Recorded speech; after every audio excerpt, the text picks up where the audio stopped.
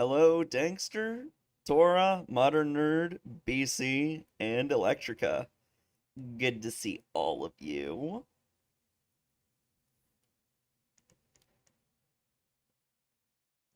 Crab Rave is a meme. Uh, it's kind of interesting because, like, most of the time when I see it being used, it's because, like, someone died or something. I don't know. To be fair, this is me and the homies after Pat Robertson died.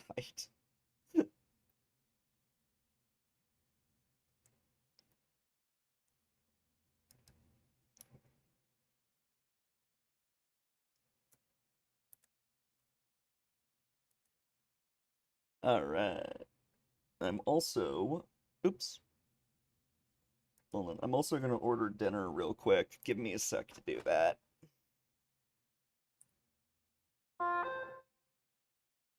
Oh yeah, that's right. Pat Robertson died during Pride Month, so it's almost been a year since he died. Ah, nothing of value was lost.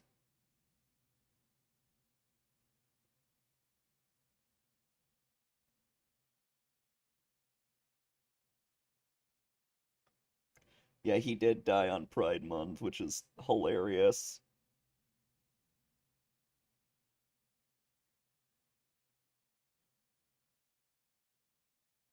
You know what? How about we celebrate him by ordering mac and cheese? What is this mac and cheese? Is that a black thing?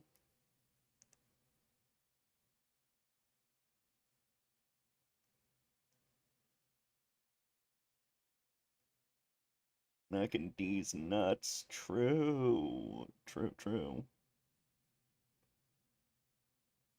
Oops.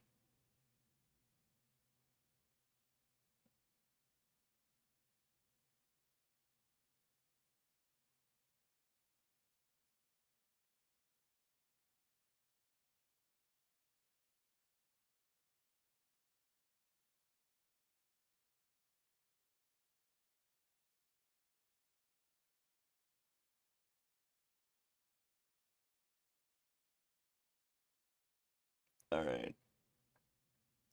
Ordering it now.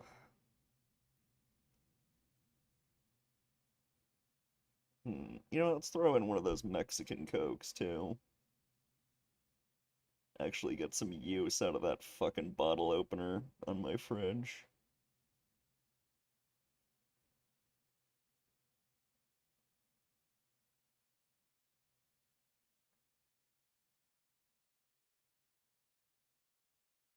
Although it might also be a twist off, I don't know. What's the point of some bottle caps being impossible to twist off and some uh letting you do it? Like, why aren't all of them just twist offs?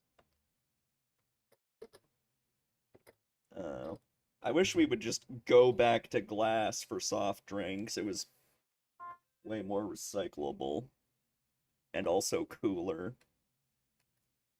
But it's more expensive for the corporations. They can't spend just a little bit more to have, like, good fucking containers for their drinks. Assholes. Anyway.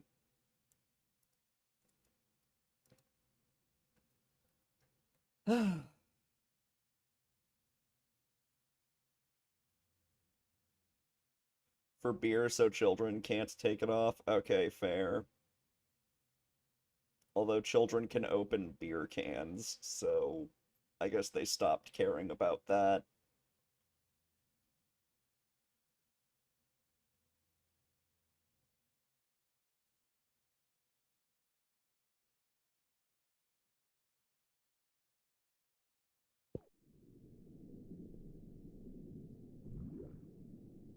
I think a lot of kids have, like, dipped into dad's beer stash before out of curiosity.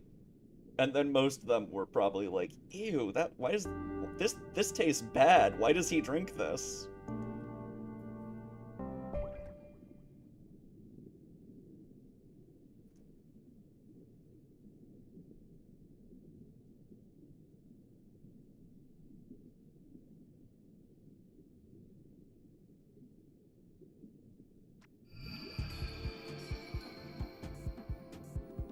Alright.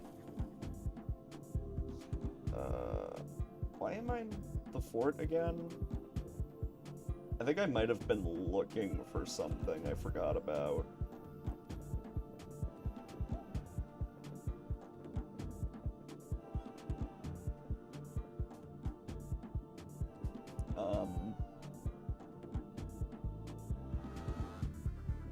The placement of this straw seems very immature.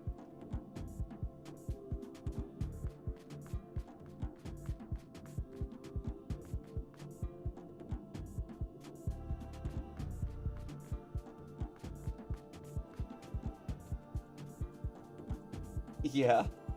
Liquid gold. How lovely. I wish I didn't hate alcohol. I had a pretty bad moment at Area 15 when I went there with Adam. What happened again? Yeah, I was just feeling a little sick, pretty hot, overwhelmed by the volume of the music. And for some stupid reason, I thought if I had some alcohol, that would make it better if I was, like, a little drunk. That made me feel sicker. Mistakes were made. And I had to leave. Yeah, big brain, yeah.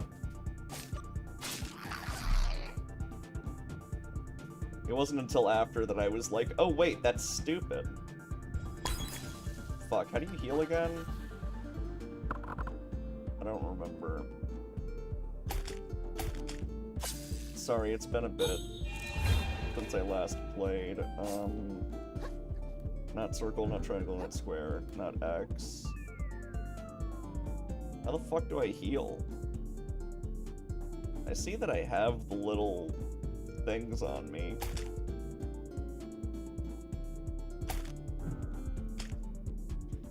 Hold on, let me check.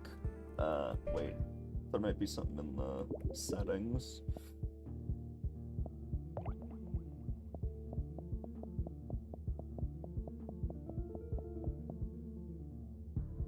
Oh, it must be like a D-pad thing.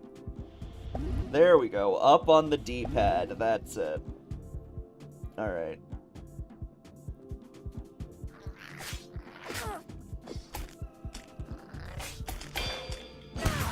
Okay, I can still parry. That's good.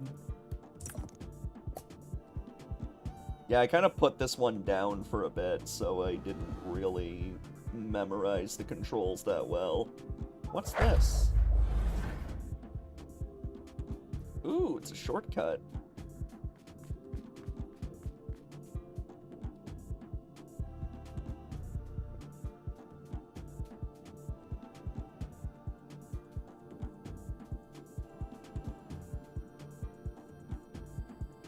Crime. Partying after hours. Crime. Jay scuttling. Oh god. That would be a good time to post that fucking Mo emote.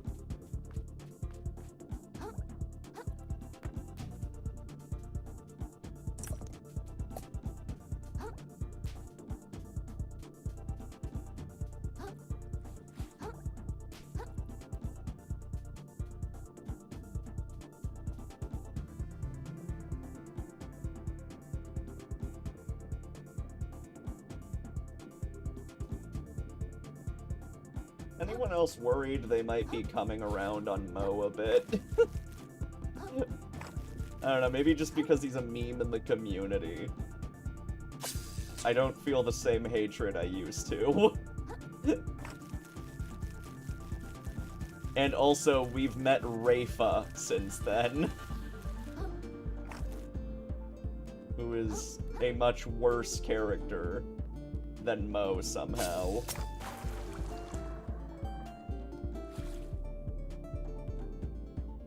Ooh, that's right. I came here to look for these crystals. Yeah, you guys despised Spark Brushel, which was very funny. I don't really have a strong feeling on him, but you guys couldn't fucking stand him. I mean, yeah, Mo was in, like, one of the worst cases ever. Uncrustworthies.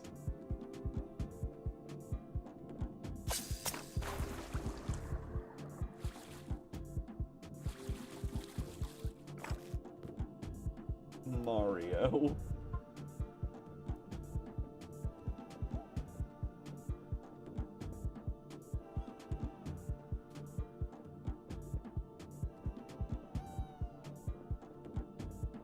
Spark Brushel was just a lot of heart replacement.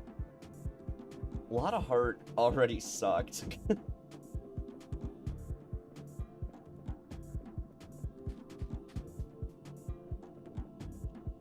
lot of heart was a fucking bitch. Like, she didn't really... Okay, hold up. I'm sorry. No, guys. Devs. Come on. Look at that. That's an issue. I'm not even touching it and I'm getting poisoned. Maybe I should clip that and send it to them. That's one way to do a bug report.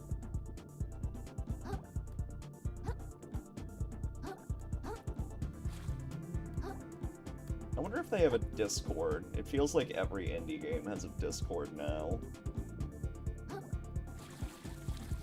Which is pretty cool, to be honest.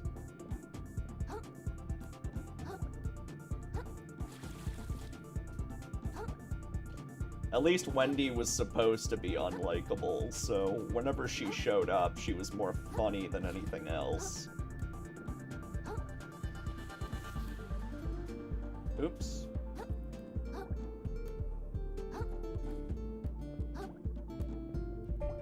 The music of all time.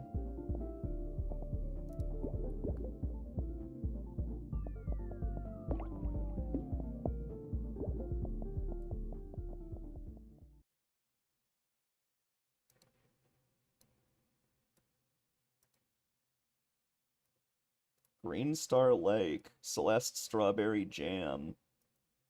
This is the cilantro of strawberry jam. Oh, that terrifies me. Definitely one of the songs in the collab. I don't get the hate. Okay, well, let's go.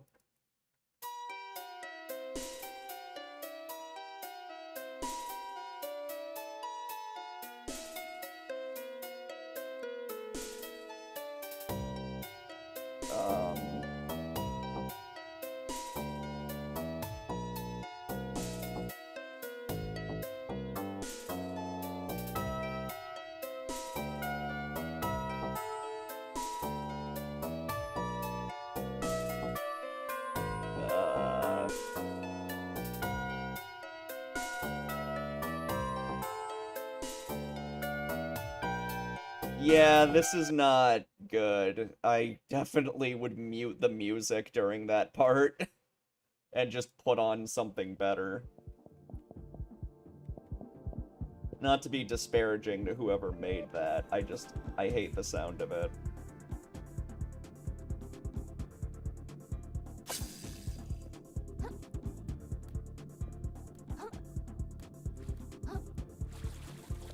I can understand why some people think it's good, but I don't. Oh, right, I think I can... I have a way to extend my jump further, don't I? I don't remember, it's been a bit. This is what happens when you don't play a Souls-like for a while, man.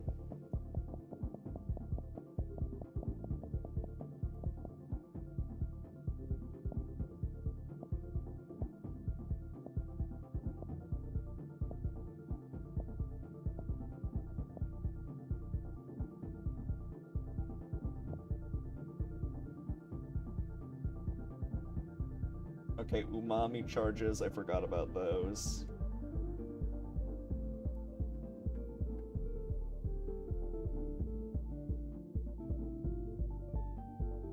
Metroidvanias aren't that hard to pick up again.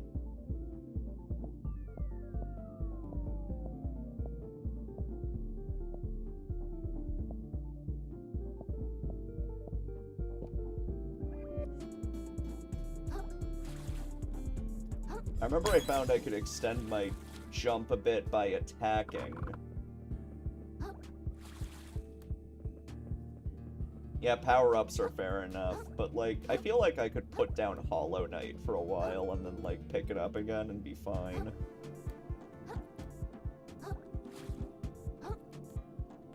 Nine Souls, I'm not sure yet. We're gonna find out. Oops. Forgot you don't attack with square. Why do I think you have to attack with square? What game was I playing where I attacked with square? I don't remember.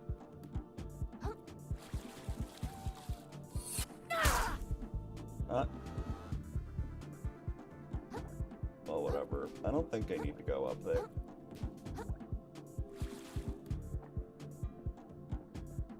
See, they're probably blocked by these urchins for a reason.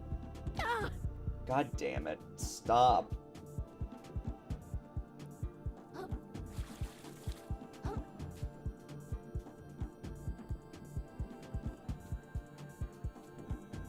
That's funny, Electrica.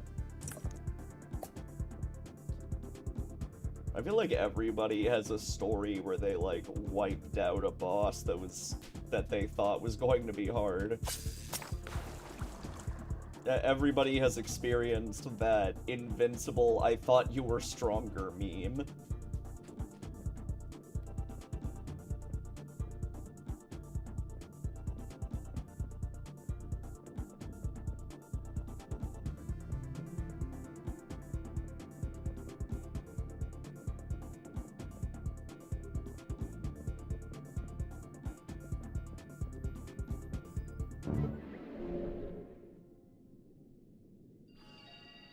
Yeah, like Shay with Absolute Radiance, which is fucking wild. Imagine saying Absolute Radiance isn't hard.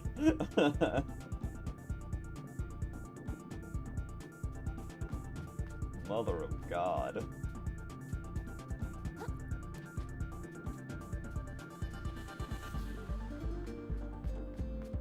Yeah, my first playthrough, I had a lot of trouble with my first Hornet encounter, which seemed laughable after a full playthrough, because I started over from the beginning and found her to be pathetically easy.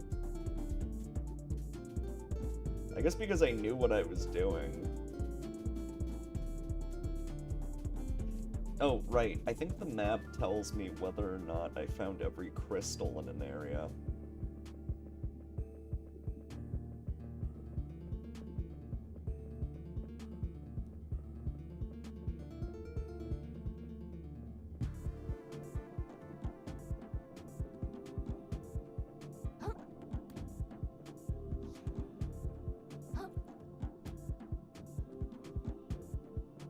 Yeah, down pogo is definitely helpful against Hornet.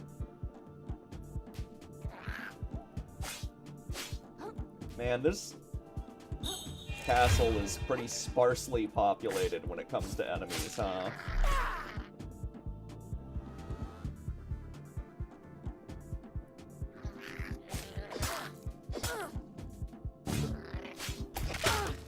Oh, I parried at the wrong time.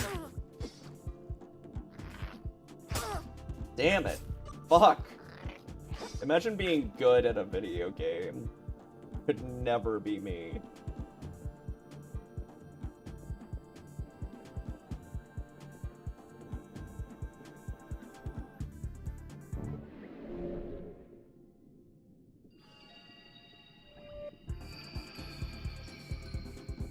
Okay, I need a new shell.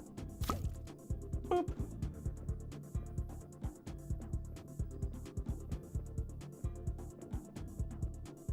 Also bought this visual novel mystery horror game. Is it the one with, like, the goat lady with the huge tits?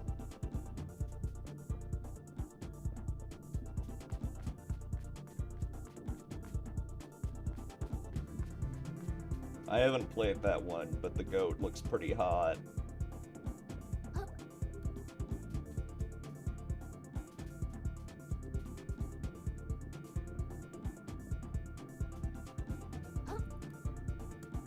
That's an interesting title.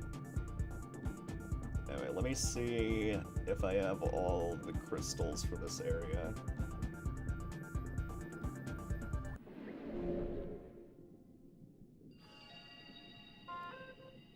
Ooh, hello.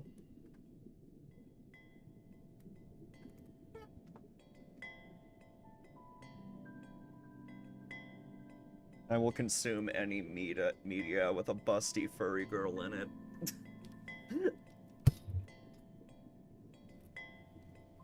It's like, you have my attention. Food's here, just a sec.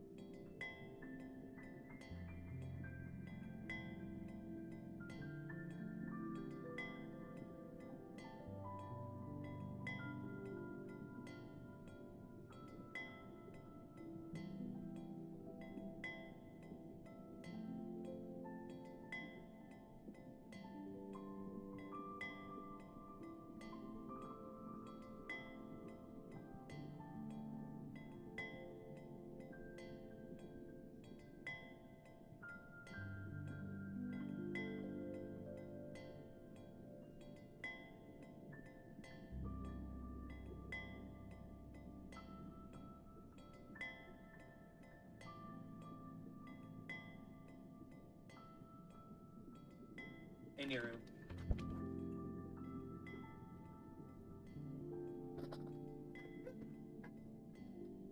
Camp Rock. What's Camp Rock?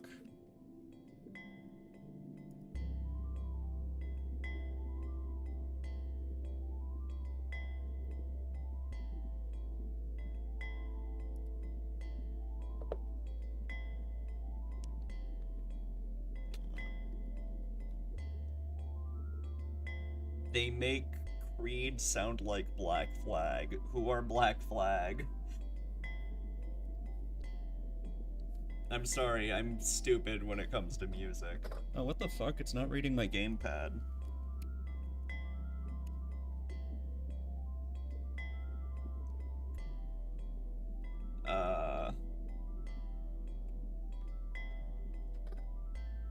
There we go, there we go. There's the issue.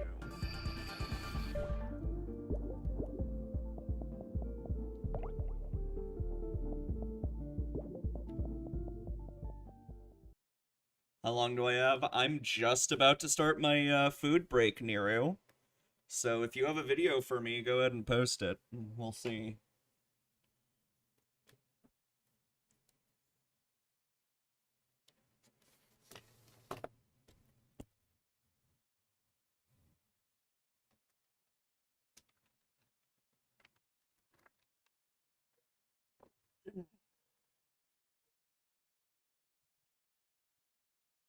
One of the most memed videos in speedrunning history. In this video, I'll be explaining exactly what I do to collect Watch for Rolling Rocks in 0.5 A presses. But first, we need to clear something up, because every time I post a half A press video... Hold on, just a sec.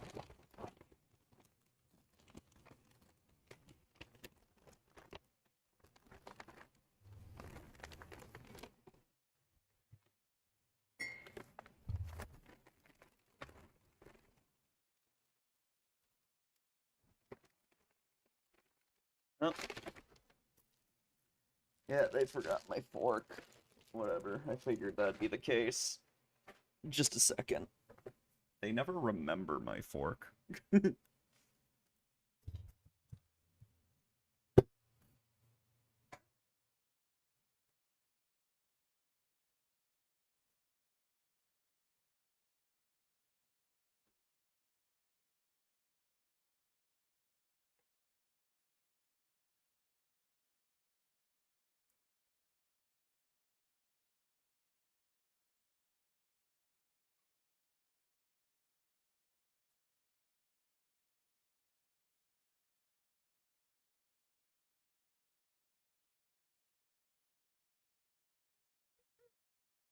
What did I order? Mac and cheese in remembrance of our late friend, Pat Robertson, who died on Pride Month, which is still funny.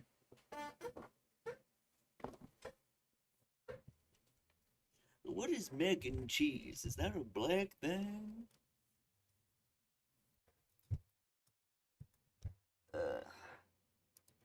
I get the same comments over and over asking what it Yeah, I don't really know what a half A press is either. Also, Yoshi here has a Godot mask. What is that?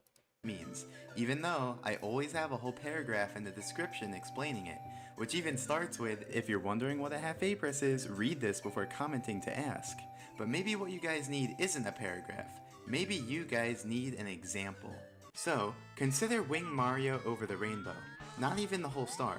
Just consider getting to that cannon platform, which is a necessary part of getting the star. So, how many A presses does it take to get there? Well, if you say 0, that's wrong, because then Mario can't go far enough. If you say 1, well, it's true that Mario can get there with 1, but we can do a little better. We can do it in half an A press. To do that, we start the level already holding A, and then we use that A press to reach the platform. Now, hold on. I know what you're thinking. An A press is an A press. You can't say it's only a half. Well, TJ, Henry, Yoshi, hear me out. An A press actually has 3 parts to it. When A is pressed, when A is held, and when A is released. And together, this forms one complete A press. Now, usually it's the pressing that's useful. That's normal for a lot of buttons. I've played plenty of games where, like, if you hold the button, it won't, like, do the thing that happens when you press it, and it'll do, like, another thing until you release. Because that's the only part that makes Mario jump. However, sometimes it's sufficient to just use the holding part, which allows Mario to do little kicks. Is this the same person who did, like, that fucking 3-hour-long invisible wall video? Yep, it is. That's funny. Oh, man.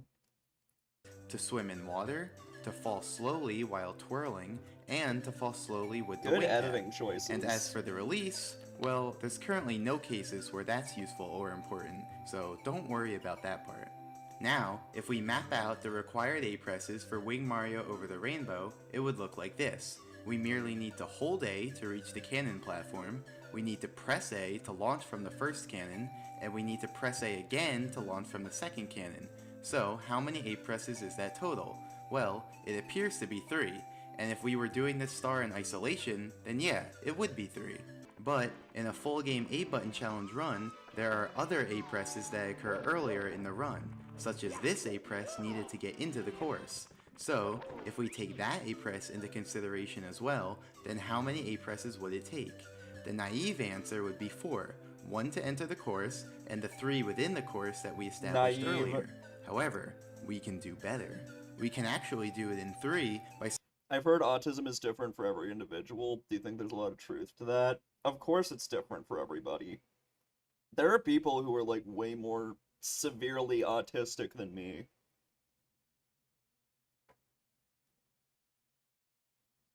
But yeah, this isn't that interesting, unfortunately. Yeah,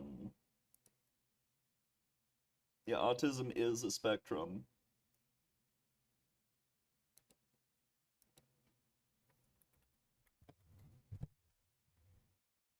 Wait? I don't know, this is kind of boring. Give it a... I watched, like, the entirety of the 3-hour one, and that was really boring, but alright. Simply holding out the first A press to be used for the half A press, because the half A press ridiculous. only required A to be held, Alright. not actually pressed. So in this fashion, Wing Mario Over the Rainbow only adds on an additional 2 A presses to the run, since the first A press just leeches off of a previous A press.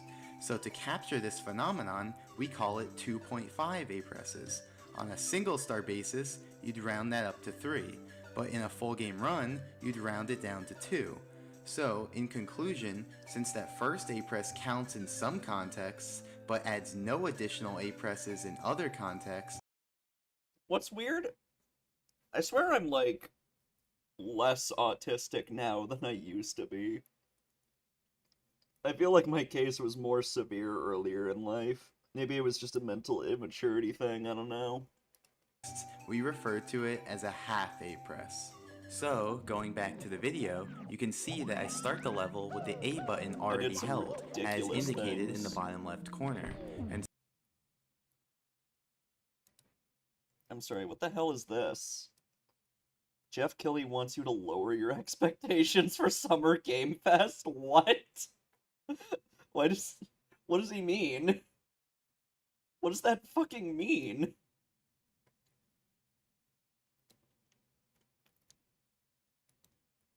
Also, Miyamoto is trending, why?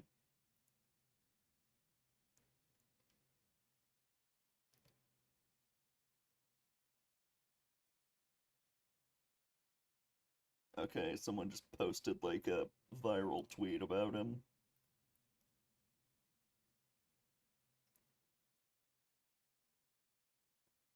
Don't worry, Nero. And so in the full game run, this A press will just leech If I'm uninterested in this video and I find the whole thing boring, I don't blame you at all.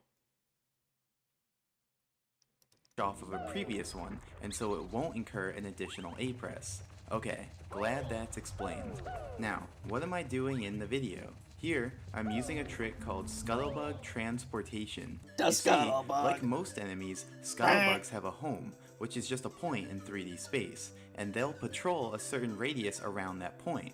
So, if Mario enters that radius, they'll lunge at him to attack. But, unlike most other enemies, a Scuttlebug's home can change positions, because if a Scuttlebug bumps into Mario, the Scuttlebug's home will update to where the Scuttlebug was when the collision occurred. So, by strategically luring the Scuttlebug to the edge of its radius and bumping into it, we can effectively transport the Scuttlebug and its home. So, that's what I'm doing here. Note that we can't actually transport a Scuttlebug to outside. There have been plenty of times where I tried to show people videos I loved and they weren't into it. Like, it happens. Of its native room. They actually get stuck at the door. So, if your dream was to bring all the Scuttlebugs together for one big jamboree, I'm sorry, but it's not going to happen. Also worth noting is that Scuttlebugs will actually disappear if they walk into a wall while too far below their current home. So, I do have to be careful to avoid that. It's pretty weird if you've never seen it before, but I'm pretty sure they did it so that if a Scuttlebug jumps into a hole, it wouldn't just walk around down there. Anyway, I'm transporting the Scuttlebug to the corner right below the Watch for Rolling Rockstar, because next I do a trick called Scuttlebug raising, and here's how it works. On the left, I show a bird's eye view of the scene, and on the right, I show a view from the side. Speedrunning Mario is leaves the Rolling Rocks room, fascinating. the Scuttlebug deactivates. That's because the room and everything in it are only active when Mario's in the room, or standing in a small region right outside the door, indicated here in yellow. So, if Mario isn't in the Rolling Rocks room or in the yellow region, then the You're room in my chat, of course you have autism. will be completely black, and everything in the room will be invisible and won't move. Conveniently, this allows us to raise the Scuttlebug by performing the following steps. First, Mario enters the Scuttlebug's radius. Although the Scuttlebug is invisible and can't move around, it can still turn towards Mario and activate a lunge. Then, Mario leaves the radius and the Scuttlebug returns to facing its home. Next, Mario enters the yellow region to activate the Scuttlebug. The Scuttlebug will perform the lunge that it started, but cleverly, we have Mario exit the yellow region right when the Scuttlebug is at the peak of its trajectory, thereby deactivating it so it won't fall down. And finally, since the Scuttlebug moved past its home, it turns around to face its home once more.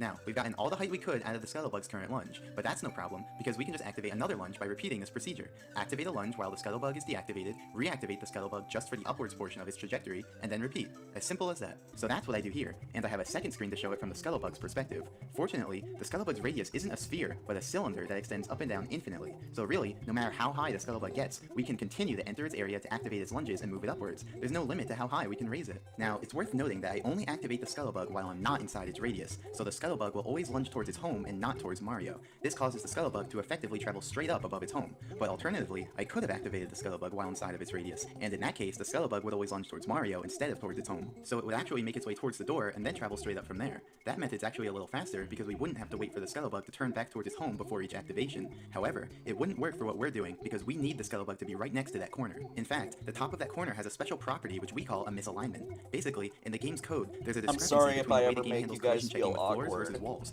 This results in a 1x1 unit area where Mario can get under the floor without being pushed away by the walls. And if Mario's less than 79 units under a floor, You're he'll not snap gonna right up onto always it. So that'll understand be what I important later for like. getting up It there. happens. Anyway, now it's time to build up some speed, and I mean a lot of speed. So to get that speed, we're going to use a trick called hyperspeed walking, and here's how it works. You probably already know that there are some slopes in the game that are too steep to stand on. Mario just slides off of them. But did you know that you actually can stand on these slopes if they're submerged in shallow water? In fact, the underwater portion of these slopes has a special property. If you try running uphill on them, you'll end up running backwards at an increasing speed with no upper bound. But in most circumstances, this would cause us to end up in the water before building up any real speed. We can get a little more speed by running nearly parallel to the slope, but ever so slightly uphill, but eventually the slope runs out, or we move too fast to round a corner. But there are some ways to have Mario walk while staying in place. For example, if there's a wall perpendicular to the slope, then we can use that. That allows Mario to build up quite a bit of speed before he breaks through. However, if the wall isn't perpendicular to the slope, then we end up sliding down into the water. That's because walls are really just Yeah, sorry, I am not into this at all.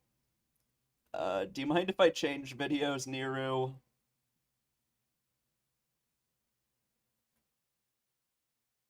Just, I'm not big into, like, Mario 64 speedrunning, and this person, like, rambles a lot. I was gonna watch this shit on looks maxing. Looks maxing, mogging, bone smashing, mewing.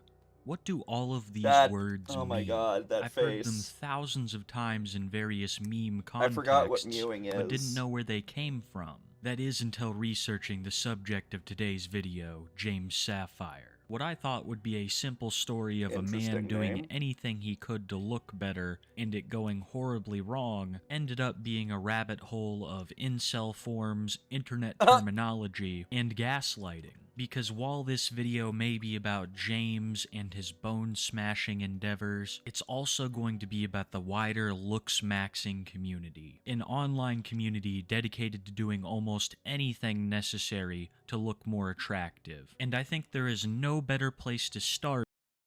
You guys do know you're not supposed to look like the Squidward, like, handsome face, right? Than with James' story, one of a struggling kid who is gaslit by the internet. James was born in Dallas, Oh, Texas no. in the early 2000s. His mother is an adult film star, drug addict, currently homeless, Oh, as well my. as mentally unstable. James's father would sadly pass Jesus. away in his military service, and with the condition of his mother, he was sent to live with extended relatives. And things would be relatively normal for James until around the age of 14, when one of his fellow classmates called him a pretty boy. Unsure of what this meant, young James looked it up and was eventually led to a looks-maxing site. There are a couple of these looks-maxing sites, and they are forums for looks-maxing. Some of the users have intentions of helping people improve themselves, but like almost every other forum, they are filled with trolls. James, who was 14 years old and unsure about himself and the world, would seek the advice of these forum users on his appearance and how he could improve it. James described himself as popular during the start of high Was season 3 when SpongeBob got bad?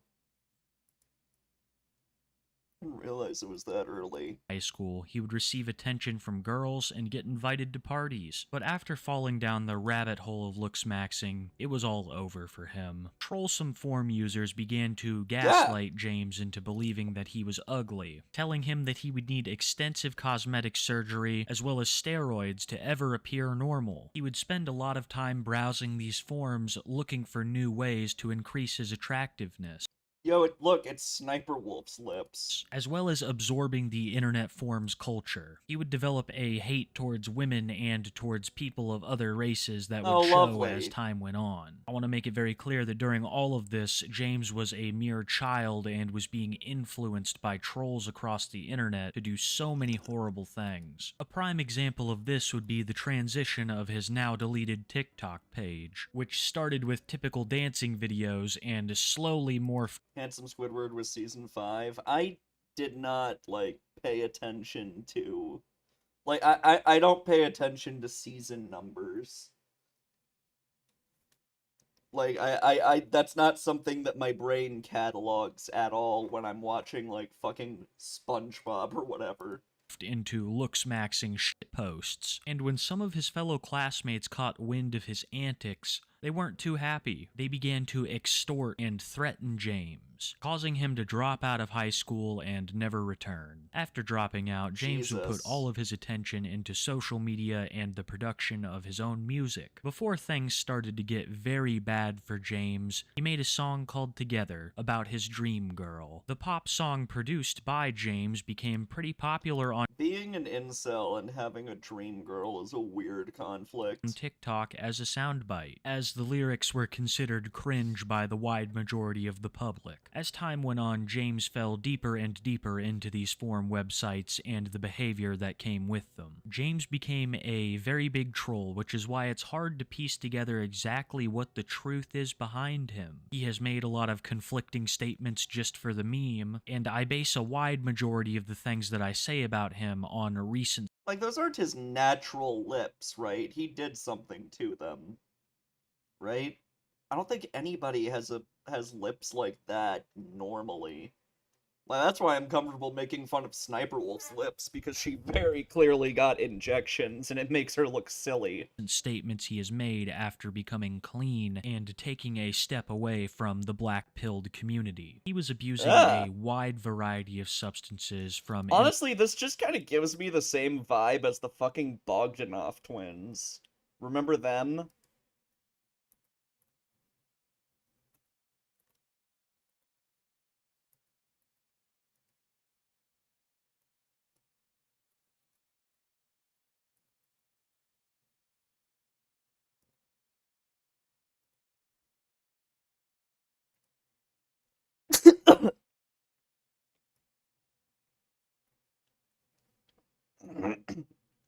Jesus. Wow, that He looks like he could be a lost Bogdanov brother. This is, interesting. Yeah, these guys are what a plastic surgery disaster looks like. amphetamines to steroids, all in an attempt to looksmax, and at the advice of trolls on this forum website, claiming years later to be in full-blown psychosis around these times. Even though James wasn't eating much because of the substances, he still believed himself to be I would watch a overweight, Nib leading stream. I don't know what would happen on it. It would be very strange, though. him to develop anorexia. It was widely speculated that Oh, James was abusing facial surgeries because of his damn. unusual appearance at the time, but this was not the case, as it was just a mixture of these substances and anorexia, which were taking a brutal toll on both his mind and body. A Anorexia window into his sucks. mindset would be the music that he would release around this time, being his second viral TikTok sound. The song would be called Black Pilled Curse, and I believe it jump-started all of the craze behind these terms being used in memes. Things like mewing, the act of holding your tongue to the roof of your mouth to improve jawline structure, or mogging, the process of intimidating Okay. someone just by looking more attractive than them. James took these terms that were used by No, I've never had anorexia. One look at me in real life would tell you I haven't. the wider looksmaxing community and shot them right into But the it's rough veins for a of lot of TikTok. people. I would be personally lying if I didn't say Black Pilled Curse is a hilarious song, but knowing the context behind what James was doing at the time makes it just a little darker. James Black-pilled- would continue to make harmful Okay. decisions, continue to be trolled, and continue to go on unhinged rants across various forums and social media profiles. That is until he overdosed and was admitted to a state mandatory rehab facility. While James still has suffered from some struggles, Damn. it has been leaps and bounds over what he once was. Today, James completely renounces the looks-maxing community, proclaiming himself proudly to be blue-pilled, and now He looks normal. seemingly understanding how he was manipulated as a child. How did he... Can you, like, fix the effects of looks maxing? Because he looks normal now. To do all of these things. He would still be active on TikTok from time to time, but the videos were simple, having nothing to do with looks maxing. We wouldn't hear much from James until February 2024, when he would make a lengthy video explaining the truth behind what had happened all those years ago. It was in response to a YouTube video that had been made about him by a creator that had had previous Why are there 63 new messages in stream chat since I took my nap? What the fuck?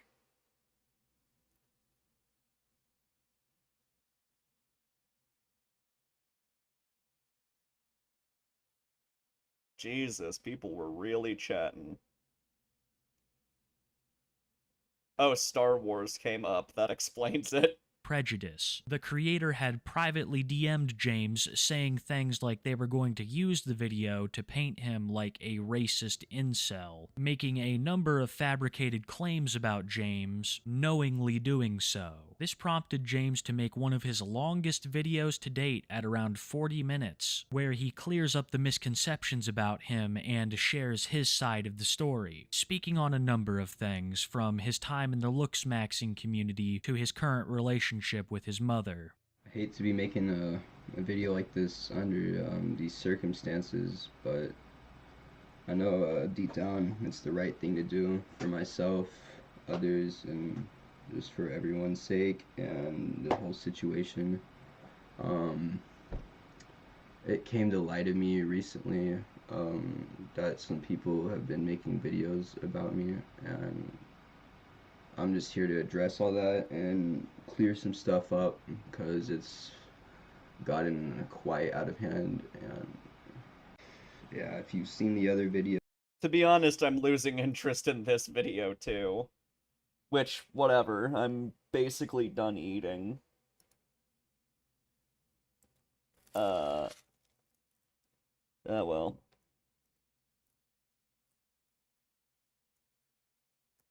Phoenix Wright Edgeworth shipping video? Oh my god.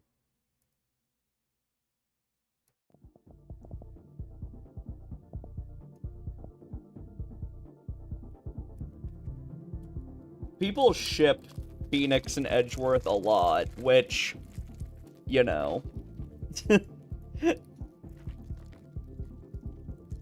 It's fair enough, I guess.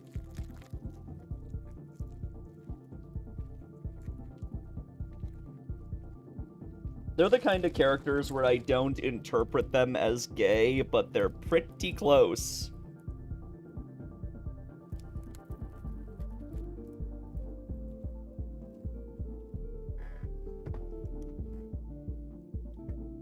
It's not like they're the two main characters from Challengers. Those guys are really gay.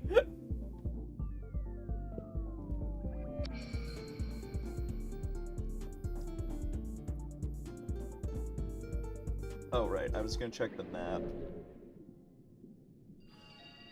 Sora and Riku. That one's funny because they, like, go over, like, they say a million times, like, Sora's interested in Kairi. But then again, Beastars did that with Haru, and everybody still ships him with Louis. I'm still missing 16 shards. Well, maybe I should just progress. I might not have all the upgrades required to find them all, or something.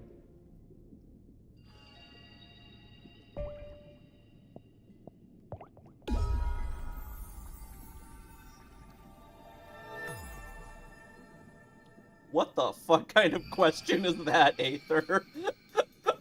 What? Kairi's scream time is also as much as Haru and Beastars? Dude, come on. Come on! Why'd you have to say that? Damn it. Bai Lugosi makes sense. But I don't think he's, like, romantically interested in, Louis. I think their bond is something very different. Oh, Jack's Films reference. I don't remember that joke?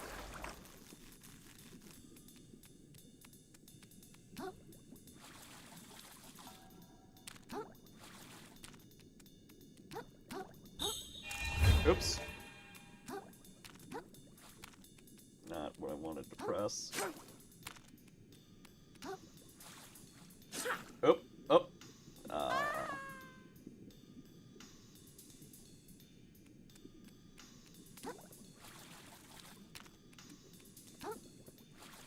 I feel like a lot of people also just don't like Haru. Which I kinda get. She is a very stubborn and frankly stupid person at times, but I don't think she's that bad. How do I get up there? Do I not? Am I going the wrong way, maybe? Oh. Maybe I go the other direction.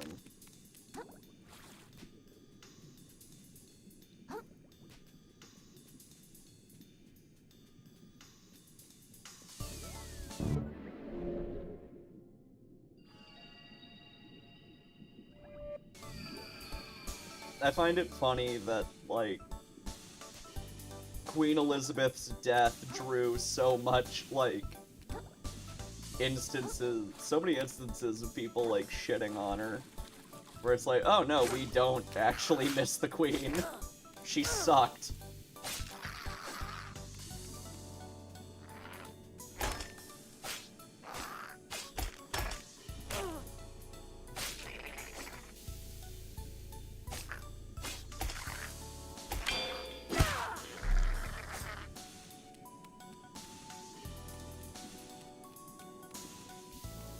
I remember, like, an Irish football game where they were chanting Lizzie's in a box. Oh, this is a new enemy type. Well, that's a container of Tic Tacs on its back. That's fun.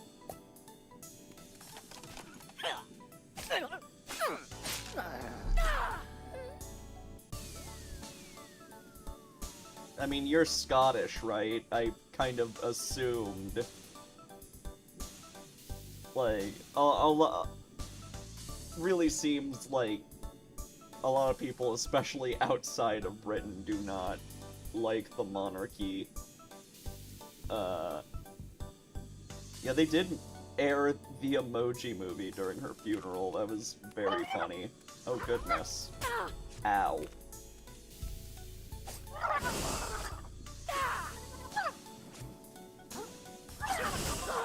Ow. Okay, this is an issue.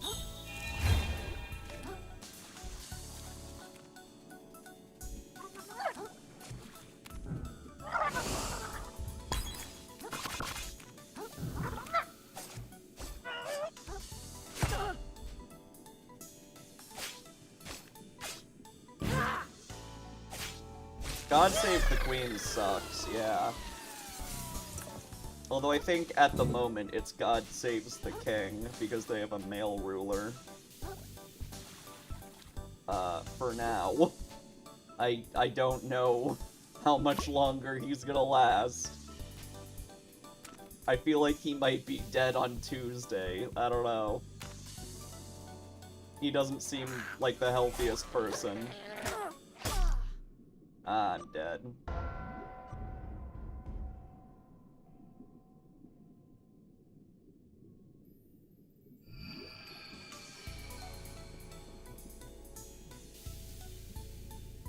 Malaysia's national anthem? Never heard it.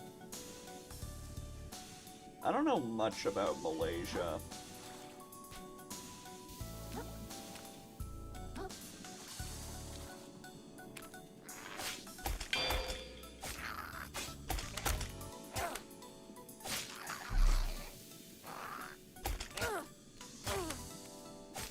In fact, I think pretty much everything I know about Malaysia I've learned from Electrica, except for that weird airliner disappearing.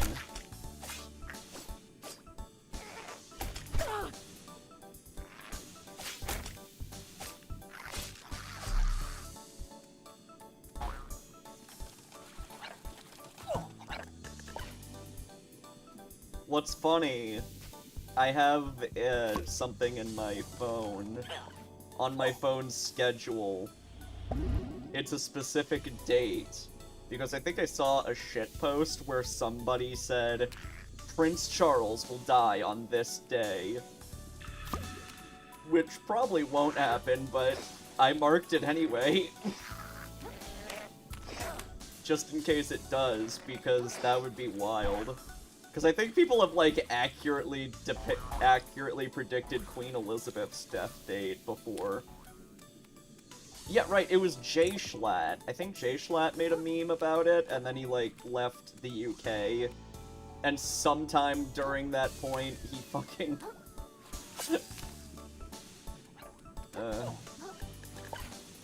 he was like, no, I did not kill the Queen.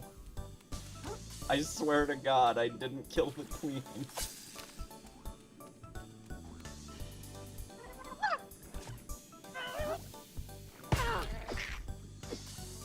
Let's settle down, Dankster. Joking about assassinating, political figures is, I don't know about that one, bud.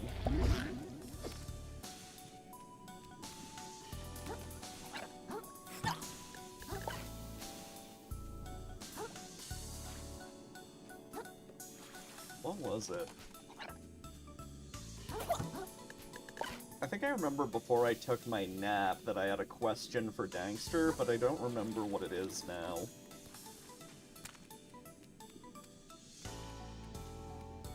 MH370 is basically your 9/11. I see.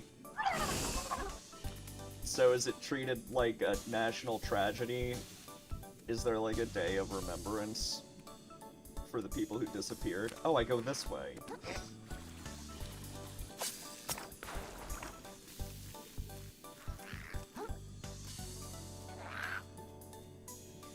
I mean, yeah, those people are almost certainly dead, so it is tragic.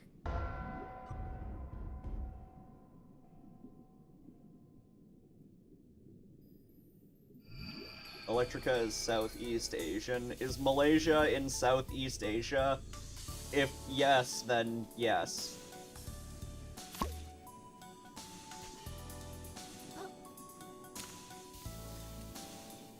Yeah, nobody knows what happened. It's a very famous mystery, not just in Malaysia. People in the United States discuss the disappearing airliner a lot, too. A lot of theories about shit. Like what might have caused it, where they might have gone, why we can't find them.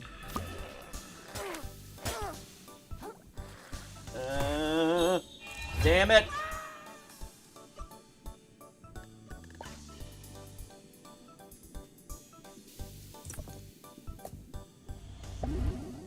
Despite how many Souls-likes I play, I never get good with them. Learned about King Henry VIII in school. I probably did too. But also, King Henry VIII is kind of a pop culture... What? What? What? What happened? What the fuck just happened? How did I die? Someone clipped that. What was that? What the fuck killed me? I fell through the platform to my death. Somebody clipped that. That was fucking weird.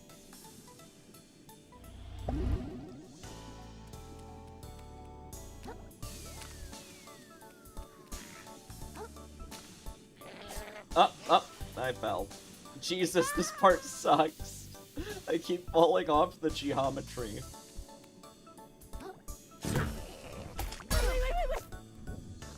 Ow. Oops. Ah, I am so bad at fucking parrying, man. Jesus.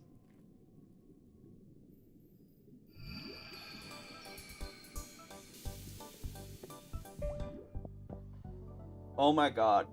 Electrica.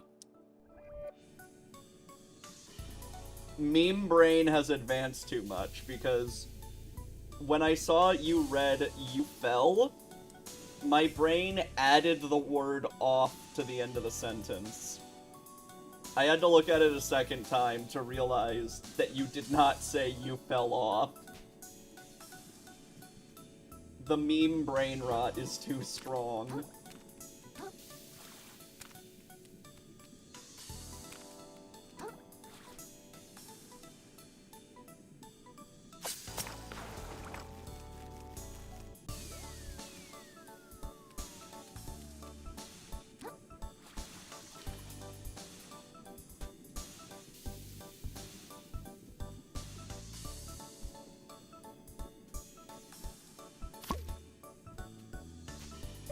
Okay.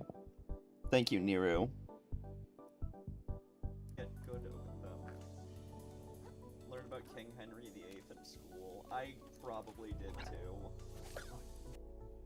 Hold on, let me check something.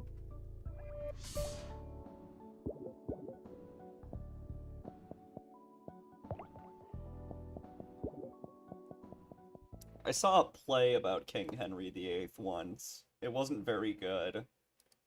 I think it was called, like, The Eight or something, and it was about his wives. I don't know.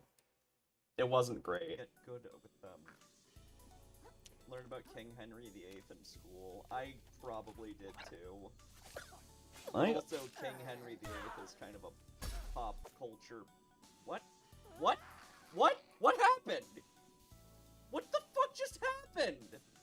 How did I die? Someone clipped that. What was that? What the fuck killed me? What happened? Pop culture is kind of a pop...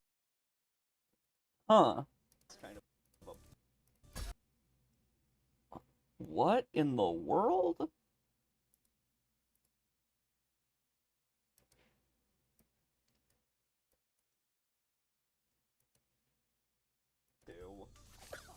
But also, King Henry VIII is kind of a pop... What the hell? It's like I got hit by an invisible enemy. I clipped through the floor, yeah, but now I'm wondering what hit me? Culture. What? What? But also King Henry VIII is kind of a pop culture. Oh, it must have been the enemy down here. Okay, I think I figured it out. I think that this enemy here, clipped into the platform. And because of, like, wonky hitboxes, he hit me from below. Which also made me fall through the platform. What happened? What the fuck just... I think that's what happened.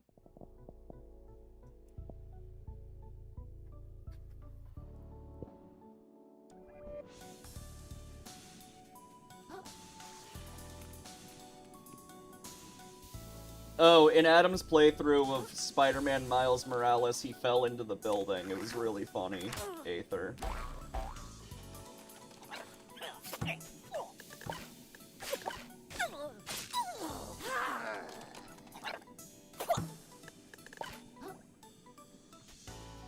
The Spider-Man games got bad, which was really disappointing.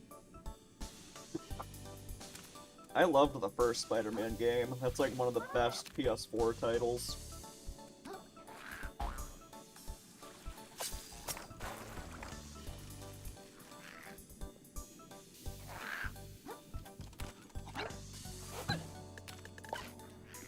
I love that he shoots Tic Tacs. That's so fun. All of the, like, art design is fun. This guy's wearing a thimble.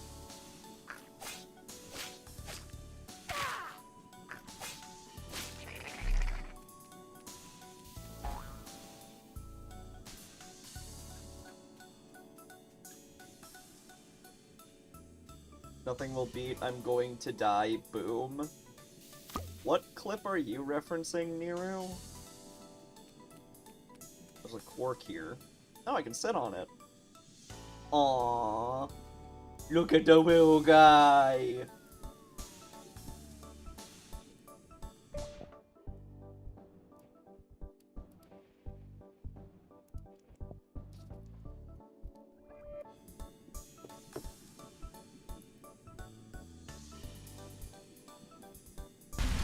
Oh, this is so good. Help!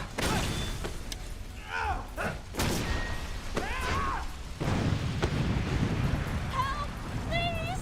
Someone! I'm going to die!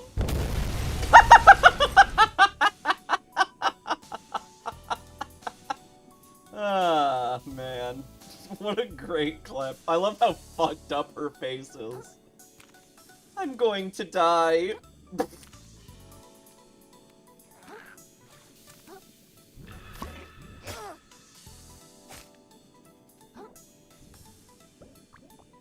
just gonna pass this guy.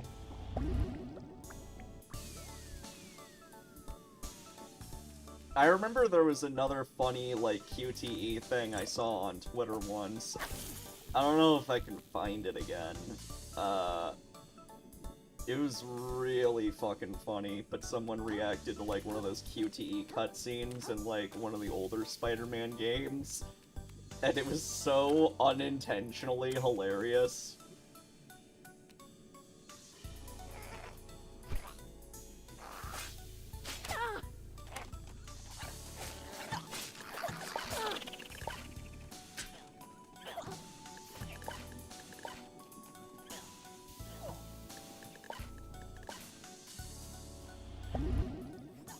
The sad thing about Twitter is that you'll see, like, a cool post every once in a while, and then you can, like, never find it again. I don't think I bookmarked it either.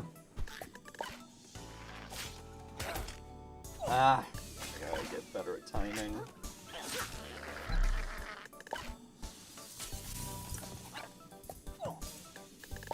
I was doing a good job parrying earlier. Fucking hell, stop hitting me.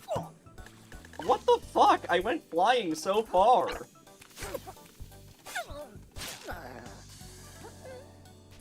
Crystal.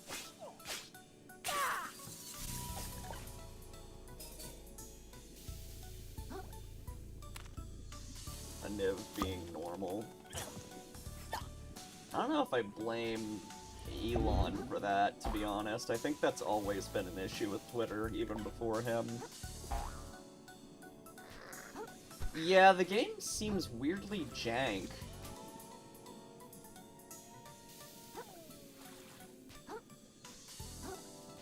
If it gets too bad, I might spin the wheel. God damn it. Fucking hell. I might spin the wheel again. And, like, wait for a patch.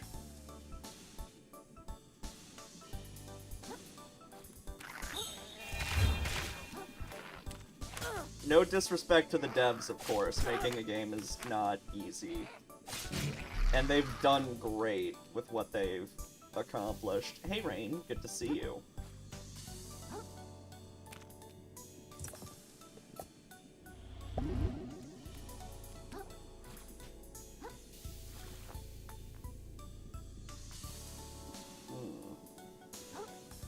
Where do I go now?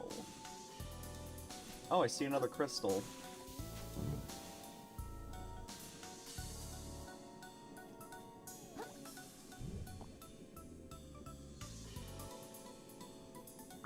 Jellyfish remind me so much of the ones from SpongeBob.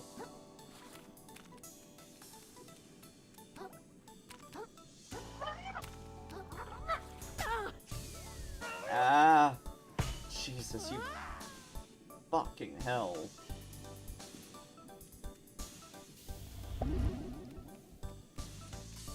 Where did they go? That enemy disappeared. I think they fell. They fell through the map and died, I think. Oops.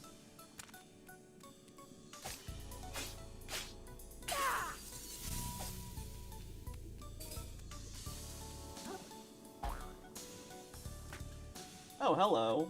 An NPC. Hey there, pal. Do you like going fast? No, I hate it. Well, it's your unlucky day. Hold on.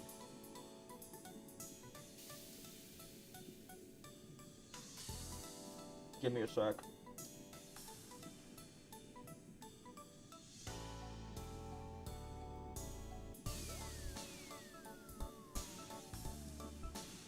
Because you're gonna need some wicked speed to get over that ramp down there. Walking ain't gonna cut it. Neither is sprinting, no sir. Okay. And that's where I come in. Pablo, 5-time Snail Racing League champ at your service. I guess this guy escaped from Undertale somehow. They had to give us snails our own league because we're so damn fast. Okay. Krill is so relatable. I'm gonna tell you how to get speed so insane your grandma's antenna will be twisting in her grave. Or maybe she's still alive. Sorry, that was a little insensitive either way. But trust me, this kind of crazy movement will peel your gills back. It'll dry your exoskeleton while you're still underwater. It'll boil you in your damn shell if you're not careful. And worst of all, it'll turn you into a permanent speed demon who can't even form words if they're not moving at high velocity. Are you ready to accept that kind of a risk? Because a lot of people say they are, and before you know it, bam! Addicted to speed! Okay. Seemed to happen to a lot of good critters down here. So I gotta ask one more time, you sure? Yeah, why not? Oh my god, I feel so bad for this guy. Okay, so basically you're just gonna want to sprint towards the ramp and then press the block button. L1 while sprinting. Oh yeah, rolling. I already know how to roll. Although I guess I did kind of forget about it. Whee! Whee! Nice.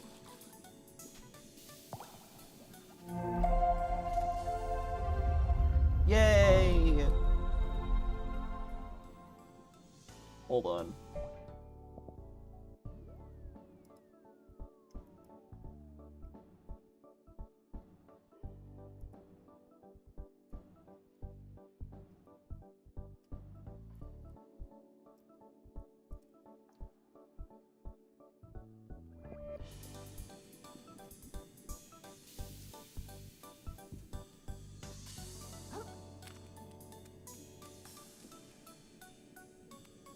Oh yeah, you totally can't fit between that.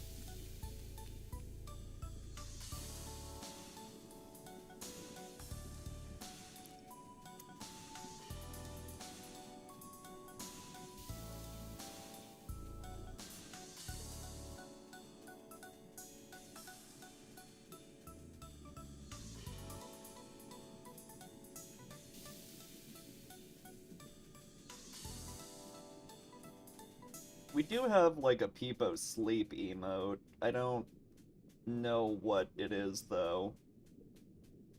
Good night, Nero.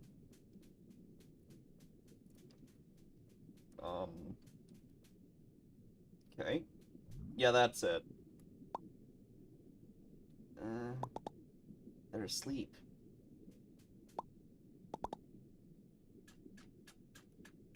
He's very happy they're not awake to bother him.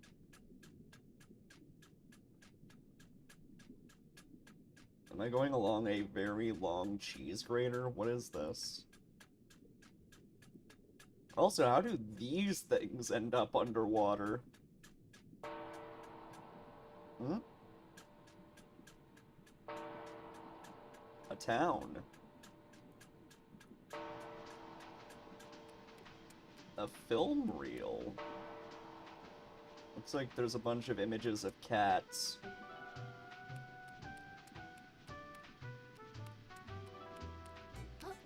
Weird.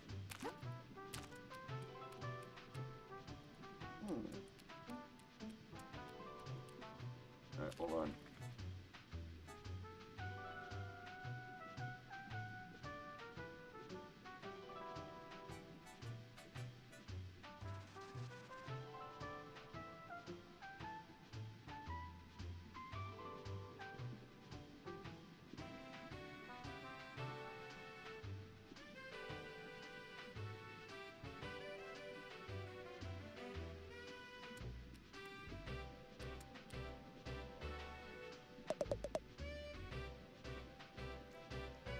Nice to see a fresh face in town.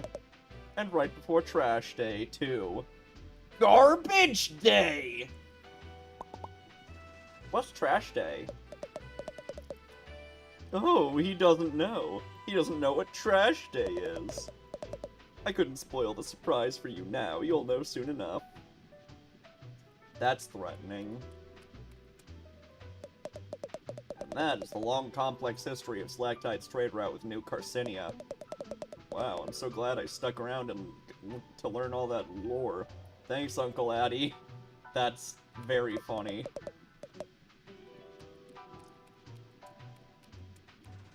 Ooh.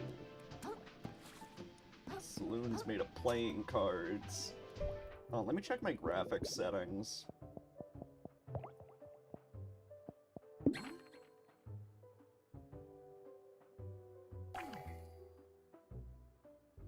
Give Krill a gun. Oh, man. When I beat the game, I might mess around with that.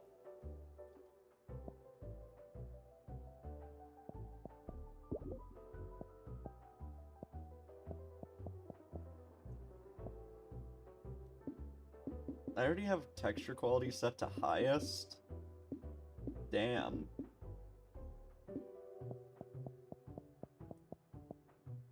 Hold on, let me change the resolution.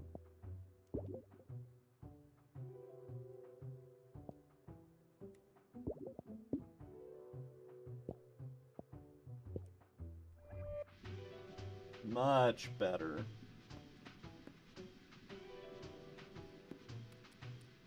I don't think it'll lag.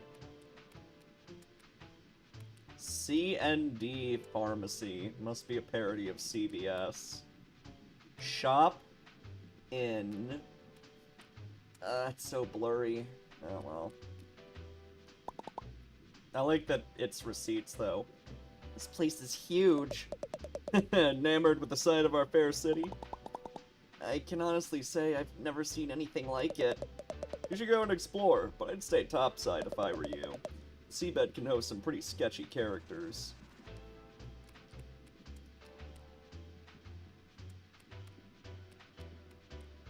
What are the buildings made out of? Oh, whiskey bottles. That's fun. Oh, this game has such good art design.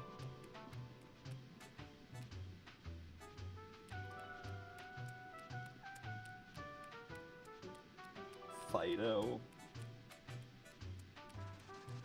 This is like a weird sponge thing.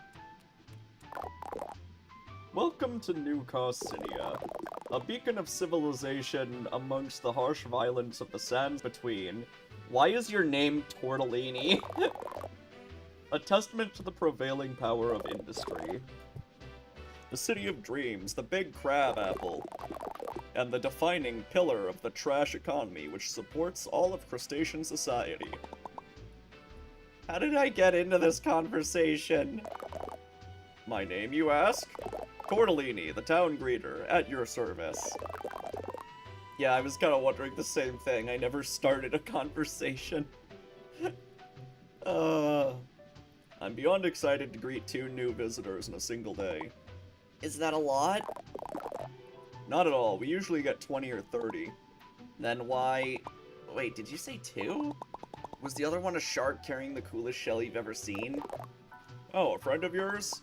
Not at all. I've got to kick that guy's butt and get my shell back. Oh, a sworn enemy then. This day gets more exciting by the minute. Gotta catch him before he sells my shell to who knows who. Can you tell me where he went? Not at all. I greeted him with gusto and then didn't give him a second thought. What sort of town greeter would I be if I looked behind me to keep tabs on those I've already greeted, rather than facing forward to greet those yet to come? Okay. Where would someone trying to sell a shell go then? I can think of exactly 4 places. They might have tried to sell it to Shellfish Desires, the luxury goods sales goods store, which has a glowing RGB keyboard that I guess is plugged in as like a sign. I love that. I love how they couldn't get like all the letters they wanted, so it's fucking spelled weird. If it's more antique shell, they may have gone if the museum curator might have gone to check if the museum curator might purchase it. Failing those, they might have visited bottom feeders, the dive bar in the lower crust, and try to pass it off as some piece of gutter trash. I understand bad foot pain, Niv. And finally, they could have gone to the back alley blacksmith to sell it for scrap. He's in like a tool shed thing. Okay, thank you so much. I'll check out all those places. Godspeed, small fry. Would that I could give you more of a tour. But my work is never done whilst there remain travelers ungreeted. Hold on, I have to use the bathroom.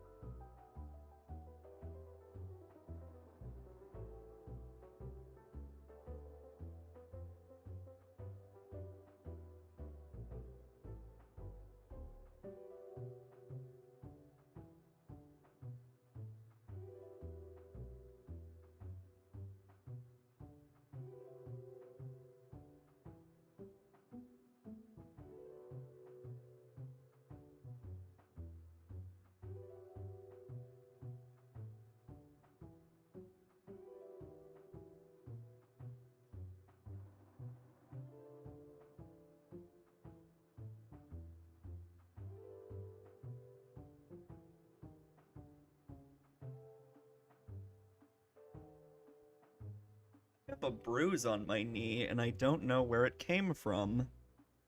Does anybody else get those? You just kind of wake up with a bruise and you don't know where it's from? Or am I just weird?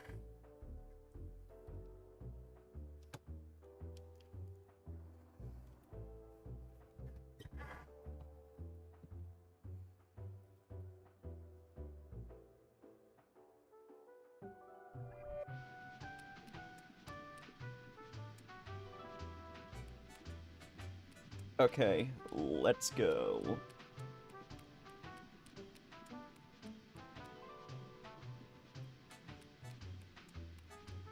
Oh, look! It's one of those little door stopper things. House is made of cardboard. There's a 90s S scribbled down there. That's funny.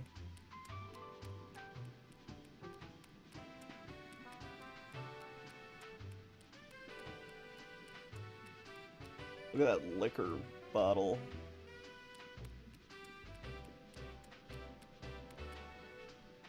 Oh, she has ramen for hair. That's fun. See that hermit over there? Isn't he so mysterious? Well, the one standing uncomfortably close to us right now?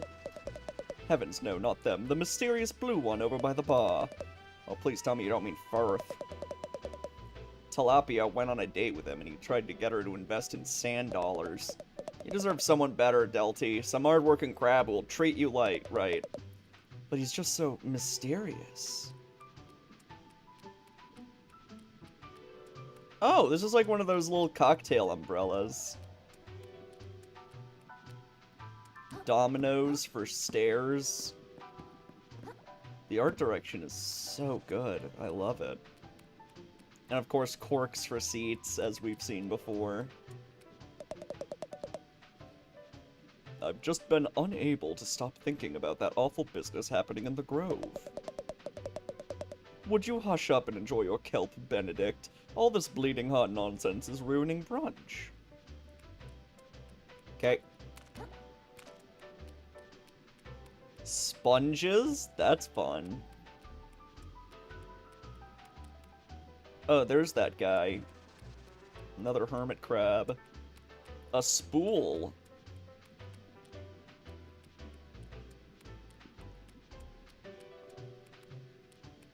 Piece of a tin can. Oh, this bottle is shaped like a boot. I've never heard of that before, Dangster. That is pretty unusual, but if you like it, you like it. Well, hey there. Long time no see, fellow hustler. Wait, have I met this guy before? He looks familiar. Also, he's wearing one of those 90s cups. You're that guy from the bridge. Yeah, we did meet him before. I only have, like, a vague memory. I think I remembered the name Firth because it made me think of David Firth. Sure am. Firth's the name. Donor wrote it, you know? You seem pretty happy. Didn't you just lose all your money? Of course not, pal. Not even close. A shrewd investor never puts all his shells in one. I mean, puts all his butts in one shell, you know?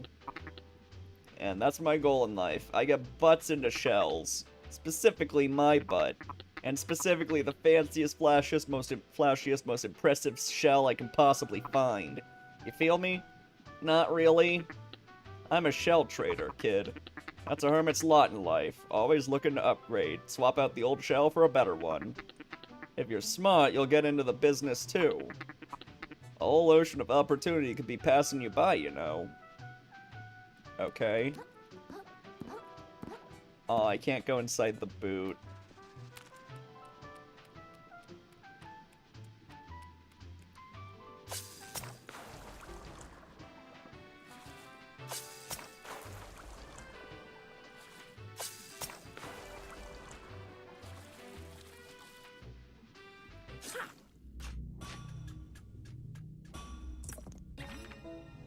Rusty nail.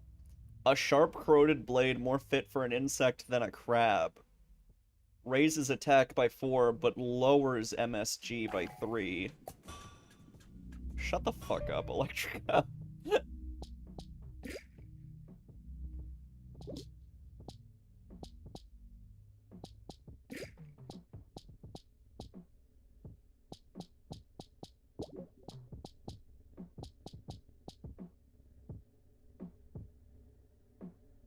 Well, I don't use the MSG abilities as frequently, so...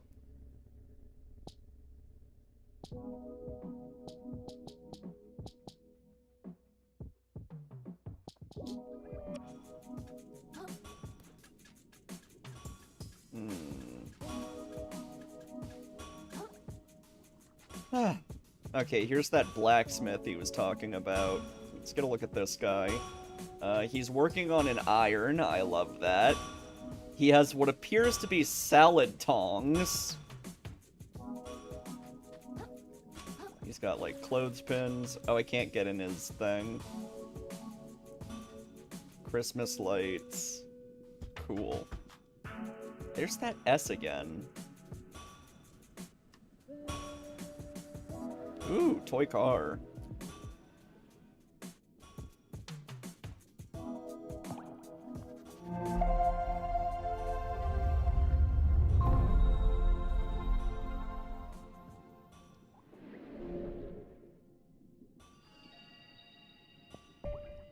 Alright. What to level up? I guess vitality. More health seems good. Actually, let's raise attack, too. Nice.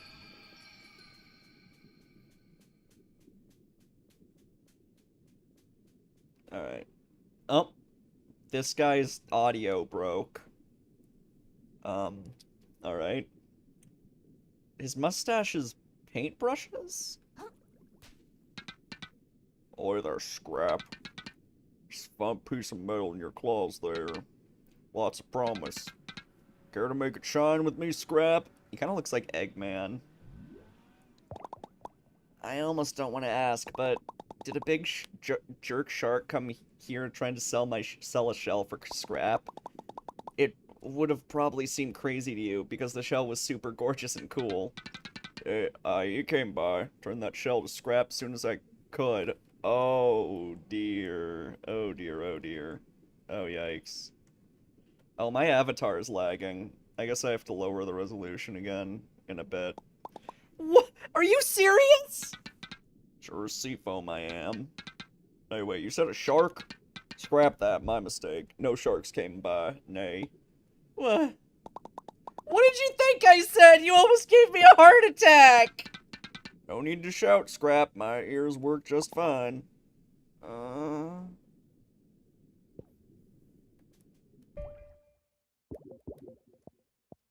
Do you have ears? I'm gonna lower the resolution again. I was hoping I could, like, keep it as it was, but that's not an option, I guess.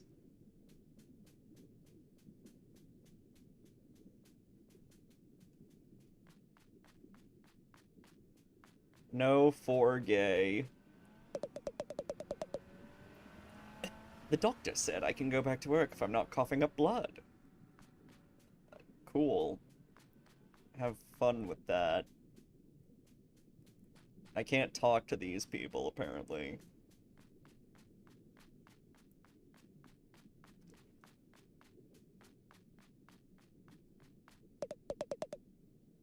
You know, I'm not as tough as I look. You don't look that tough. Thanks for rubbing it in, guy. Damn.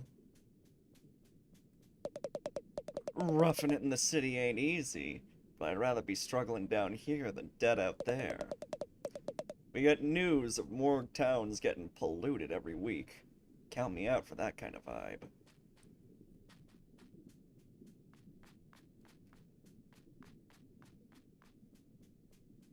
Oh, what? You're an NPC? Whoa, whoa, whoa, steady on. Not one step further, mate. Oh, he's Australian. You're gonna want to keep your distance. How come? How come? Your eyes full of settlement, mate. Can't you see what I am? I'm the type of guy who hurts everyone I touch, mate. Oh. That can't possibly be true. I mean, look at him. I bet you just haven't found the right person to show your affection to yet. I could give you a hug. Maybe that'd help you open up. Bloody shell, mate. You're an odd one. Take my advice and leave me be, savvy?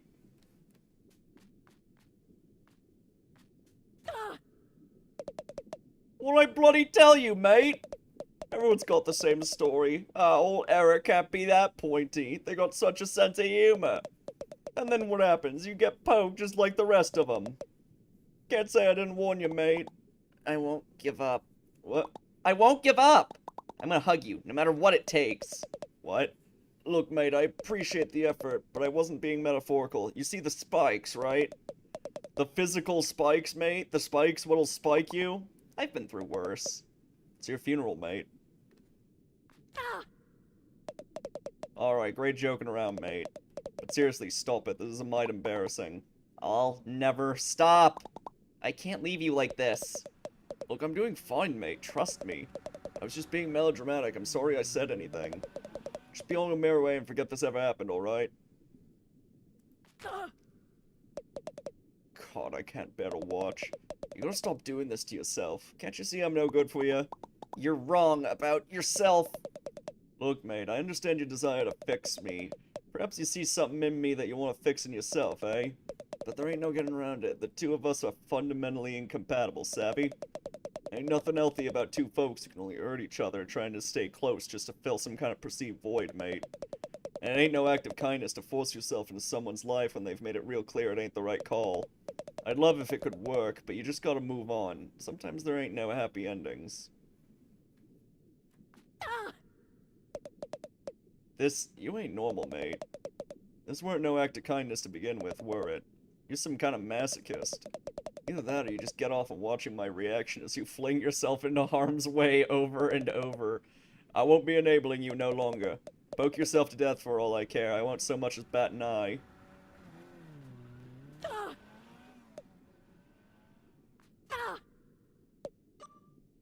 Okay, I guess that's that.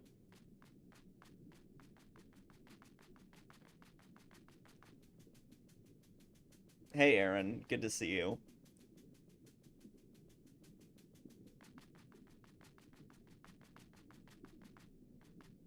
Yeah.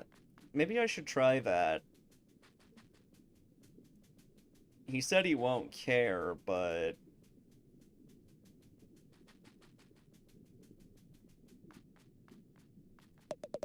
do us both a favor and leave me alone, mate.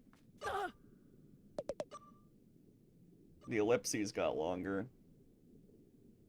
Hold on, let me heal and then do it again. Alright, okay, good cod, mate. You really are a sicko. Take my special technique and get out of here, freak. Oh, what? Is this what you wanted? Did that make it all worth it? I find all types in the lower crust, but you really take the crab cake, mate. Oh. What? Throw an urchin that sticks to enemies before exploding. Oh my god, I am so happy I nearly killed myself. I didn't know that was gonna happen. Wow. I wasn't expecting a fucking new ability. Phrasing. What did I say? What did I say that was weird?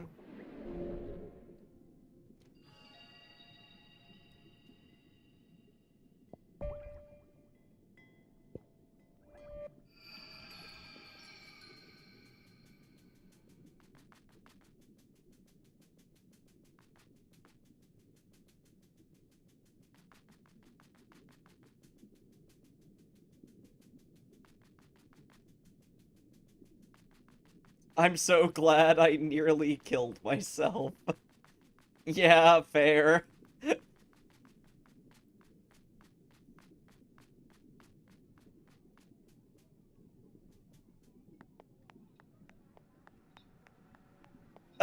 She's got like a peeled orange for hair. Hey there, youngin'. Welcome to Bottom Feeder's finest little watering hole this side of the slurry. Hi, my name's Krill. I'm new to town, I guess. Thought I recognized a fresh face. Pleased as plastic to meet you, Krill. Name's Nema. If you've got money, why not stop on in for a bite? My kiddos and I would love to have you. We also offer a stowaway hiring service if you're interested in such a thing. You mentioned something about stowaways. What are those? Oh, I'm sure you've seen them around. That's our nickname for any sort of little fella that sticks itself to your shell, little fella. Oh, like a barnacle? Exactly, and for the right price, there's all sorts of them that might tag along. People pay for that. They sure do, hun. Lots of our visitors here are just travelers, just stopping by who could use a little company on the road. You ought to consider it if you got a journey ahead of you. The open ocean can get mighty lonely, hun. I'll think about it, thanks, ma'am. Aw, call me Nema, hun. I'm not a crabby old lady just yet. Increase stowaway capacity. Ooh, I don't have the microplastics for that.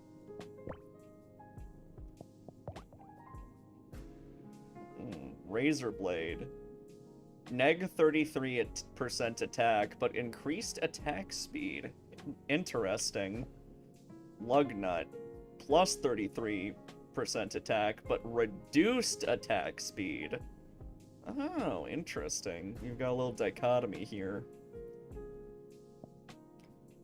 Packing peanut. A chunk of buoyant alien substance. Take no damage from falling into the abyss. That seems good. Plus 2 res. Healing effectiveness.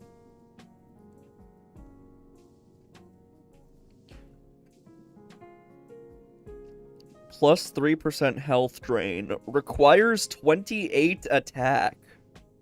Interesting.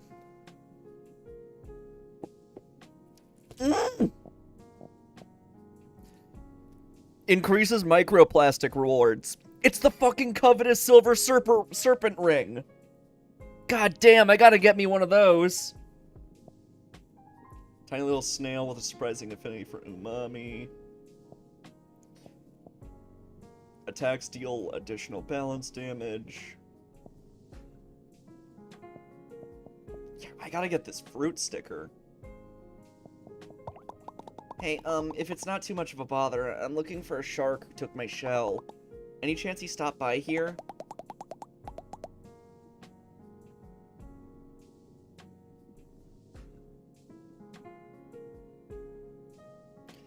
I love how YouTube, less than a week after I found a video talking about the YouTube games and how worthless they are by a dude with only 500 subscribers, decided to shove them in everyone's faces instead of having them be hidden.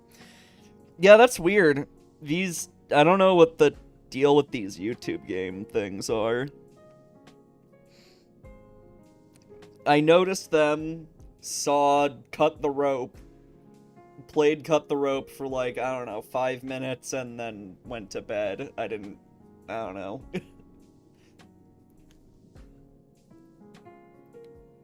Fairly sure I'd remember a fellow like that swimming in my establishment. Sorry, kiddo. They're ports made by another arm of Google. No clue why they're forcing them into YouTube. What? I'll show you.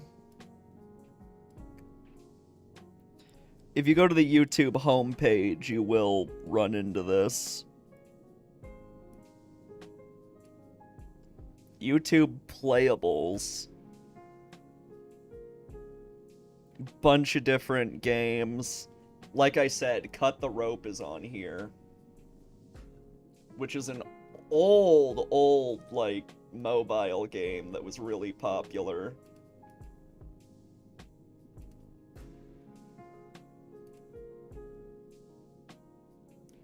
And you can just play the entirety of Cut the Rope. Is this premium exclusive? I don't think so. It predates mobile. It was a Flash game. Oh, I see.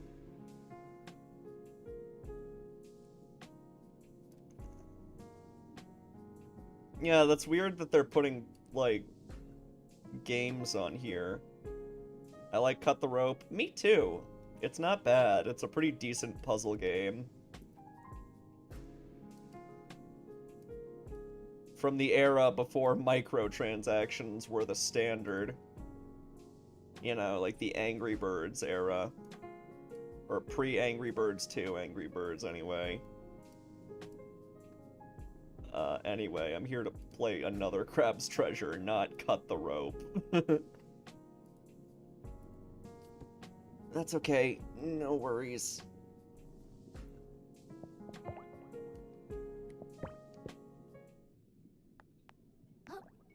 Alright, let's go.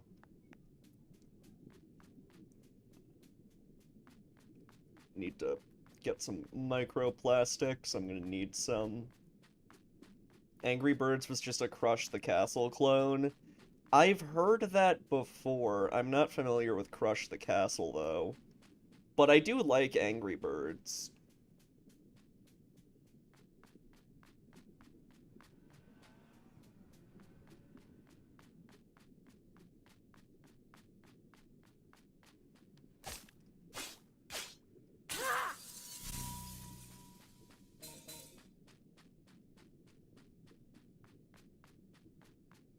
A trebuchet instead of a slingshot. That seems very different. Trebuchets and slingshots are... like, they don't throw things in the same way, do they? Or wait, I might be thinking of a catapult, not a trebuchet. I don't know.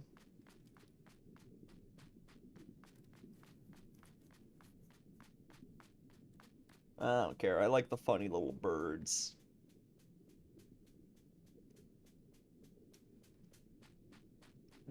Cult of the Lamb Angry Birds is funny. Oh my god. Is that the leg lamp from A Christmas Story? Really? That is hilarious. This guy's got a corkscrew. Sorry, pal. No entry here right now. Still cleaning up this path after last trash day. I'll have it done soon, promise. Can you really clean this up by yourself? They'll fire me if I don't, so yes. I don't see you working. Yeah, the Angry Birds Cult of the Lamb beef was funny. You can climb the fishnet! Oh my god, that's genius. Oh, that was so smart. That was a really smart thing to add to the level. Wow. This guy has what appears to be part of an hourglass on him. Oh, hey, he has one of those toothpick things, too. Excuse me, what is this building? What, oh, little one? You stand before the new Carcinium Museum of Carcinized History, I say. Oh, neat. Could I go in? Apologies, but the museum is currently closed to the public while we put the finishing touches on the new exhibition. Oh. Hey, I'm looking for a tall shark who stole my shell. You seen anyone like that? Can't say I have. But if I'd traveled here to fence stolen goods, I'd have started in the lower crust beneath us. Gotcha, thanks. Be careful down there, I say. Okay, back to the lower crust. Check memes.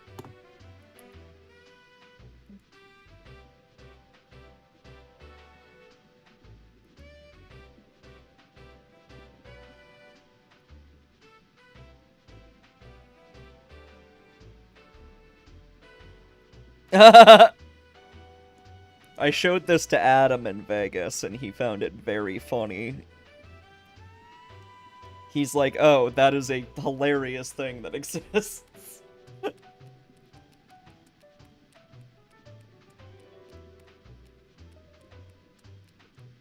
The only funny brand accounts on Twitter are the smaller ones, like Cult of the Lamb.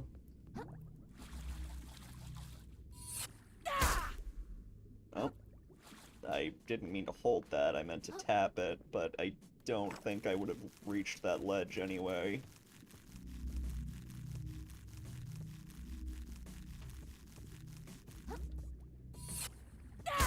I held it again. I'm stupid.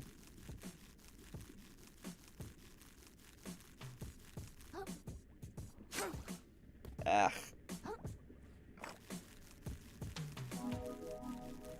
Alright, let me set Discord back to stream chat so I don't forget.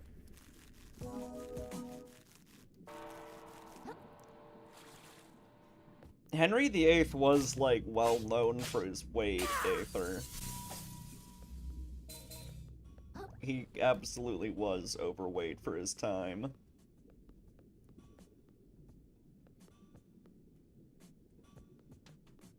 Although not as much as William Howard Taft, probably.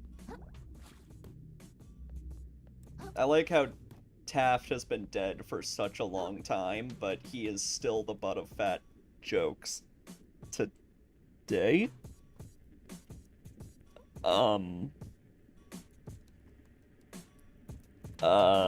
Okay, alright. That was, almost a soft lock. Jeez. Alright, can I climb this rope? I'm scared to try again. Oh my god, it happened again. Okay, you can dodge roll out of it, so whatever. I mean, I don't know if there's really a soft lock, because they do have a die instantly button.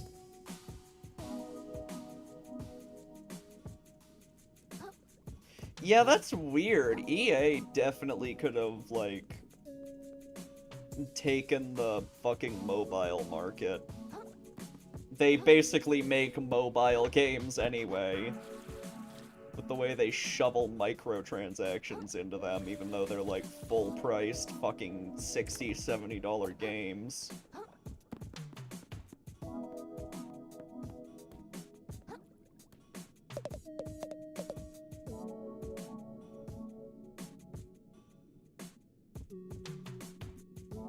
The end is nigh, I tell you. Nigh! You there, young man. I trust you've made proper preparations for the apocalypse?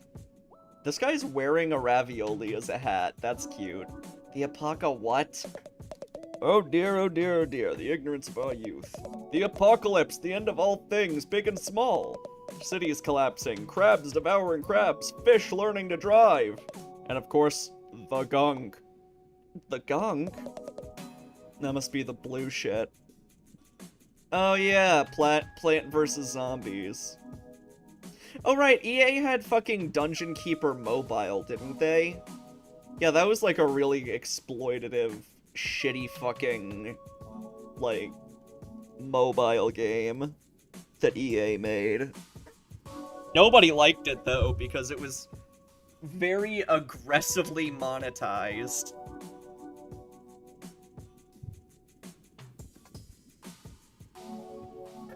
The mobile game market really has encouraged a lot of really predatory practices.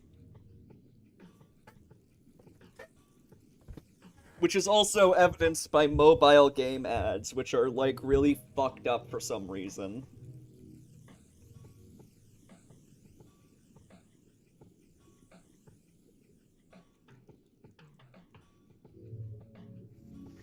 No one knows where it comes from. Star Wars Battlefront 2 is still, like, the gold standard of EA's greed. Like, that was when they really, really showed how bad they were. And they were so desperate to keep them. Like, they were going up against the fucking EU to, like, try and keep their loot boxes, like, fucking child gambling legal. That sounds like a fun video essay. You wanna post that in stream chat? Maybe I'll watch it later.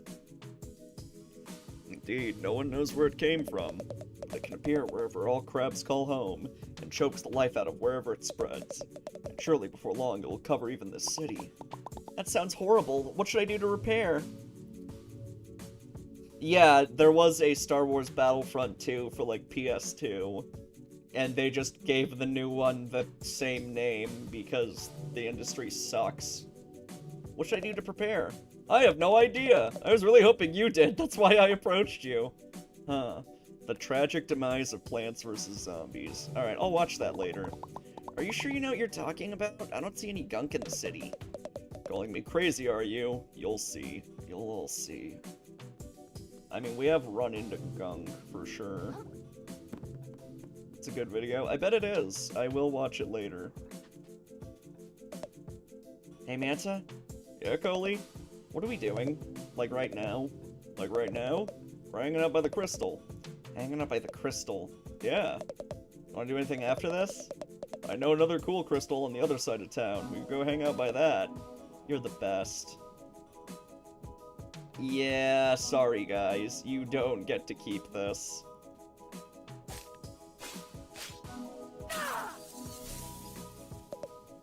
Hey, Manta? Yeah, Coley? That guy broke our cool crystal. No way. Just walked right up and broke it. What happened to live and let live, Coley? No idea. Life really isn't what it used to be. Wanna go find another cool crystal? I sure do. Can't let jerks like that ruin our chill. So true. Okay. Yeah, microtransactions are exhausting. They're predatory, but they make game companies a lot of money, so they love doing them.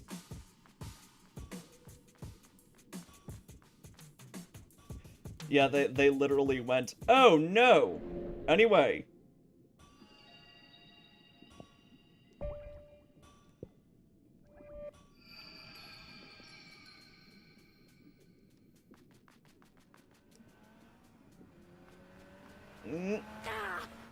You can take damage from that. That's fun.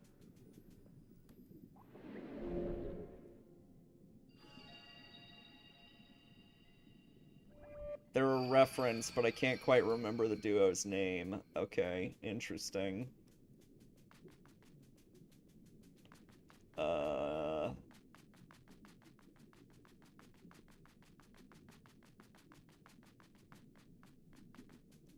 Have I checked, like, everywhere in the slums where my shell might have been sold? Was it just the blacksmith?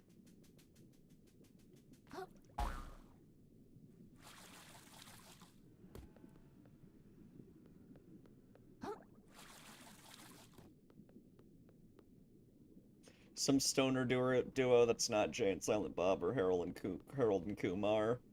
Cheech and Chong. Is that it?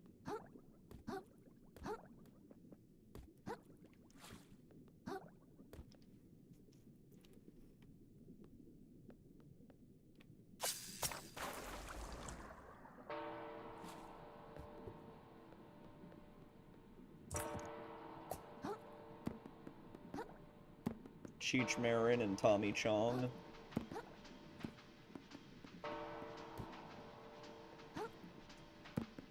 Haven't seen Cheech and Chong in so long that I don't remember them that well. Yeah, Cheech and Chong is like stoner comedy for boomers. Old people like them.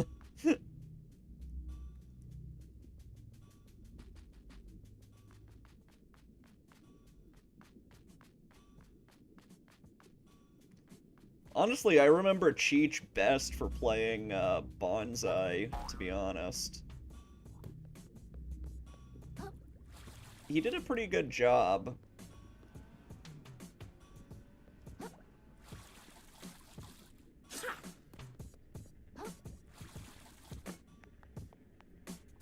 All of the voice performances in the original Lion King were really good.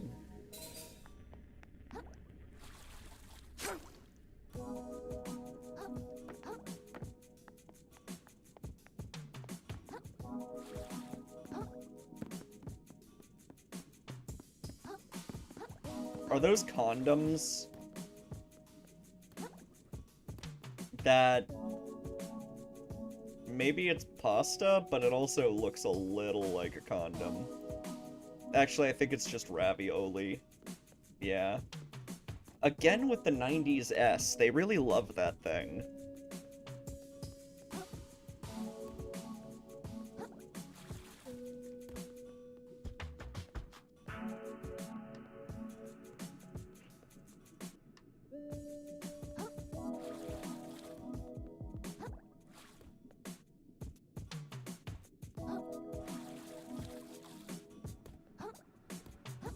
Yeah, but everybody calls it the 90s S. It's a pretty basic geometric shape, so I'm sure a lot of people have drawn it throughout the years.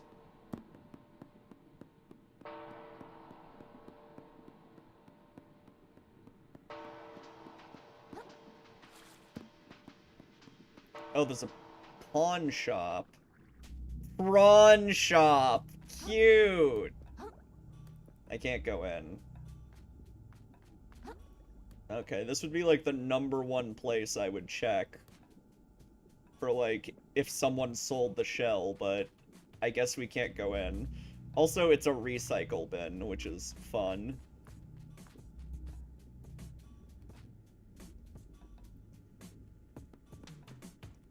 Oops.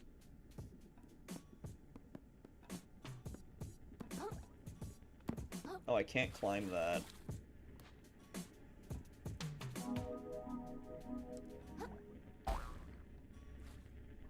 I saw a pawn from a while, from like far away, and I'm like, would have been funnier if it said prawn shop, and then I got closer, and it's like, oh, there is an R.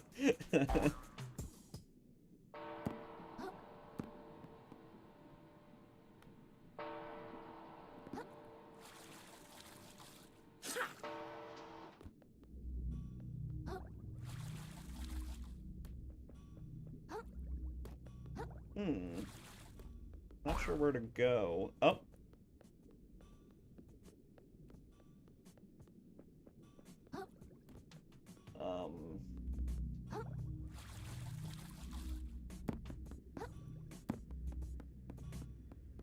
You know what game kind of surprised me with its mantling mechanics?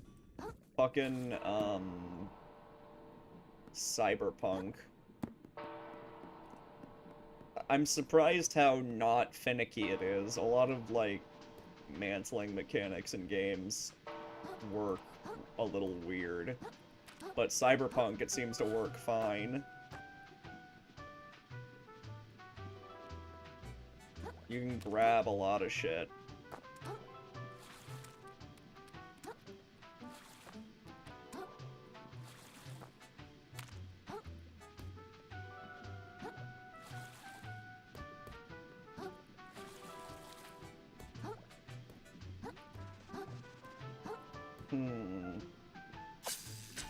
Guess I'm done exploring down here. It doesn't seem like the shell I'm looking for is around here. It'd be cool if I could go in the buildings, but I know that's not... Like, pretty much every game has that kind of issue where there's, like, limits to the buildings you can go in.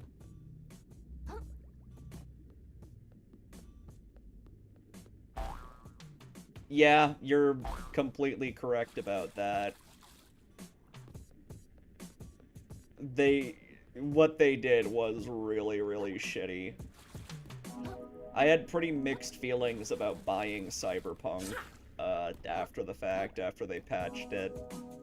The game is fine now, but, like, I do not like that it was released as it was. Fuck. Can I roll out of this? Okay. A lot of soft locks. Is this character in the Family Guy death pose? I swear to God. That is the Family Guy death pose. Oh my god, dude. Ah. It's so stupid.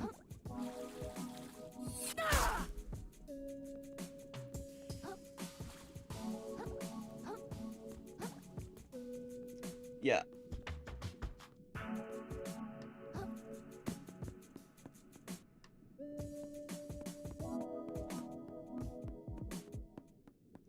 Yeah, I saw a friend playing it, and it looked really fun, so I got a copy. Also, I saw he did this one level where you hunt down these guys who make CP and kill them, which is just wonderful. Any game where I can kill pedos is great.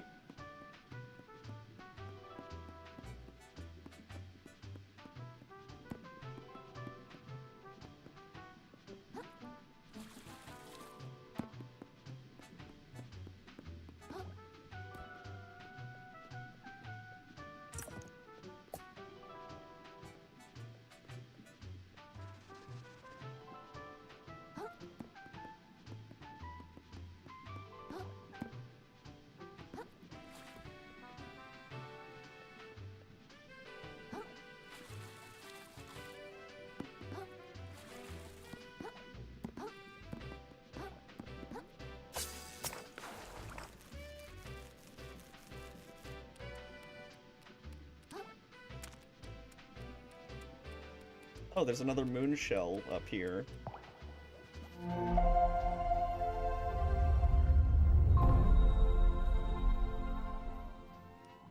most games don't like broaching really dark topics like that, so...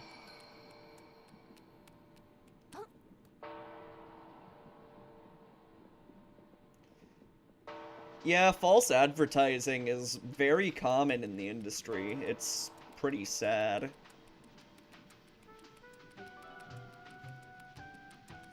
I remember Cyberpunk came out on the 10th of December, a date that I memorized because it was my birthday and also the day of the Game Awards that year. I can't jump over that shit. Hey, can I go out this way? No! Okay, I'll go somewhere else. Sorry, I'm sorry. I didn't mean to snap at you like that. I'm just under a lot of pressure, okay? People are not happy that they can't get to the open ocean right now. They keep calling me names like phoned-in progress blocker and saying my fence is lazy design. Self-aware. There's a good reason for it. Trash Island is on its way here right now. If we keep all the avenues of transit open during Trash Day, it'd be like a goddamn ship show in here. Goddamn ship show. Oh my god. Why can't all these civvies understand the rules are there for a reason? Goddamn ship show is a very funny thing to write.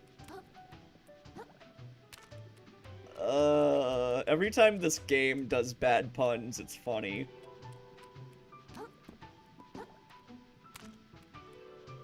Good yum.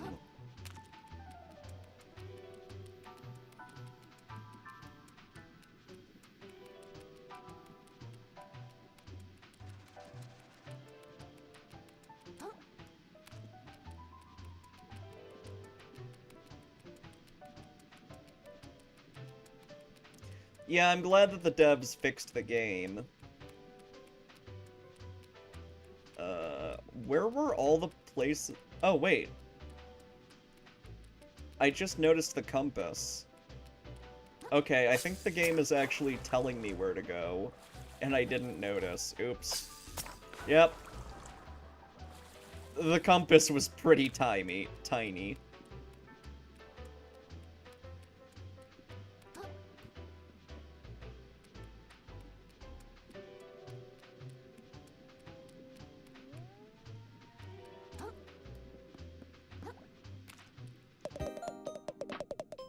Welcome to Shellfish Desires, the flagship brick-and-mortar store.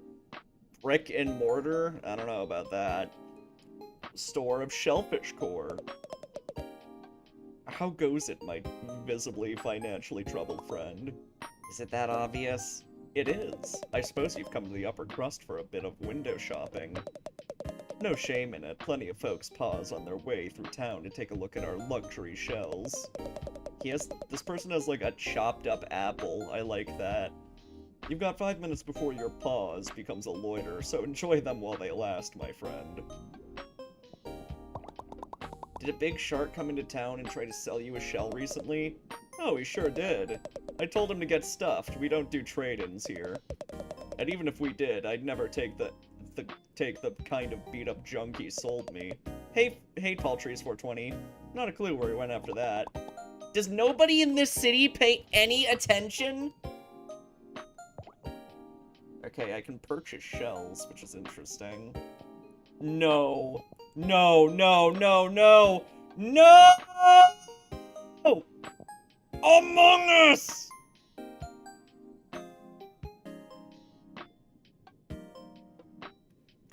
Sauce. Oh, that's funny. You can get a maid outfit for Krill.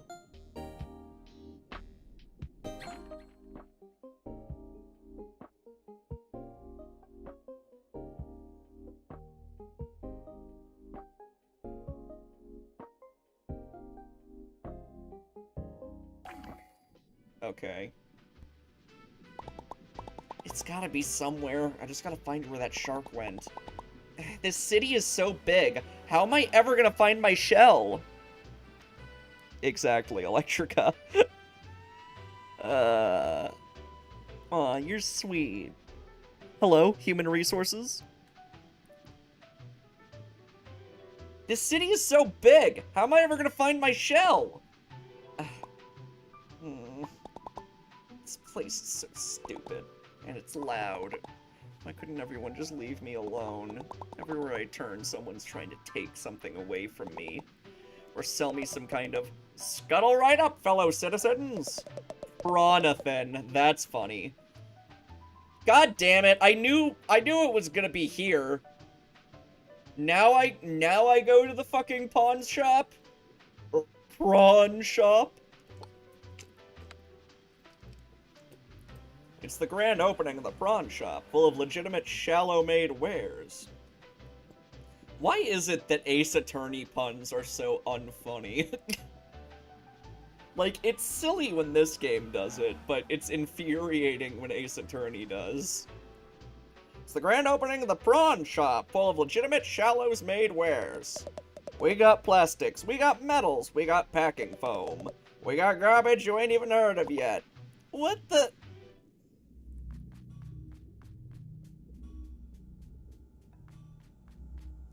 Close thoughts on it. Close. I'll be your guide was... That's, like, not even a pun. Spirit of Justice had really bad names. They were super lame. Like, they could just literally make up whatever.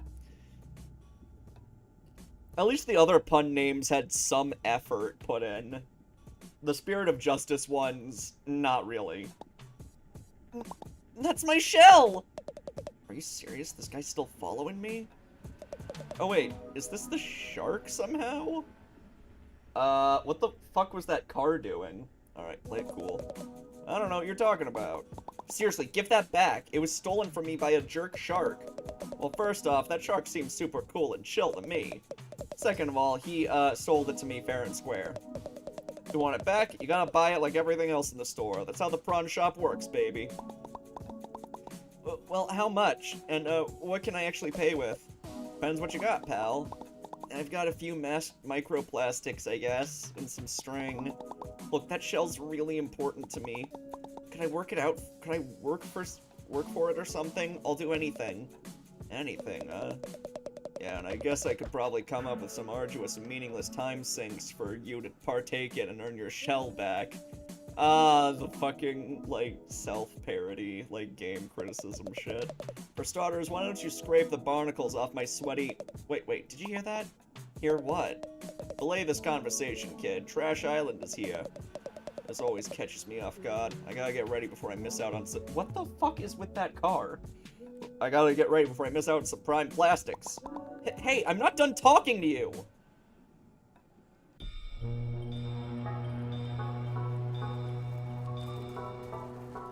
Trash day! It's trash day! Everyone get your baskets! Don't miss out! Oh, that's sad. Jesus. Oh, this is depressing. Back off! I saw it first! Get your own trash, mumsuckers!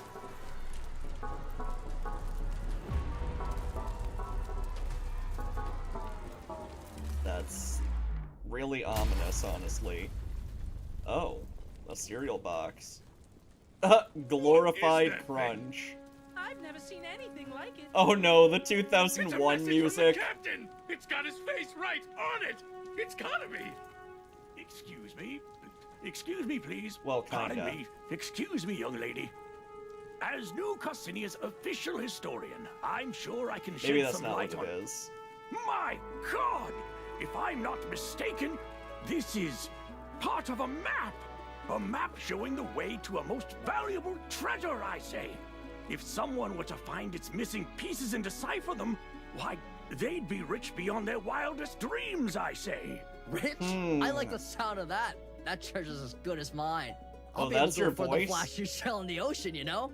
Not if I get there first! Think of all the tourists that treasure can bring to our city! Well, don't you count out us bottom-siders. You'll be eating your hat when I get that treasure and fix up my restaurant. It would appear the hunt is on, I say. The first stop on the map seems to be the forest to the north of here. May the best crab... Apologies for the interruption, What in the folks. world? I seem to have misheard something. Is that a party I popper? could have almost sworn there was some citizens here. Oh, planning this on guy is, unearthing some valuables. Ah, I know what that creature Need I is. remind you all how Oh, I've seen it threatening the before. I don't ocean remember what is it's called, though. Outside this reef. I'd hope it would go without saying that the duty of such a dangerous excavation would I don't fall remember. to the Shellfish Corporation. That would be safest for all involved. Don't you agree? Yeah, we hear you, Roland. No, Oh, no his problem. suit, his Then, vest is as made from a Shellfish is Corp. from is made from a CEO shoe. and This fair city's de facto mayor. I suppose no one would have any objections. Isopod. to Okay, my that was probably taking it. Sole control of this treasure hunt. Are we all That in octopus is agreement? scary looking. Oh dear. I suppose that sounds all right with me, I say. You hear what they're talking about over there? Sounds like some kind of crazy treasure hunt. Hey kid, I just got an idea. If you can go get that treasure they're jawing about, I'll gladly trade His your mouth shell doesn't for it. move. For real? You'd really do that? You bet. A prawn never goes back on his promise. Aw, yeah! I'm gonna find that treasure! Haha, yeah, you go, kid. Roland can't tell us what to do. That treasure belongs to whoever can find it first. The corporations don't control us! I suppose a little friendly competition is only fair. I hope you know what you just dove into, kid.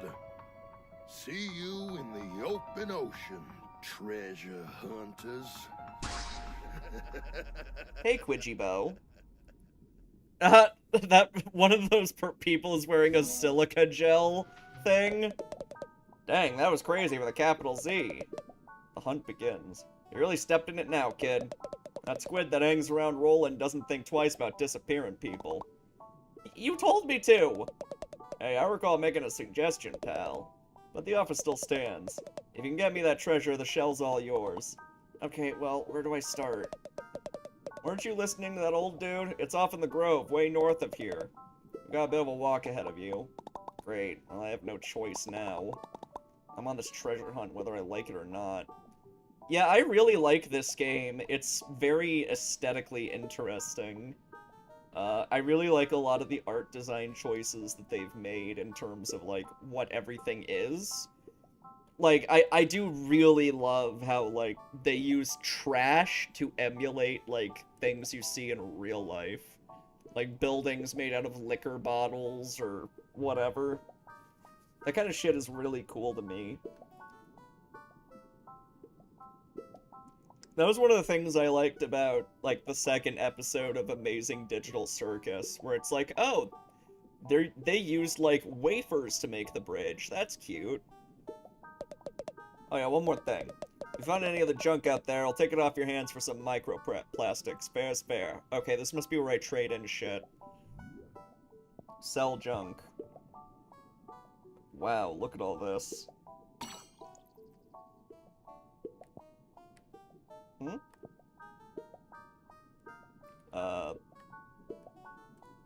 The menu is being weird and buggy, so I'll just use my mouse for a second. Yeah, people got really attached to gummy goo. And also, suddenly, everybody hates Jax? Like, everybody loved him when the first episode came out, and now they're like, hey, oh wow, he's an asshole. It's like, yeah? I thought we knew that. Yeah, here it is. Fucking silica gel, throw away, do not eat. That's fun.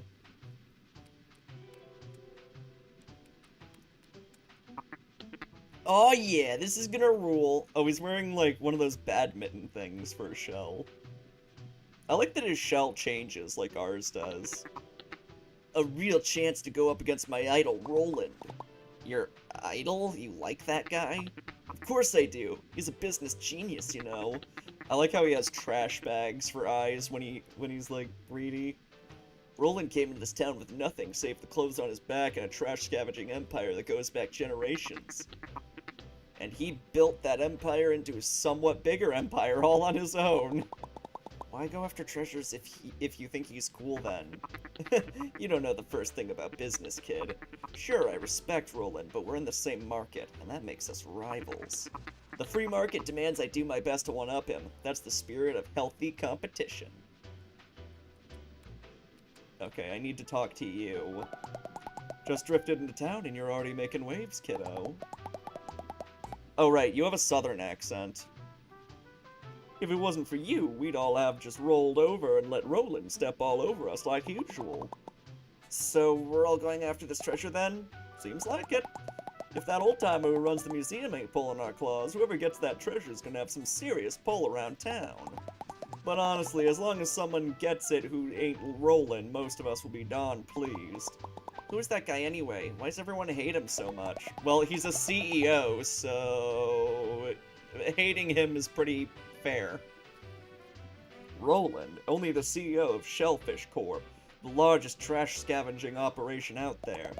Besides what few independent traders haul in with their own two claws, all trash that makes its way into New Carcinia goes through Roland. And he's got some deep pockets. Shellfish Corp. Shellfish Corp owns most of the buildings in town by now, and it charges a pretty plastic for the privilege of living in them. Wow. Is this a commentary on landlords? Those of us down in the lower crust, you could say we ain't really fans the way things are going. So taking him down a peg by waving some treasure in his face, I can think of a lot worse ways of spending a tide or two. But enough about Roland, we gotta make tracks towards that treasure. That museum curator told us to head towards the Grove, right? I've been to the Grove before.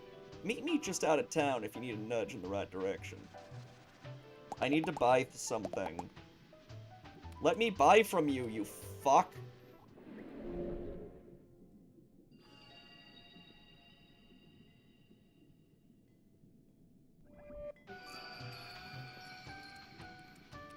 Whatever, we'll head this way.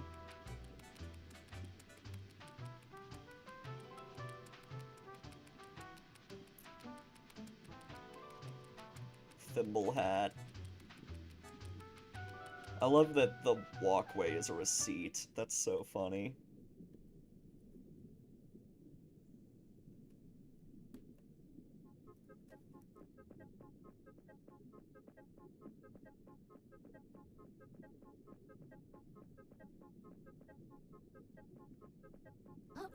Where's the woman with the orange peel head?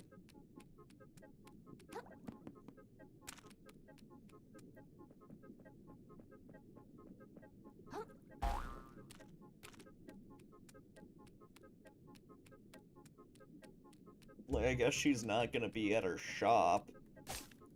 I can't really buy from her.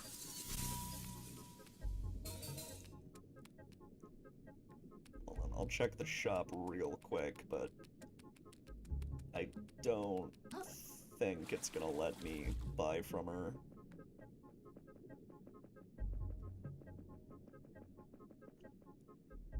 As soon as I have the ability to sell junk, I can't buy from the fucking badge merchant, apparently. Or not badge merchant, that's Paper Mario. Stowaways, that's what they're called.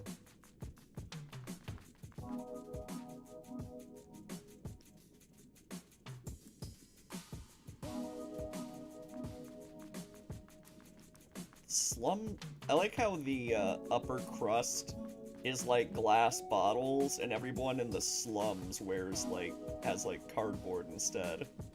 Oh, another hermit crab. Although this one looks depressed. Let's leave him alone.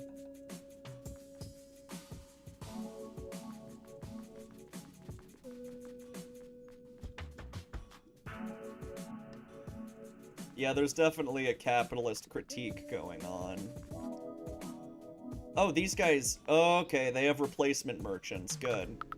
Hey, we're watching the bar while Mom's away. I can help increase the number of little guys on your shell. If you want to buy more little guys, talk to my sister. Stowaway capacity increased to 4. Whoa, we're running the show while Mom's on the go. I can help you hire more stowaways. If you want to carry more at once, you should talk to my little sister. Alright. Fruit sticker. Not enough. I need another 1,400.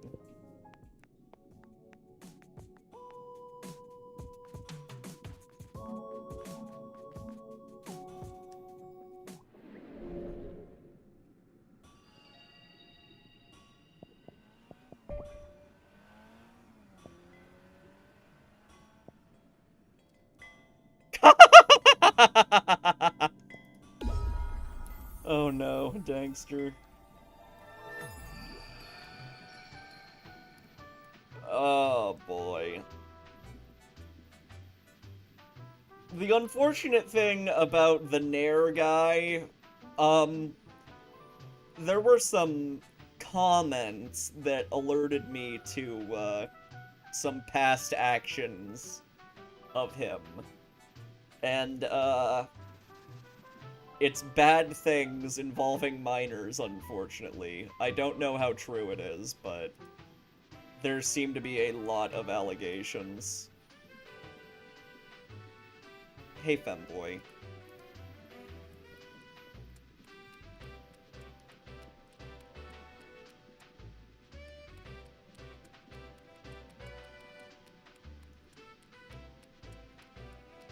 Yeah, something about, like, a Discord, like, that's, like, 18 plus, but full of minors or something like that. I'd have to read more. If you Google Kevin Leonardo allegations, you'll find it. I just skimmed. I didn't really care enough.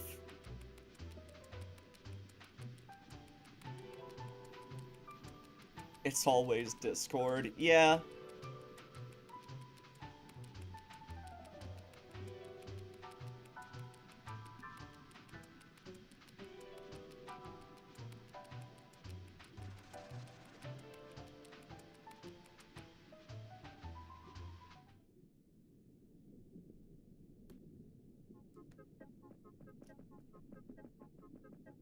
Yeah, I'm starting to think we should limit, like, Discord accounts to people who are, like, verified over the age of 18 at this point. Jesus Christ.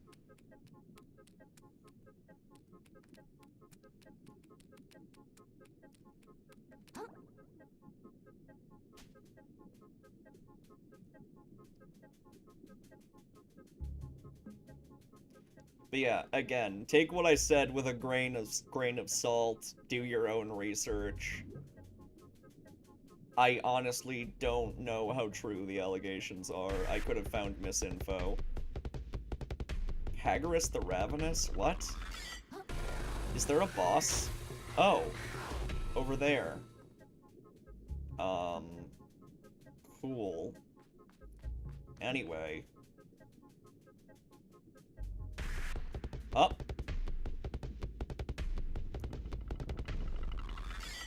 Jeez.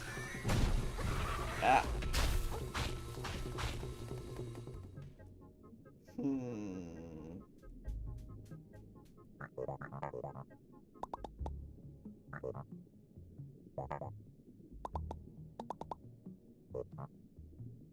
He's doing the anime thing.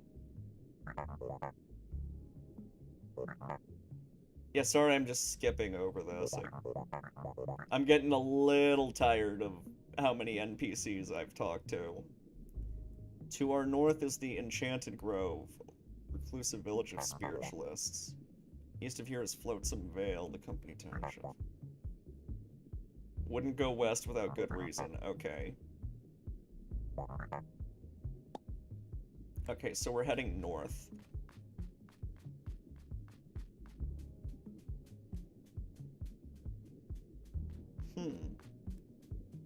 That boss isn't showing up again.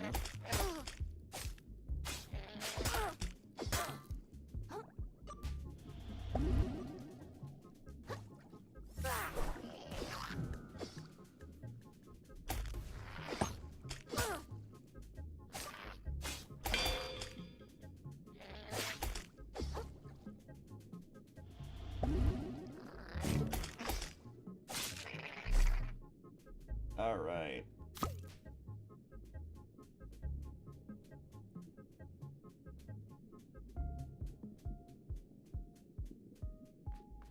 Spampton face? Hmm. Do you mean on, like, the NPC we were talking to?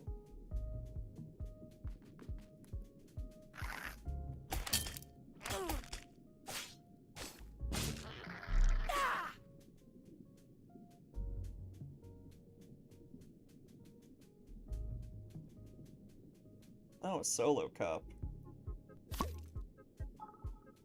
Nice. Has way more health than the shot glass.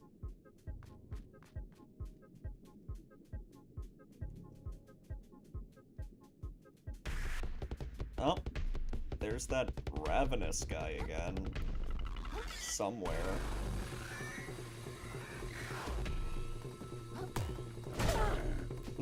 I don't know if I want to mess with this guy right now. And that's why. Well. Fuck, I hope I can get all those microplastics back.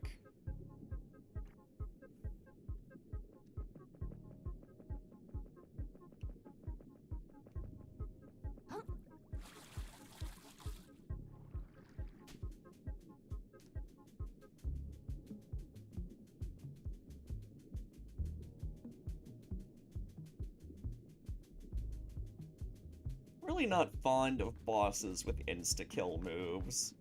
Which, this is not the first boss to do that to me.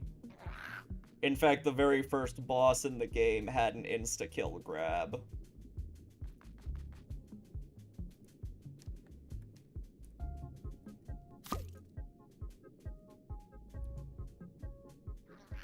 I wonder what dictates whether or not, like, that boss shows up out here. He just seems to show up randomly.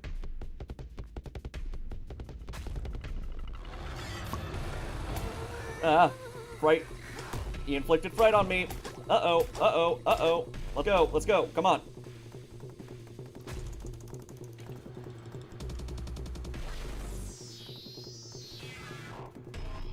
I'll fucking kill you later, asshole.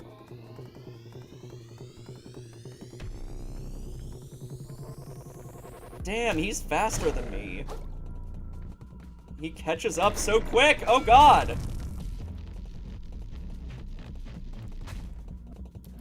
Jesus.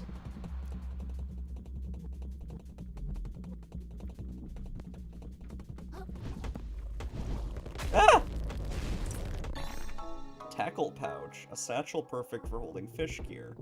Crabs want it, fish fear it. Increases the number of barbed hooks that can be held at a time. Okay.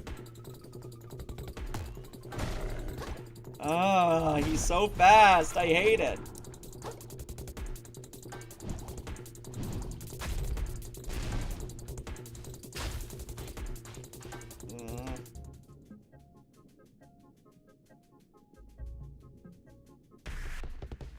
Fuck, leave me alone!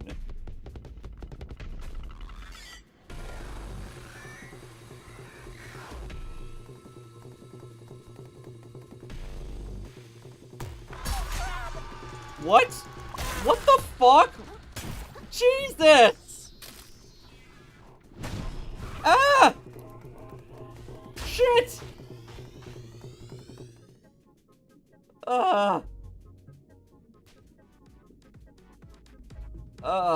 Oh my god. That was rough. Is that Pabst Blue Ribbon? Physically based rendering? What? Crab Rave! Woo! Yeah! Oh. Oh, I wanted to party with you guys. Oh well.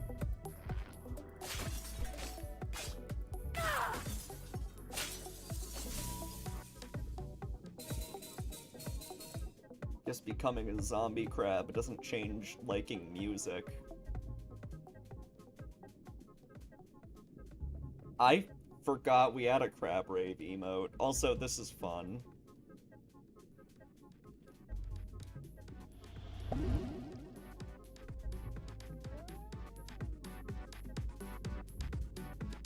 Can we get some Crab Rave spam?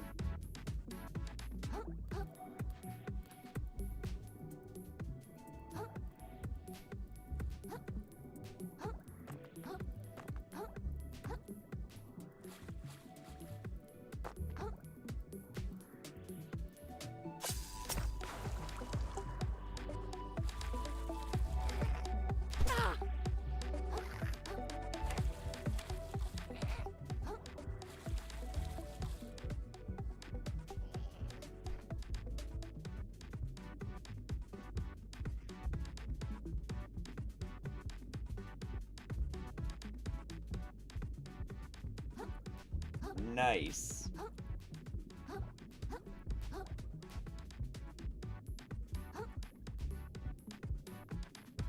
Oh my god, Aniv's doing it.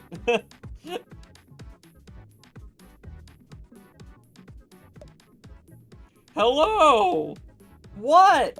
The music never stops! I haven't slept for tides! What?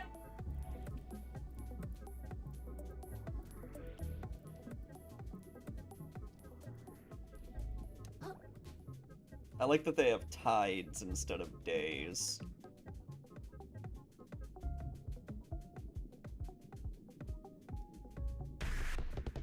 Really? Leave me alone, you weirdo!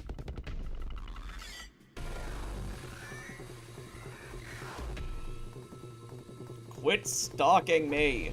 Hey, Jamie. Yeah, this game's really good. I like the art direction in particular. Leave Brittany alone. Jesus Christ, that meme is so old. Dude, we were like referencing that meme when I was in middle school. That was so long ago.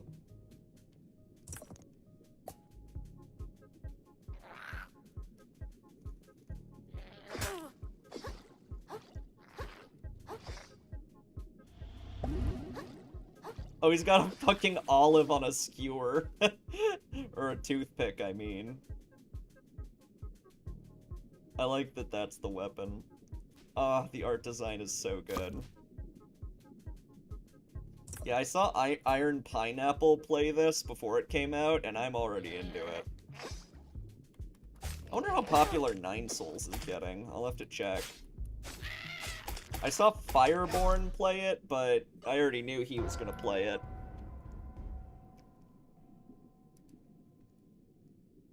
Hey, Badger.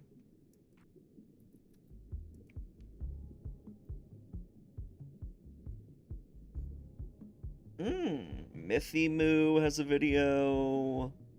Whoever that is. I'm hoping Nine Souls gets, like, even bigger. I really like it. Oh, I think I accidentally saw a spoiler. Whoops. Gonna try to forget that.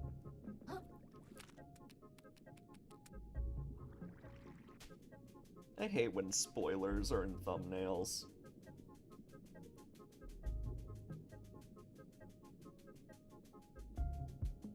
Oh, that's cool, Electrica. It's really good. I recommend it. Oh no, leave me alone, please.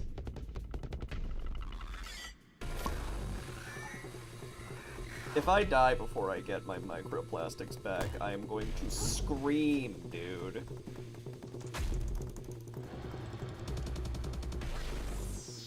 Leave me alone! So annoying.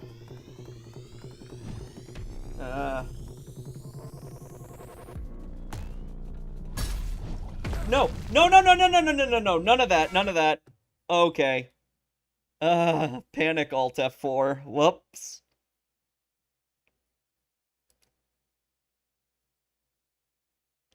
Probably playing it in Chinese language. That's fair.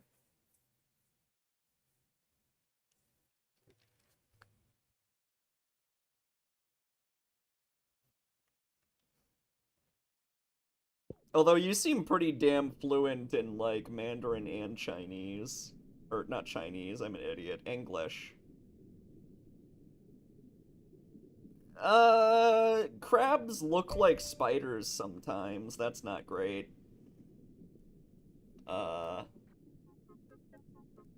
Yeah.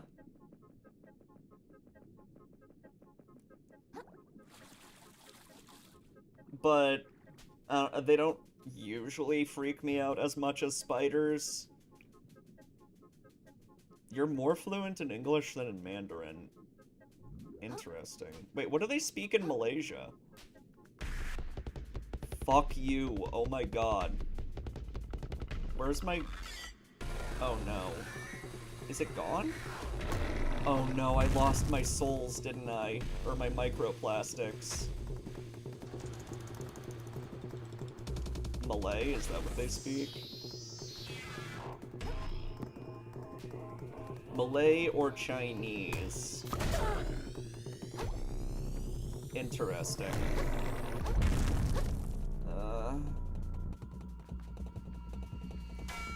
I lost all my fucking microplastics, didn't I?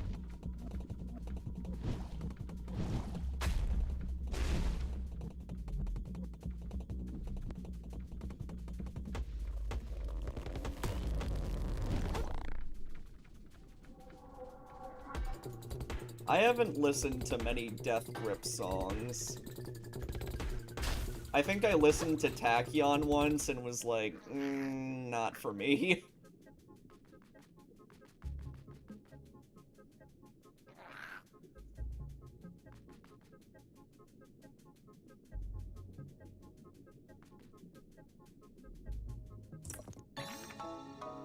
Oh. That's fun. To the moon. Oh no. Pizza Grips is fun.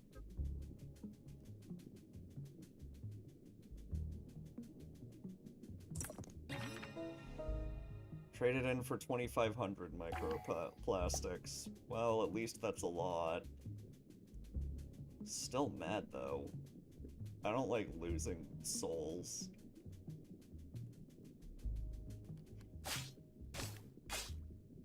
I guess the game knew I would Alt F4.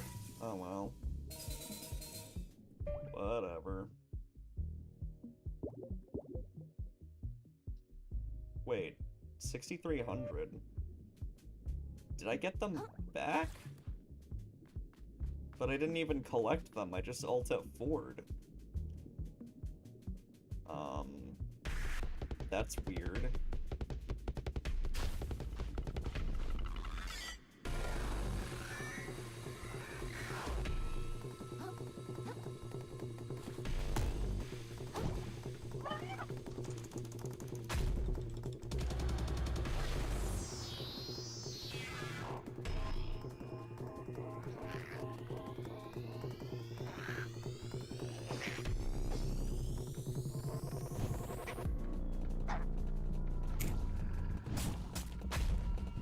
I hate how fast this fucking boss is, Jesus. Alright. Yeah, I will kill that guy eventually. I want that fucking sticker. Oh look, those are those little, toothpick things with the wrap around them.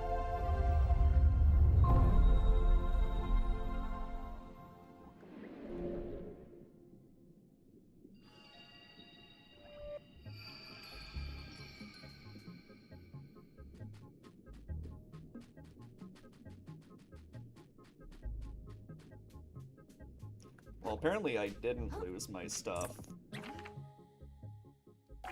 In fact, I got it back when I wasn't expecting it. Okay. Looks like I got some shit I can sell. That's a lot of dead crabs, oh jeez.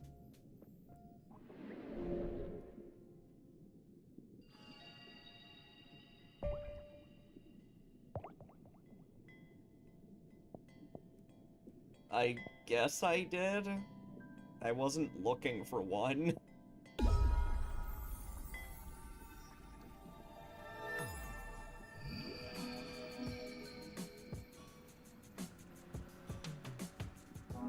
Also, isn't that literally just the toy car from Toy Story? Or they just loaded your previous save?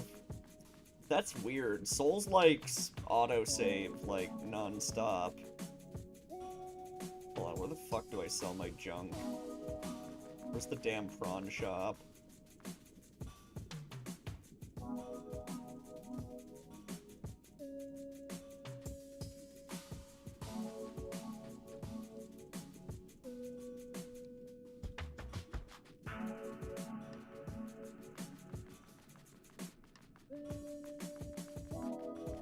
Toy Story 2. Did I play that game? I remember playing a Toy Story game when I was a kid. I don't remember if I played 2, though. It was like a rental.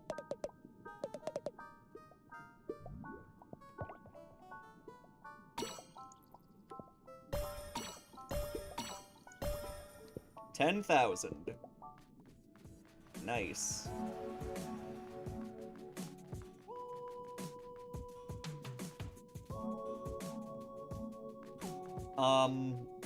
It has been a while since I've played GTA and Niv. Should probably change that. Oh wait, I want to talk to this one. There you are. Fruit sticker. Alright, what else do you have?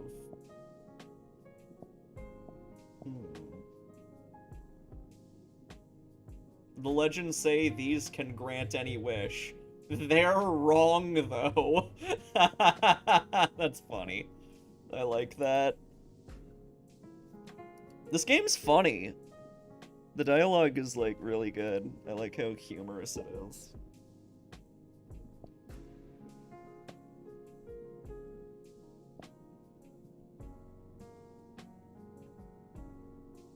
Extra balance damage seems nice.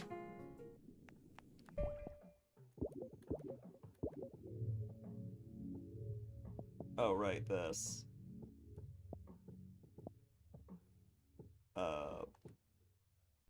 Right, I think I have to go back to the snail if I want to get more skills. Aw, thanks, Badger. You're sweet.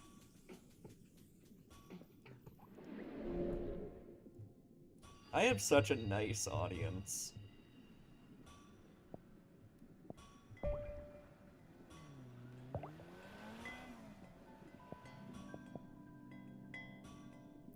I'm glad to be me and not Pyrocynical. His audience is very mean to him for some reason.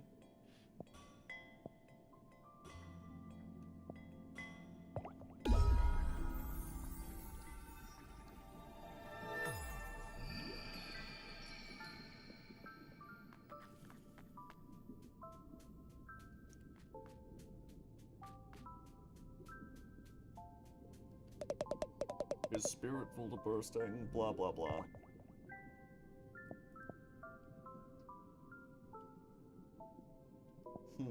I don't use umami much. Iframes after your shell breaks, not bad. Interesting.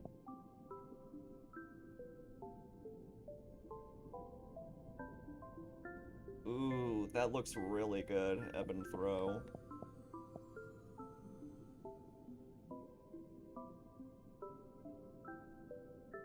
Ooh, this seems good. What determines whether a creature flees a large predator or stays to fight? Perhaps a calculated decision based on if they feel they can win. But sometimes we see prey creatures take fights they have no logical hope of surviving, driven up. Blah blah blah. Dealing to an Ooh, so I can have, like, Bloodborne healing, but for shells. Cool. Yeah, whatever, dude. Having dialogue for every single perk is pretty wild, though.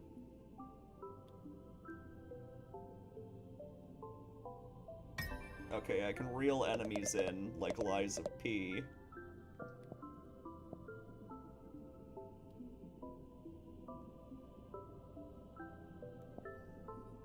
Anyway, I think that's all the upgrades I can get for now.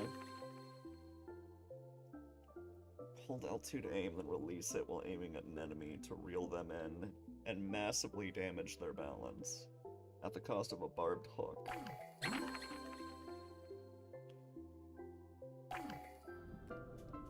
Nice. I have 3 hooks right now, apparently.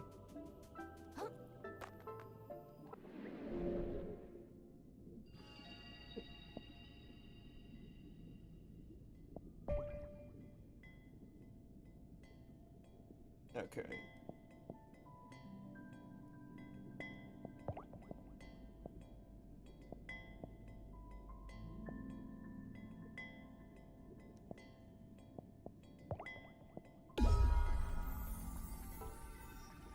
now that I don't have a whole lot of plastics anymore, now that I don't have to worry about losing anything, let's deal with that boss.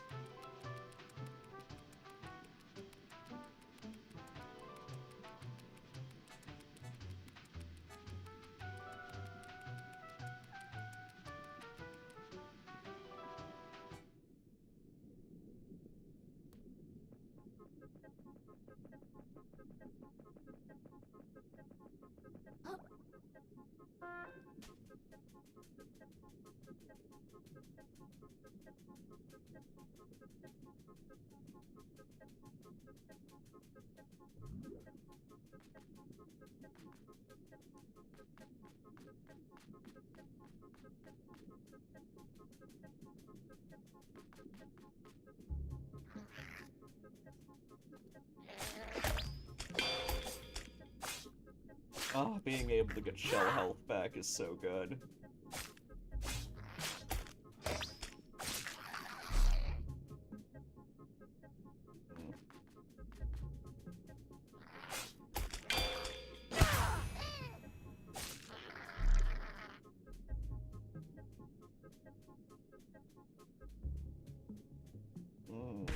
There you are. Now, what direction are you gonna come from? There you are, you fuck. Oh god, he inflicted fright, damn it.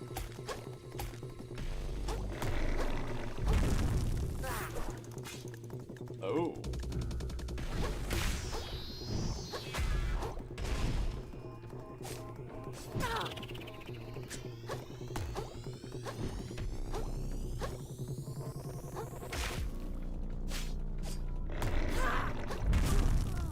Fuck me, he killed me instantly. Guess I need more health than that.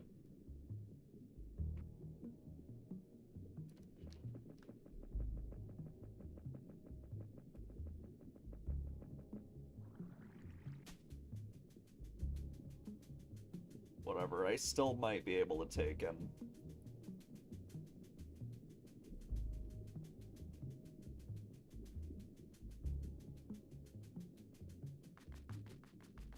Oh, right, I was supposed to talk to you, weren't I? Whoa, whoa, whoa, hold your seahorses, kiddo.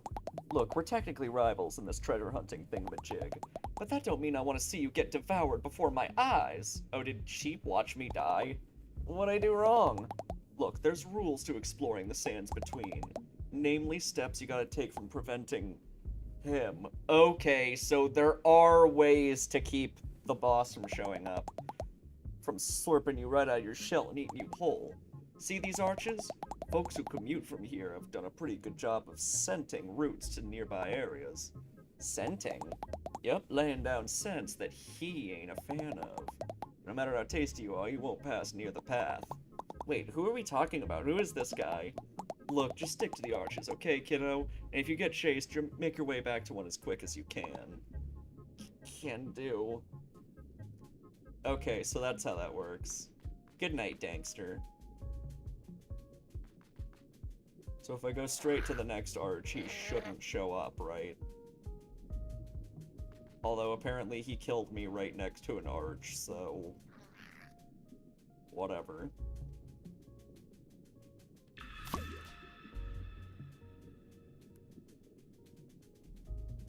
Grab, grab, grab, grab.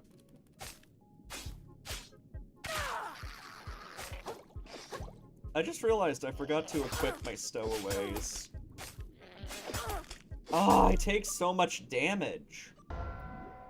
I definitely have to level up. I'm getting fucked up by, like, random mobs now. Okay. Inactive while naked. Cool. Not enough room. I'll take this off, I guess. Also, I kind of want my shit back.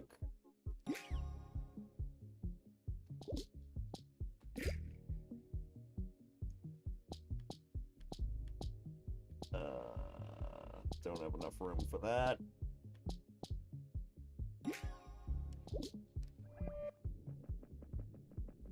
Gonna go get my microplastics back.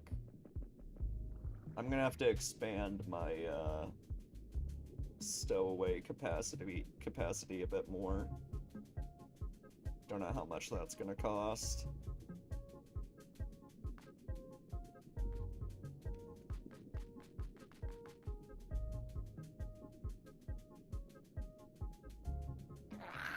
From a game design point, I do love having, like, a big, scary boss that shows up if you move around wrong.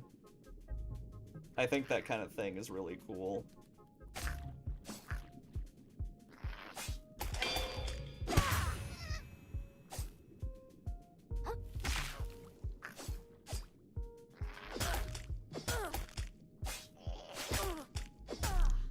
Shit, I am so bad at this.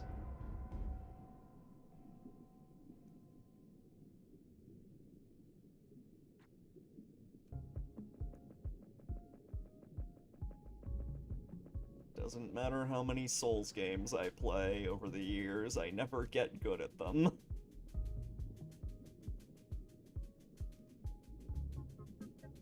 I like that my character more or less does like a Naruto run.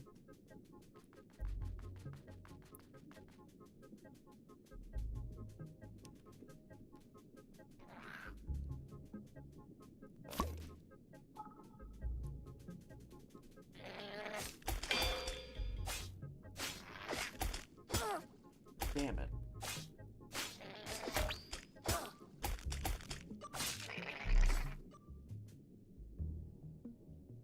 Yo, Colt. What? What is this thing, anyway? Yo, Colt? 2.5. What is this? A cult? Yoki? Guys, help me out here. What am I wearing? Is it like a yogurt container? I see like a little plastic thing. It's Korean yogurt? Ah, I see.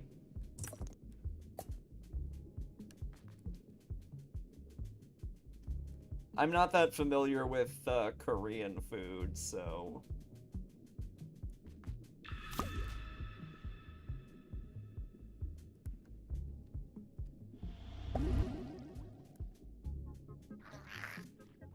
You say they're good, though. I kind of want to try one now.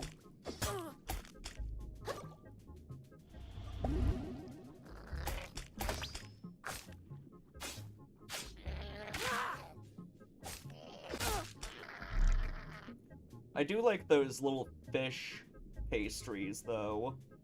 Although I don't know if they originated in Korea, because I know they also eat it in Japan. Taiyaki, I think it's called. Taiyaki is good shit. Come here, you.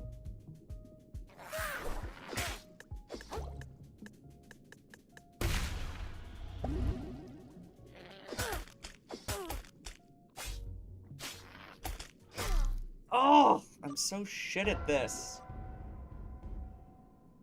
Taiyaki is Japanese. Okay, I believe they eat it in Korea, too. I mean, the name sounds Japanese. Taiyaki. So I kind of figured, but...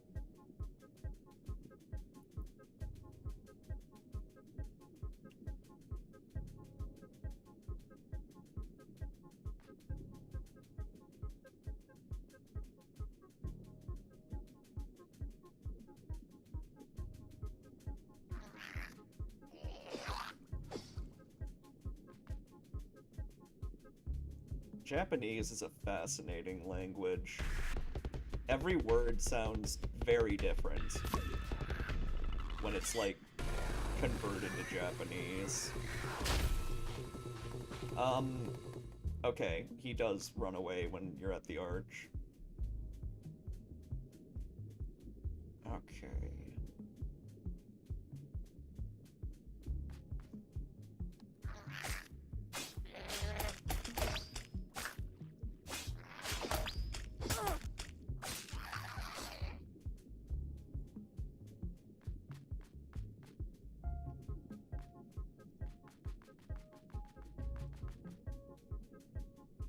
Where's the other arch? Ah, I don't know where it is. Well.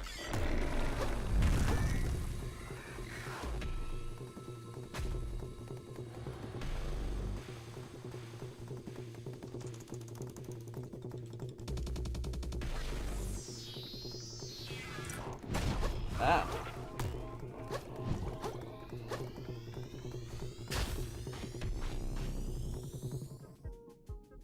Okay.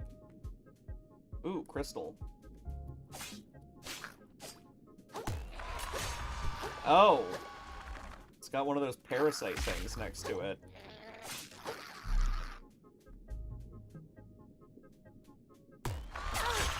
Damn it. Oh, you're gonna be annoying, huh? There's gotta be a way to get that crystal. No.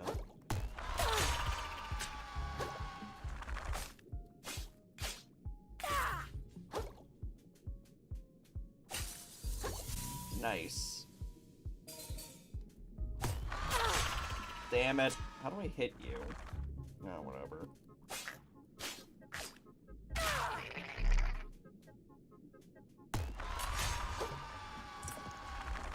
Fuck you.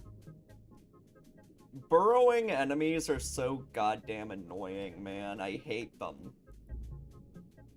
That especially goes for Terraria. Fuck worm enemies in Terraria. I can't stand them. They're so annoying. No. Really now? God damn it. Oh my god. Come on, leave me alone. Oh, I got insta-killed. Cool. Alright, whatever. Alright, I'm sucking at this, so I think I'm gonna take a break.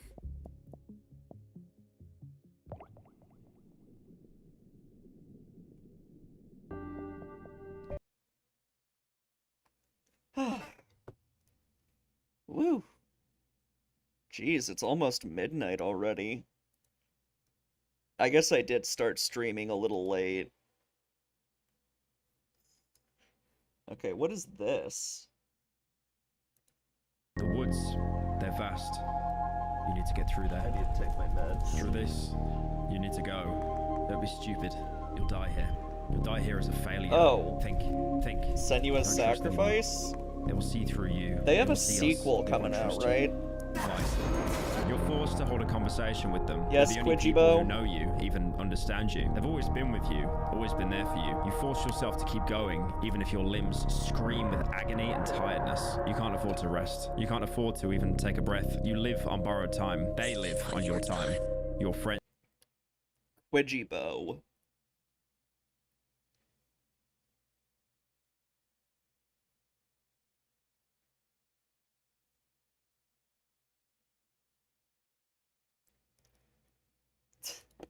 Friends, the Furies.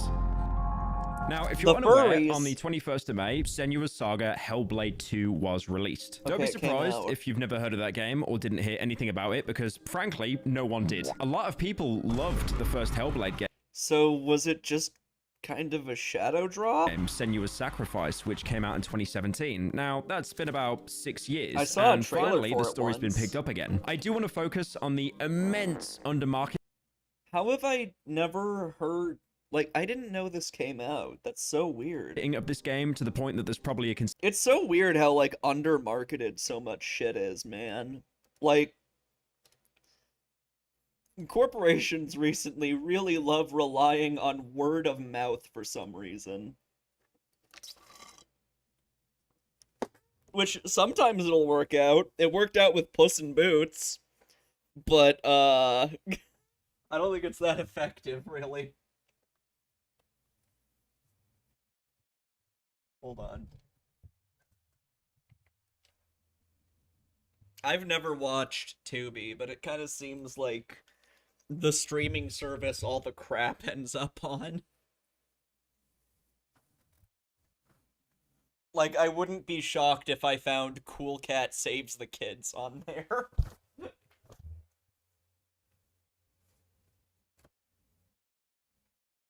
Actually, I think it is on there, now that I think about it.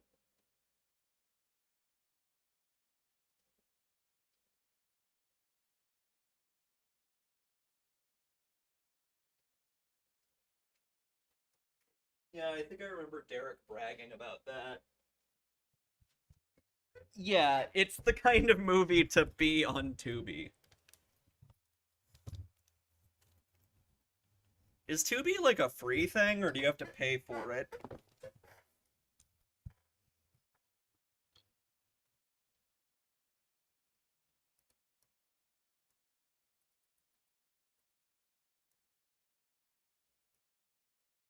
The name reminds me of Quibi, which was a very funny failed thing. Free, alright.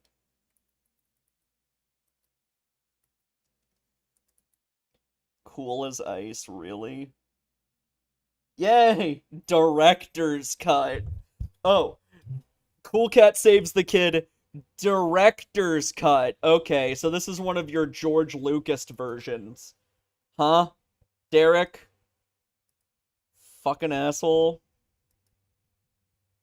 Adopt homeless animals.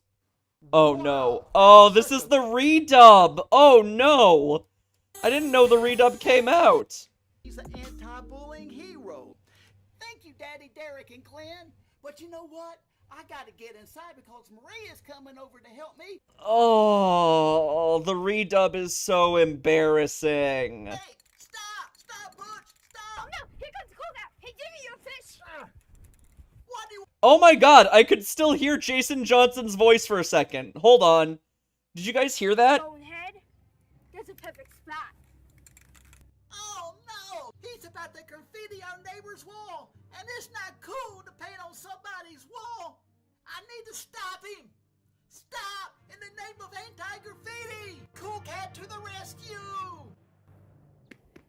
Cool Cat's so brave. Yeah, he's a real crime fighter. Wait! Stop! Stop, Butch! Stop! Oh no! Here comes Cool Cat! Hey, give me Right your here. fish! You can hear Jason Johnson grunt as he reaches the kids by the wall. That's hilarious. I guess Derek fucked up trying to edit him out. Stop, Butch! Stop! Oh no! Here comes Cool Cat! Hey, give me your fish! That is absolutely Jason Johnson's voice there. Got a little power cord right here. It's coming through. We've already capped off everything. What a great film. We're okay, but I don't like bullies, and it's not cool to pick on people. Oh my god, this is such a downgrade, man. Why did you do this, Derek? It made me cry. I was so sad because I didn't know how to stop the bully. So I told my parents, and that made me feel better. Derek is so lame. Did you see that? That kid kicked sand in Cool Cat's face. That kid kicked sand in Cool Cat's face. And Maria is crying. Leave us alone. We didn't do anything to you. I don't care because I'm a bully. Our sandcastle is broke. That Why do peeking. you want to be a bully? Bullies never have any friends. And Oh my god, he kept that line. The line that Adam criticized, which is very funny. That's hilarious that's still there. Cynthia Rothrock.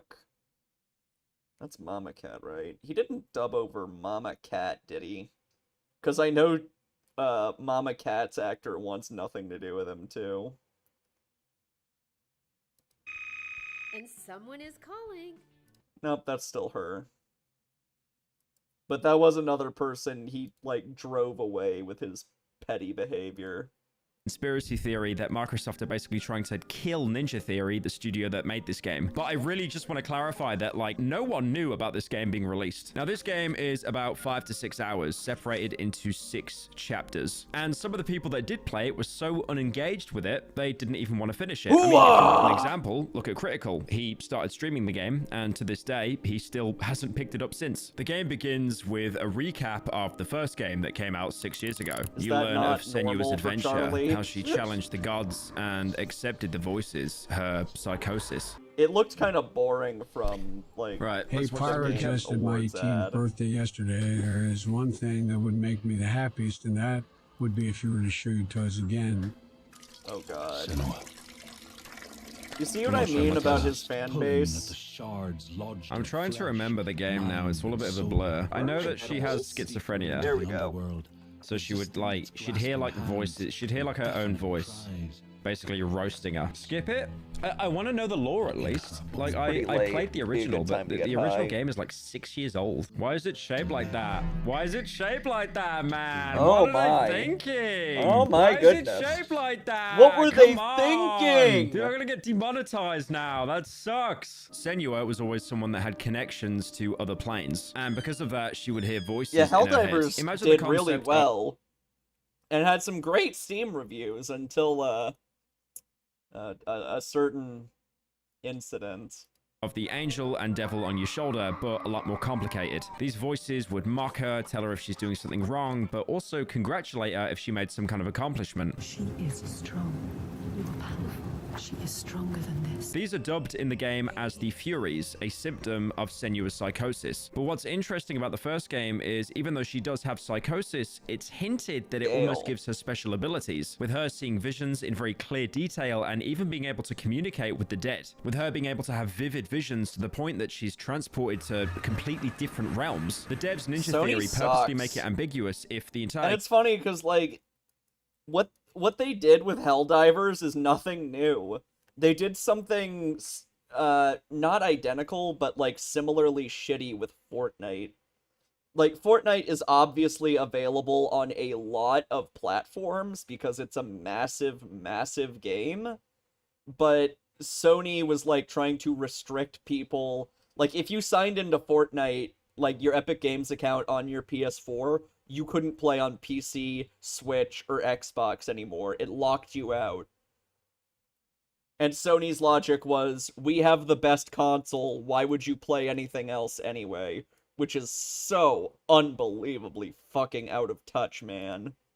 A game is all in her head, or it could be something deeper than that. But because of where the game also takes place, it does play into that fantasy aspect. That her psychosis, even though debilitating, has really given her a gift. You also learn her mother had psychosis and passed it down to her. It's and you weird also they learn that could her even father, do Zinbel, that. was very disapproving, Your father wants them to go away, and he only hurts me. Silence them. believing that Senua, his daughter, was tainted by her mother's sin, even to the point of burning Senua's mother at a stake to try and cleanse her Oh sickness. my. Even though Zinbel is a character you never directly encounter in the first Hellblade, he basically is the main antagonist. I will never let you go. You can't get rid of me. I am your shadow, and I will be watching when you draw your last dying gasp. He is the inner hatred that Senua holds for herself manifested, even to the point that she will speak in her dad's voice, mocking herself and punishing herself.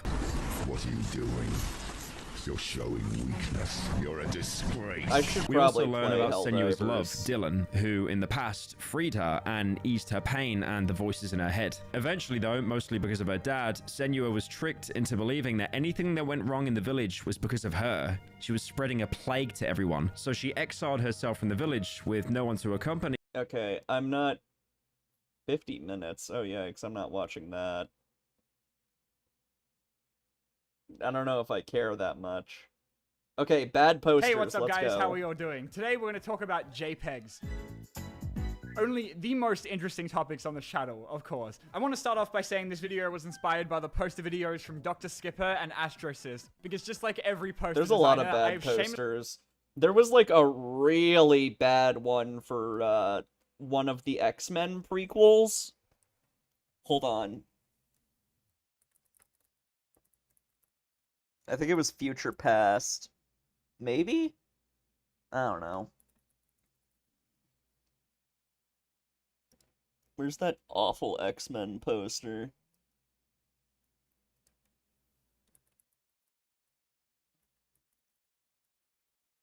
Yeah, I don't like the poster to the whale either. Okay, I fucking found it. Okay, it was X-Men First Class. I don't remember the names of the X-Men movies. They're all pretty unmemorable. This is pretty...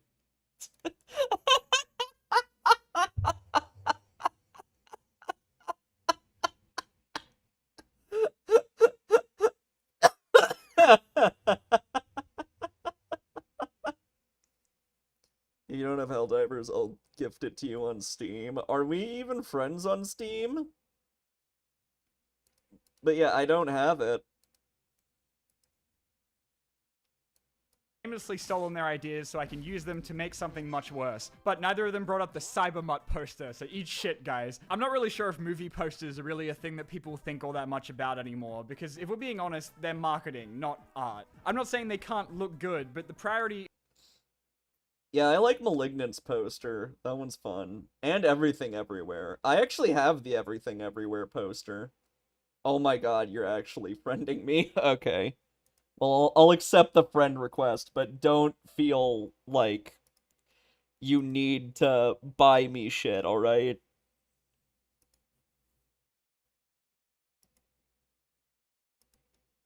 Isn't let's make something that film nerds can have on their wall for the next 50 years. It's like, how many people can we stack on top of each other? A lot of the most recent ones that people love to shit on do away with any kind of subtlety and just go straight for the most marketable things they can shove on there to get your ass in that theater. Doesn't matter how many fucking times they have to put Iron Man on the poster. And you know what that reminds me of? YouTube thumbnails, okay? I cannot begin to tell you how much I fucking hate making thumbnails because they have to do... They are time consuming, I'll say that.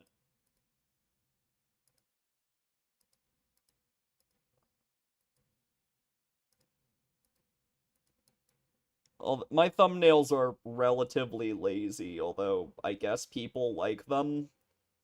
Adam said he likes my thumbnails. I don't know why.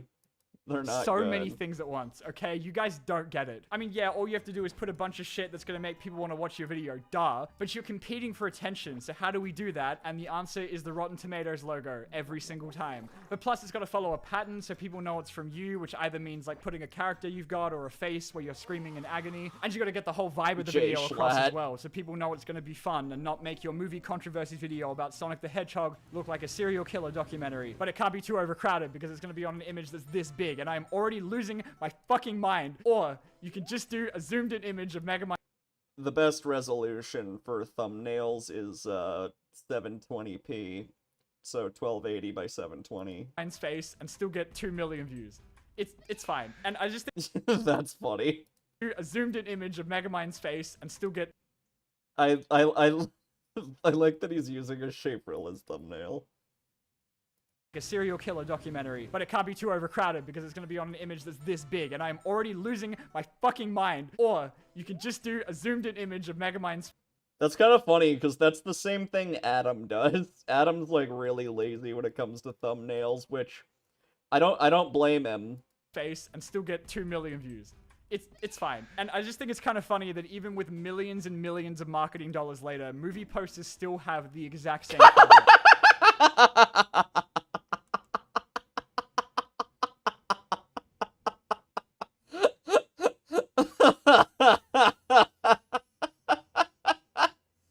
Oh man.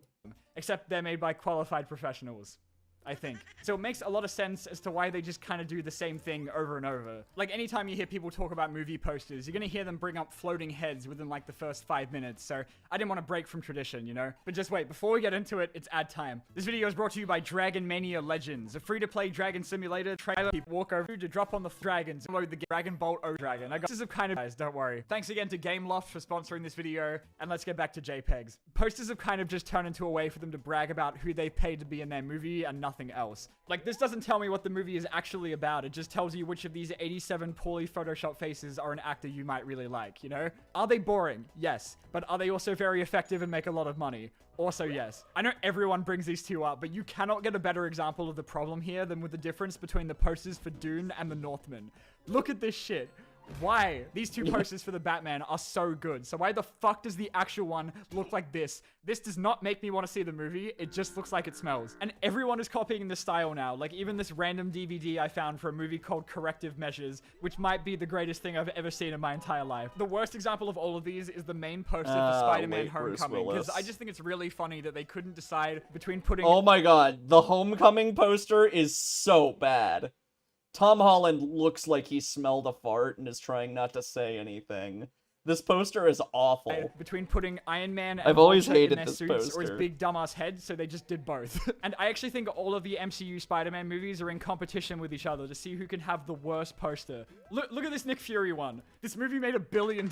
Even the second He Jurassic looks like he World did a wants to go floating head home. poster of the fucking dinosaurs. That is a Stegosaurus. I'm not going to see your movie because there is a Stegosaurus on the poster. I gotta be honest though, I'm not as big of a hater of this design as I know a lot of people are. Like, there's only a few of them that I genuinely hate. I think if you're creative enough, there's definitely a way you can still God chuck damn way it. too much shit on there and still make it look nice, you know? Like, as soon as we put the Baby floating Driver heads has a good in something, poster. hell yeah, now we're talking. 2 guys standing there, dog shit. But if you put some shit in there, fuck yeah. So we can definitely do worse than these. Like, if your poster is just face or guy, I hate you. How many posters of Tom Hanks' face does the world Yeah, really that's a need? lot. The poster for Big looks like someone just told him the police know about his hard drive. Because so many of these are just trying to copy a formula, what That's funny because I'm pretty sure he was on the Epstein flight, Tom Hanks. you end up with is so many posters that just look exactly the same over and over again. Like, every single Liam Neeson movie is just him standing there wearing black, maybe with a gun if Yeah. we're feeling special today. I mean, there are only so many ways you can get across a funny romantic comedy The whale with Matthew poster McConaughey in a sucks. single image, okay? And do not even get me started on Christmas rom-coms, okay? Oh Jesus my Christ. God. Which of these two for Hancock do you think is more ass? Because I honestly can't decide. And no, Oh my god. Oh, the Hancock posters. This one's worse, I think. I don't like this one, but this one looks like bad Photoshop and it's killing me. decide. And no, I couldn't do a better job, thank you. Have you seen that new Joker 2 poster that just came out that legit looks like it would fit right in with those fake DeviantArt shit?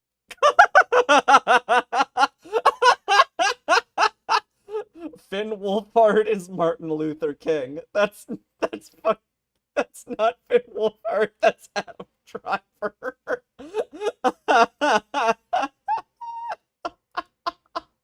Also, Phineas and Ferb, I love it. Shit post ones. I don't know how to explain what's wrong with it, but it just falls into that genre of movie poster where everything looks fine until you look closely enough and realize that someone went to town with Photoshop. A lot of people bring up the Ready Player One poster with the disgustingly long leg, but I think some people have actually worked out.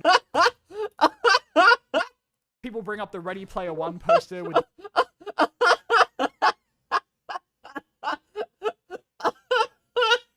What? What is happening there? the disgustingly long What? leg, but I think some people have actually worked out it is the right size. It just looks really weird. I guess the Madam Web marketing team only had Dakota Johnson on set for like 10 minutes that day, so they were gonna get as much mileage out of that one PNG. Oh my god, yes. That fucking face she does. It's like every poster is her doing that dumb fucking face. If her as humanly possible, god. Look at how many there are! It's the one photo! Even the spider one, which looks different from the rest, is definitely zoomed in. Damn it. I feel like every comedy movie poster is contractually obligated to be the ugliest shit you've ever seen in your life. Especially comedies about people True. in beds, for some reason. That man is not real. I do love that even the best movies have a hard time figuring out a way to get people to watch them though. Which is why all graphic designers tremble heard the Raid before is the good. Garfield movie poster. You ever seen the poster for Groundhog Day? What is this shit? No, stop, wait, I actually have to talk about this for a second. I don't know if it's Bill Murray looking like the world's least interested mugging victim or the Mr. Beast thumbnail face in the corner, but like, putting him in a clock because he's stuck in a time loop is something I'd submit for my fucking year 5 art assignment and then fail. And they had a chance to fix it with the DVD release, but they ended up making it even worse somehow. Well done on making Groundhog That's Day funny. look like it belongs in the bargain bin at Target next to My Ghost Dog and Sniper's Special Ops. By the way, the pull quote for that one is extensive Oh, no. firefights. That is not a compliment, that is a statement. That's like if I wrote, it has acting on the fucking poster. And I hate this idea that people Steven say that Seagal all movie is so posters suck lame. now and they all used to be amazing. Because no, they were always terrible movie posters, okay? People just only remember the ones Of they want to buy course. off Etsy. For every Scarface and Tron and The Exorcist, there's also The Karate Kid, which makes me want to call Charlie. Yeah, the Karate Kid poster is not good. Want to call Child Protective Services. I love the original Star Wars poster because of how much it overhypes okay. the film. Look at this buff as hell Luke and Leia wearing way less clothes than she actually does. You just know the guy that made this was horny as hell, man. Posters aren't getting worse. They just aren't the only way to advertise a movie anymore, so they're not as important as they used to be. Because like back in the day, you only had one poster to make an impression on people, but nowadays, most big movies don't stop releasing posters, and not all of them are created equally. The new Indiana Jones actually had a super nice hand posters, and not all of them are created equally. Quantum Mania. This one is so funny because everybody was making fun of how MODOK looked in this movie. I have never seen this movie, but I have seen so many, like, ugly frames of MODOK because people would not stop making fun of it.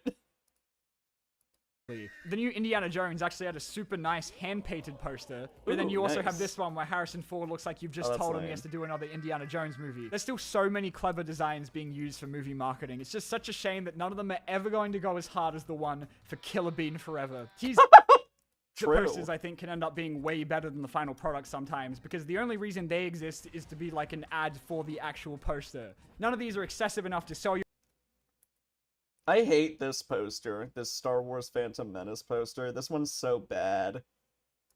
Or it's like, oh yeah, he grows up to be Vader one day. Ooh. The reason they exist is to be like an ad for the actual poster. None of these are excessive enough to sell you on the movie alone, but they at least get you excited, right? Like the teaser for No Way Home does such a good job of telling you what the movie's about without giving anything away. But then you get to the actual posters where they aren't even trying, and it's like, oh.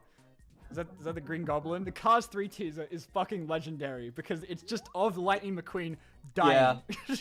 Yeah. With absolutely no context whatsoever, but that's like intriguing, That is right? pretty funny. Yeah, it made me want to go and see the movie so I could see Lightning McQueen die in a fiery crash. Like, I'll give them that. The teaser poster for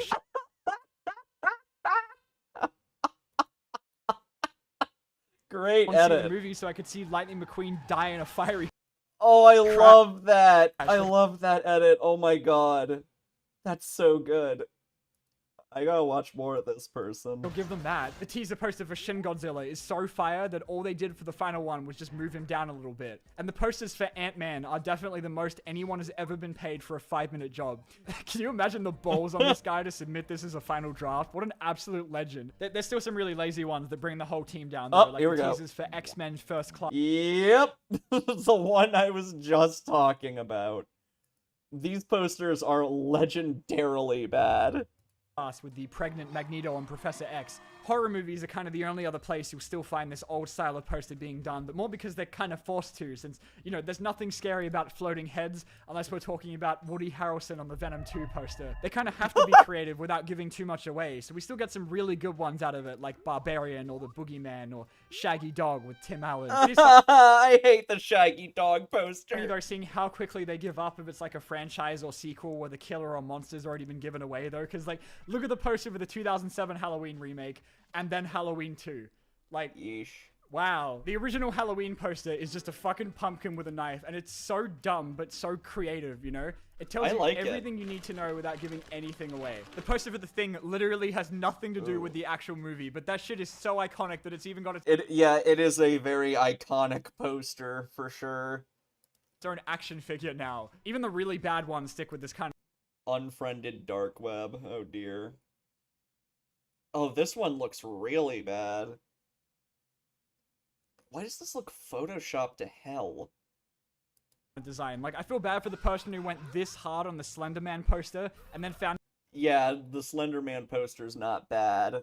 The movie, on the other hand, out that they tried about 1,000 times harder than anyone did on the actual movie. And the one missed call poster is... I mean... Yeah, this one is always hilarious. I've definitely passed by this one on Target and been like, the fuck? Why do you have... What?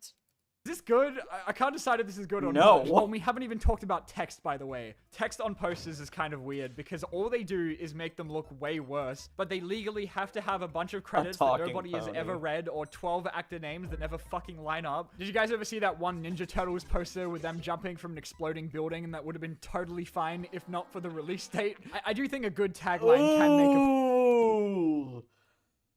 Oh, yikes. Why would you even put it out on 9/11? Just pick a different date. Like, tomorrow, 9/12. Dude. Building, and that would have been totally fine if not for the release date. I do think a good tagline can make a poster better if they actually spend more than 5 minutes on it. The one for the Mario movie that says "this ain't no game" goes hard as fuck. I don't care what anyone says. All you need is a little heart and a big Johnson is kind of fire. But 90% of the time it's just shit like the poster for the Matrix Revolutions with "everything that has a beginning has an end." Yeah, no shit. Discover how Willy became Wonka. From gamer to race. If you're gonna, like, criticize the Willy Wonka poster, I would go after the one where it looks like they photoshopped him to look like he's sitting, and it looks weird. Great things come in bears. Wait, sorry, you want...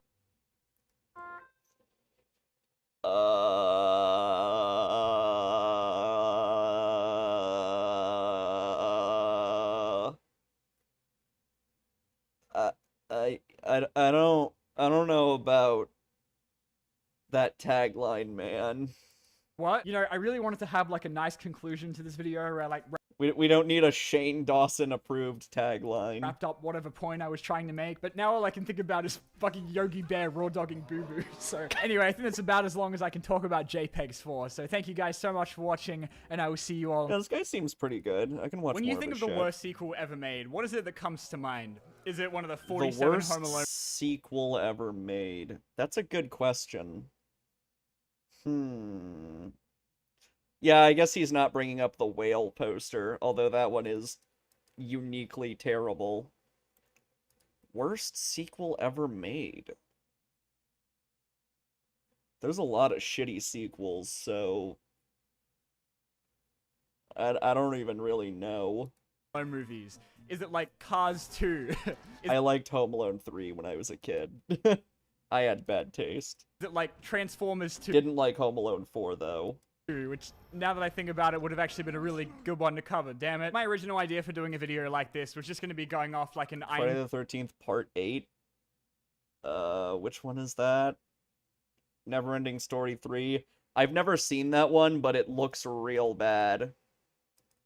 Neverending Story 3, from what I've seen of it, looks, like, insultingly terrible. IMDb list of, like, the worst sequels ever made or something, but, you know, it didn't take me very long to work out that literally nobody wants to hear me talk about fucking Exorcist 2, even though the climax of that movie involves someone doing Gangnam Style. So instead, we're just gonna talk about, like, 3 widely hated sequels to movies that I really, really like. Not because they're, like, the worst ever, but just because they make me upset. Like, they were just not cooking with any of Oh yeah, them. that Mega But Man you sequel can was be pretty with the sponsor of despised. today's video, HelloFresh.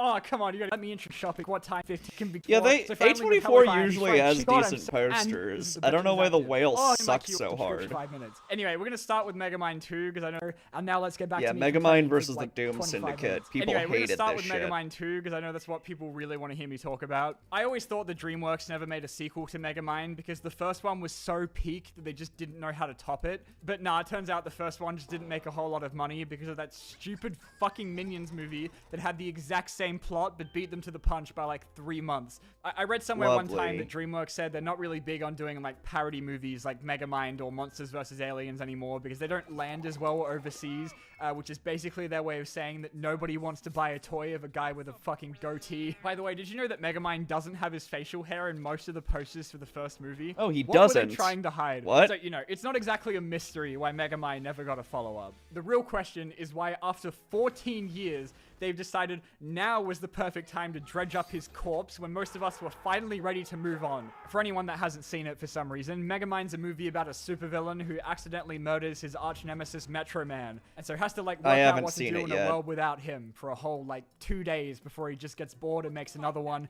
out of a Reddit incel voiced by Jonah Hill. I would fucking knock your teeth out of your dumb fucking English skull. And at the same time, he does what any self-respecting man would do and completely throws away his entire life's work for the first girl that talks to him. Well, good luck on your date. I will. That doesn't even make any sense. I know. Like with any DreamWorks movie, they blow half their budget on the all-star cast like Will Ferrell and Brad Pitt and Uncle Ian from Alvin and the Chipmunks. It's still warming up, sir. Come again? Warming up, sir. Warming up! The sun is warming up! But I think Megamind's real legacy is all of the memes that have come out of it, because it's had No such bitches? a cultural impact that when the fucking Queen of England... No bitches. Oh no. England died a couple years ago. Instead of seeing anyone mourning about it on social media, all I saw was people posting the scene of Titan. And there is no Queen of England. The only thing that I don't love Yeah. about Megamind is that it kind of has like Jason Takes Manhattan. Yeah, I figured that was the one you were talking about. Jason Takes Manhattan is bad because it's barely in Manhattan. That's my complaint. that late 2000s DreamWorks art style where it's kind of like really ugly. But after watching the sequel where it has like a tenth of the budget, I'd like to apologize for just calling the first movie ugly. Hello, loyal The Sims. viewers. Like me, you probably never thought this day would come. Oh no. That's not Will Ferrell. So yeah, after 14 You years, don't whatever the fuck say. Peacock is, has got not just a new Megamind movie, but also a whole ass series called Megamind Rules, which means that this is definitely just a pilot that they are pretending is also a movie. Now, DreamWorks Yeah, is no stranger that's to pretty pouring out common. all of their most popular movies to turn into these cheap-ass cartoons. Like, I've I know never I've seen a seen little bit of that the Kung Fu Panda one, and at least one of the 70 How to Train Your Dragon shows, but I didn't realize that they've Damn, there were a basically lot of done one for those. every single one of their movies. Like, even Turbo and the Croods got one before Megamind. And I always thought that Megamind That's would funny. work really well as a TV show. Like, I would have watched the shit out of this as a kid. Maybe, like, 10 fucking years ago. But this sequel movie was doomed from the start. As soon as our first look at it was this poster where Megamind looks like he's passing a kidney stone. Megamind 2 takes place 2 days after the first movie, where he has to go up against his old supervillain team, the Doom Syndicate. I am terrified of getting a kidney stone when I get older. Oh my. That he apparently used to be Oh, a it part sounds of, so who all look like miraculous awful. ladybug characters. Guys, do I have to villain-splain everything to you? And they're all like pissed Oh! Oh, that line. Ew. God, ew. Villain-splain. Ugh. Ugh, who wrote that? I'm fucking furious about this now. I haven't even seen the original Megamind, and I'm fucking mad. He doesn't want to be evil anymore, so they come up with a plan to, like, launch Metro City into the moon and kill everyone, I guess. I found out that the Doom Syndicate were, like, a cut idea. I watched some of the How to Train Your Dragon show. I remember it being alright. From the first movie that made it into, like, the Megamind video game. So I guess it's not like they came out of nowhere, even if they changed all of them for this movie. And, like, I guess it's cool that they finally made it into one of the Megamind movies. I guess. I don't know. I'm trying here, guys. Oh, and yeah, they throw in, like, this YouTuber character that runs, like, Megamind's fan accounts, no. like his YouTube and social media, even though none of that was a thing in 2010. For more awesome saves, click like and subscribe. I want to kill myself. Also, they renamed Minion to Old Chum. Due to a cease and desist order from Bad popular name. fast food chain Mr. Minion's Meatsicles, I can no longer call myself Minion. Okay, honestly though, it's not like the worst thing ever, like That's everyone's so acting like it stupid. is. And honestly, I am amazed that any YouTuber has been able to make like 10-minute videos out of this thing, because I have like absolutely nothing to say about it. I've already forgotten everything that happened in it. And I watched it like 5 days ago. But you know, the only reason this exists is just to go Yeah. and get you to watch the TV show. And even though there's no way in hell I'm doing that, it is important to remember that Yeah, the designs of the dragons could look better for sure. this is made for kids and not 43-year-old men like me, so. Megamind is back. I'm kind of a big deal, and you're welcome. Okay, so the next movie we're going to talk about is way more deserving of being called one of the shittiest sequels ever made. Son of a Mask. Okay. Again, I did not hate this movie when I was a kid, so something was wrong with me. Cancer. The Mask is one of those movies that I watched as a kid way before I was meant to, but I must have just had like a family member that fucking hated me or something, because I somehow ended up with a DVD copy of the sequel, Son of the Mask, that I could watch anytime I wanted, which was absolutely never. The first movie is about a regular guy that finds a magical mask that gives I like how the guy who won that Nintendo Power contest, like, never got to be in The Mask 2, and didn't even get to be in Son of the Mask. like Looney Tunes powers that he uses to sexually harass every woman in the movie. And it goes without saying that Jim Carrey in this movie is like one of the greatest calls of all time. You know, it's up there with like Jared Leto as the Joker. And even though overall the movie is really well put together, I don't think any of it would have worked without him, because it's so close to being just really annoying. So of course they wanted to make a second one, but Jim Carrey said no because he doesn't like doing sequels unless he gets to play Dr. Eggman, apparently. The main character in The Mask 2 is played by Jamie Ew, Kennedy. Kennedy, who Floss I'm not is in old enough that? to know anything about, Oh, but man. apparently he was like a pretty big deal up until The Mask 2 came out. He played Randy in Scream. I mean, I know him from that, where he fucking died. And in the first Mask, we He was also at like E3, I think, and gave like a really bad speech nobody liked. never really find out where the mask actually came from. Like, there's one scene where Jim Carrey goes to a psychologist and he says that it might have been made by Loki, and that's like the only explanation we get in the entire movie. The because only character honestly, that who cares? returns. Possibly a representation of one of the Norse night gods. Maybe Loki. Oh my god, I don't fucking care. But they run with that in Son of the Mask. Like, the whole movie is about Loki coming down to Earth to find his mask, and he's played by Alan Cumming, who still looks like he's playing a Spy Kids villain and a school shooter at the Yeah. same time. They get the psychiatrist back for the opening scene, but aside from that, this has like nothing to do. I fucking hate the actor who plays the psychiatrist. Fucking, what was his name? Ben Stein. He's an asshole. He made such a bad fucking movie. Good night, Tactical Badger. By bad movie, I don't mean Son of the Mask. I mean intelligence, expelled, no intelligence allowed, which was like him trying to explain how intelligent design is real and that evolution is like bullshit or whatever. It was terrible. Do with the first movie at all, because for some reason they decided that what people really wanted to see from a sequel to The Mask was what would have happened if Jim Carrey had plowed someone with it on. First I'm taking you to a pediatrician, then I'm taking you to an exorcist. Jamie Kennedy's baby has the same powers as the mask without having to wear it. So it's just like this horrifying, uncanny CG demon thing. And it's already bad enough that it looks like a 43-year-old man before they even use special effects. Look at this fucking baby. Why? Why does he look like that? Say dada. Dada? Mother. Jamie only wears the mask twice in the movie.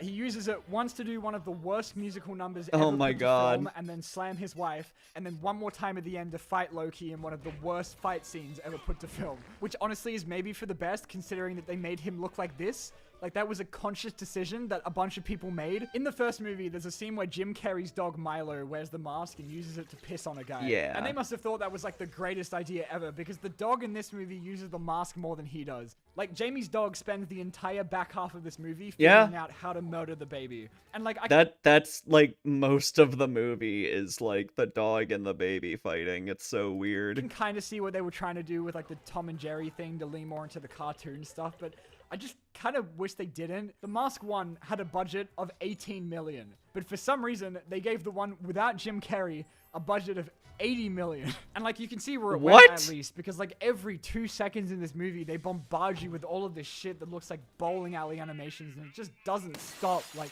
2005 CGI was just not ready, man. When you look at the behind the scenes stuff, Son of the Mask was like a super ambitious movie. Like, they put a lot of work into making that horrible CGI baby, but all they really ended up making was one of the greatest condom commercials ever made. I think Son of the Mask would have been fine as its own thing. Like, I don't think there's anything wrong with this idea, but there's like no reason that this should have been a Mask sequel aside from that being a reason to get people to go and see it. And like, if you don't think that people want to go and see a movie about Jamie Kennedy trying to kill his unholy CGI baby, then maybe don't fucking make it. Jamie Kennedy actually has like a whole bunch of videos on his YouTube channel where he like talks about his side of the story with Son of the Mask and how it all kind of like went to hell while they were working on it. But most importantly of all, I found out that he's selling Son of the Mask Evangelion merch. So he's in a better place. My God. Okay, so Megamind 2 and Son That of the is Mask fucking definitely funny. suck, but this last one I have way more beef with, which you probably know from the thumbnail already, is Pacific Rim Uprising. I've heard very bad things about the Pacific Rim sequel, although I've never actually seen The it. first Pacific Rim is maybe one of my favorite movies ever made, because I'm a It's very okay. simple man, okay? And all I really need in life are to see some giant robots punching the big monster. My own wedding won't make me as happy as seeing Gypsy Danger beating the shit out of a kaiju with a boat, okay? And it's directed by Guillermo del Toro, who is like My favorite robot, Slur Danger. famous for canceling more projects than he actually makes, so I'm so happy to live in the world where the giant robot one is the one that actually came out. And you can tell there is just so much work put into the way that these Jaegers move and like the weight behind them, with how it takes them like 5 hours to hit anything. They have like such a huge emphasis on like the destruction, and like in every scene you can see how much taxes increase every time they throw a punch. And you really get a sense of like how fucked they are and how hard it is to fight these monsters, no matter how many badass speeches Idris Elba gives, because every Jaeger in the movie gets trashed instantly. Like, they lose 2 of their only 4 Jaegers in the movie before they even make it to the final mission. And they fit in so much world building in such a short amount of time, with like the side characters like Charlie Day, who has this whole B plot where he has to go to like a kaiju black market, where he meets Ron Perlman, who has like maybe the most immaculate fit I've ever seen in a movie. Anyway, Ron it ends with Perlman them is like funny in nuking the this shit out of the movie, kaiju world and and then gets canceling the ate. apocalypse. And I always wanted a sequel to this movie because there are still so many unanswered questions by the end of it. Like, who it is that's actually sending the kaiju and what their fucking problem is. But then at the same time, I mean, the story was kind of done. I mean, they closed the breach and there really wasn't like a whole lot you could do without undoing the end of the first movie or just making something really boring. And lucky for us, they chose to do both. The DVD copy of Uprising I watched says it's bigger, badder, and bolder, and only one of those things is true. That was supposed to be epic, but it wasn't. I found some stuff from 2014 from Del Toro saying he did want to do a sequel, but he just didn't want to have to go to China to film it because he was too busy winning an Oscar at the time. So they didn't get him back. Then they also didn't get the main character Raleigh back because Charlie Hunnam was too busy doing other movies at the time. And look, I'm not saying that Raleigh was like the most interesting character of all time, but it still just kind of feels weird to not have him there, you know? So they kind of just like don't ever bring up where he is in the whole movie, but you can actually find the answer to that in the Pacific Rim Uprising novelization, which I read as a kid for some reason. And it turns out that Raleigh died of radiation poisoning after going inside the breach at the end of the first movie. So after surviving all that, yeah, he actually dies of alien cancer. Skill issue. And I'm pretty sure a lot of these movie novelizations are like based on earlier drafts of scripts too, so maybe this was actually meant to be in the movie until they thought that maybe keeping him alive just in case for a Pacific Rim 3 might have been a good idea. But you know who they did bring back? Riley's co-pilot Mako. Until they kill her off in a helicopter crash 2 scenes later. I don't remember the first one I've done that well. so much reading into the behind the scenes of this movie just to find out why they would even bother to bring her back if they were going to kill her off before she even gets in a Jaeger. And there are articles saying that originally it was like one of the Australian guys from the first movie that died in the crash, or that she was just like meant to be in a coma. But I think my favorite one is that even the director... There are some people who get like weirdly butthurt about plot holes, where like... I remember there was this whole thing where some dude made a video called, like, stop talking about plot holes, because I guess he thought that that was a dumb thing to criticize. I don't agree, though. I think that there are plenty of examples where plot holes are not good. Was like, yeah, that kind of sucked, actually. And Uprising takes place like 10 years after the first one, but they don't really give a lot of attention to what's actually happened to the world in all that time. Aside from that, they've been rebuilding everything, and also that they keep making Jaegers for some reason, even though they have like nothing to fight with them. Uprising leans a lot more into the anime that both movies are very clearly borrowing from, which is good because it means we get Evangelion drones in it, which I can't even lie are kind of fucking awesome, which is why it's only in the movie for like 5 seconds. But it also means that now we have a bunch of dumbass kids piloting the robots, but they don't actually become important until like the last 45 minutes of the movie, so we don't get to know anything about them except that this one girl looks like pyrocynical. And I know it would have been a bit of a downer if they started killing off all the child soldiers at the end, but even though none of these kids have ever fought a real kaiju before, only one of them dies after getting like thrown through a building, which is pretty fucking funny. Honestly, I think Uprising is like fine on its own, but like I watched it straight after the first movie, and it's like, yeah, I still get to see big robots trashing the shit out of Japan and Australia, but I just don't know how to explain why it doesn't have like the same vibe. Like maybe it's the fact that all of the fight scenes take place during the day and they just don't look anywhere near as cool as they did in the first movie. Yeah. Or that I just don't give a shit about what's going on.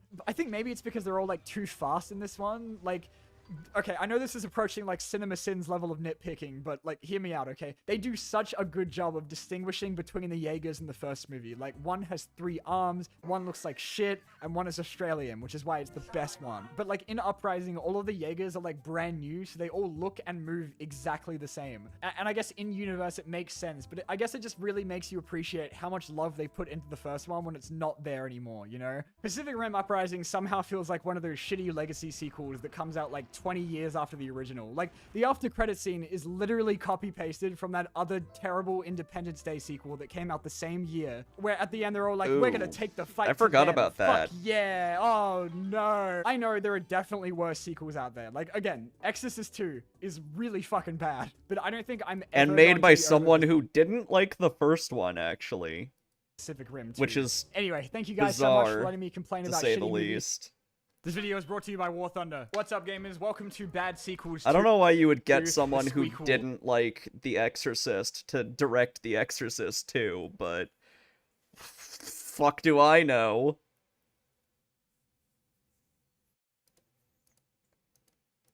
Alright, so last time we had a look at Megamind 2, Son of the Mask, and that Pacific Rim sequel we all agreed to never talk about. But last week I asked you guys on Twitter that if I was going to do another one of these, what you wanted me to talk about. And aside from finding out that I could basically just make this a series that goes on for the next 800 years, I managed to narrow it down to 5 more bad movies for me to talk about. You know, I thought I'd do this like any bad sequel where I just stuff way too much Oh shit into no, this one, Hoodwink but then 2. put in way less effort, you know? Anyway, There's this a video's gonna be rough long one. enough, so let's just get straight to the good part. Okay, so first up is American Psycho 2, All American Girl. And Oh, American Psycho 2.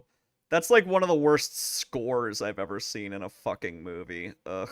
I kind of love the confidence with this one right out of the gate, saying that it's like angrier, deadlier, and sexier. Than It's Christian so Bale, bad. Please. Famously, the story with this one is that it was going to be a completely different movie that they kind of just slapped American Psycho onto at the And you can tell. You can really tell. last minute when they realized they could make way more money that way. So they just chucked in a couple of dubbed lines about Patrick Bateman and called it a day. Mine brought me along on a date with a serial killer, Patrick Bateman. Like legit, I'm pretty sure almost every time they mention him is just something they dubbed over later.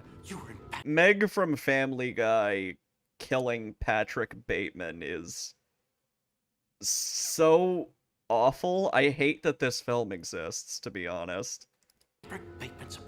But I'm so sure there was a time when they William said it on Shatner screen, was so like it couldn't have been funny. that late of a change, I guess. Like unless they did like a bunch of reshoots to like make the movie worse. How unfair is that for this like random, unrelated, made-for-DVD movie that it now has to like carry the expectations of like following up one of the most memeable movies ever made? Now I haven't seen American Psycho in a while outside of like the Sigma male TikTok edits I look up when I wake up in the morning. But I'm pretty sure in that movie the American whole point is that we Psycho is like a meme thing now, and it's so bizarre. don't actually know if any of it was real. Like it was either that it was made up or that people knew and they just didn't give a shit. I'm trying to remember what I said on my English assignment about it. But in this movie, Patrick It's so Bateman is like a memeable. super famous serial killer now. So it's just like, oh yeah, no, he actually did all that. Like that car he blew up with a single bullet. Yeah, no, that actually happened. He can just do that. That was so, yeah, fake. No, Patrick Bateman is not in this movie. That's what I hate. They have it where like, Patrick Bateman is an infamous serial killer. No, he's not. Did you watch the movie? Did you not see the fucking twist at the end? Like, ugh. Outside of the only scene in this one that anyone ever talks about, where in the first 5 minutes, a 5-year-old stabs him to death in the middle of his daily grind. And personally, I don't think there's any better way to get an audience connected with a new character than by having them brutally murder the last one that people really like. I'm pretty sure that works every single time. So instead, the entire movie... Yeah, people loved it when The Last of Us 2 did that.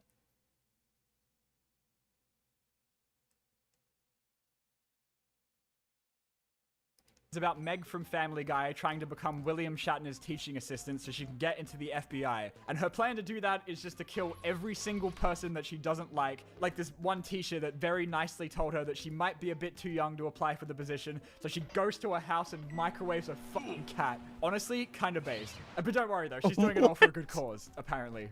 Once I get into the FBI, I'll be in a position to stop dozens, maybe even hundreds of serial She is an killers. atrocious To be fair, if you character. kill everybody, serial killers won't have anyone left to murder. So, like, she's kind of onto something here. Meg is a terrible serial killer, by the way. Like, not that I have a lot of experience, of course. But, like, at least Bateman put a fucking sheet down when he killed Jared Leto, okay? She just goes around, like, stabbing people in broad daylight and straight up admits to people who she's murdered, like, several times. And there's a guy that she, like, strangles to death with a condom. Ribbed for her pleasure. Yep, Ugh. I just killed Brian. And in the end, she only gets...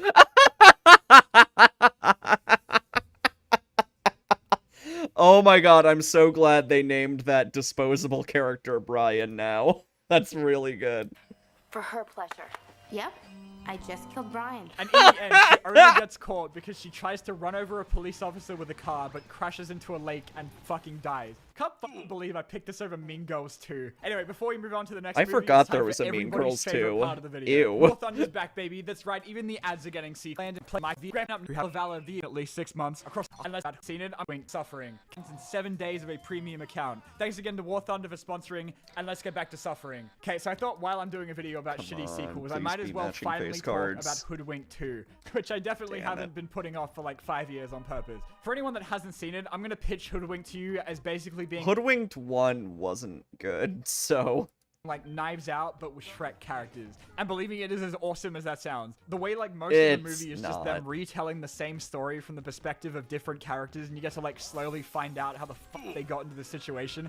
It's not a blew good my mind movie. as a kid. Like Shrek literally wishes. It's not the first movie to have that idea, obviously, but you know, you might be surprised The if animation is 10-year-old me hadn't ghastly. seen Pulp Fiction yet, okay? And even now, like, yeah, it looks like a PS1 game, but it's still kind of good. Like, it's carried by how funny it is and how every voice actor is putting in like way too much effort. What up, my homies? You ready to get spanked? And I want to say that's at least the one thing you can say that Hoodwink 2 has over the first one, is that it actually looks like a real movie. Okay, the which, animation's like, would have been fine better. if it hadn't come out in 2011 after Toy Story 3. Like, this shit looks like food fight. I'm honestly kind of glad I never made a separate video on this though, because I kind of have like nothing to say about it. Like, I legit watched this like 2 days ago and I've already forgotten everything that happened. Like, what's this movie even about? I think Hansel and Gretel are the villains. What? I remember the first Hoodwinked ends with them like joining the Happily Ever After agency because they stop a bunny from committing a terrorist attack on the woods. And like, yeah, Hoodwinked 2 does follow on from that, to be fair. But without the storytelling gimmick that made it stand out so much in the first place, Hoodwinked 2 kind of loses a lot of the sauce, you know? You've been hoodwinked! Too! Anyway, all in all, still not the worst Oh thing my Harvey God, Weinstein are you has done. fucking Zach, wake up. serious? We have to talk about Alvin and the Chipmunks 4. Oh. I'm so sorry this is like your thing. Like, this is this is the thing I have to call you for. It's a tradition, you see, every 3 years. Before we talk about the actual movie, is this not like the hardest poster of all time? Boys on the Hood. It's that same art again. They have one render. Anyway, we should They do have one render. That's not the first time I've seen someone point that out. I remember someone on Twitter pointing this out too, where it's like, do they just have like one render for all the posters? Because every poster is the same render. They keep reusing it. Art again. Chipwrecked. Well, at least Simon looks a little different.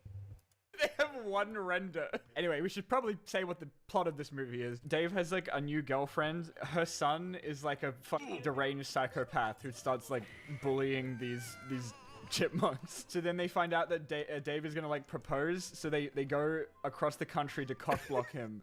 They team up with the son, and that's how they bond, is to like stop Dave from getting laid. There's this part where like the kid of the son of the mom that like Dave is dating, he's like trying to sell Theodore and shit. And this kid is like confused seeing like this talking, singing chipmunk, as if he doesn't know who Alvin and the Chipmunks are. Yeah, right. Or they just really fell off.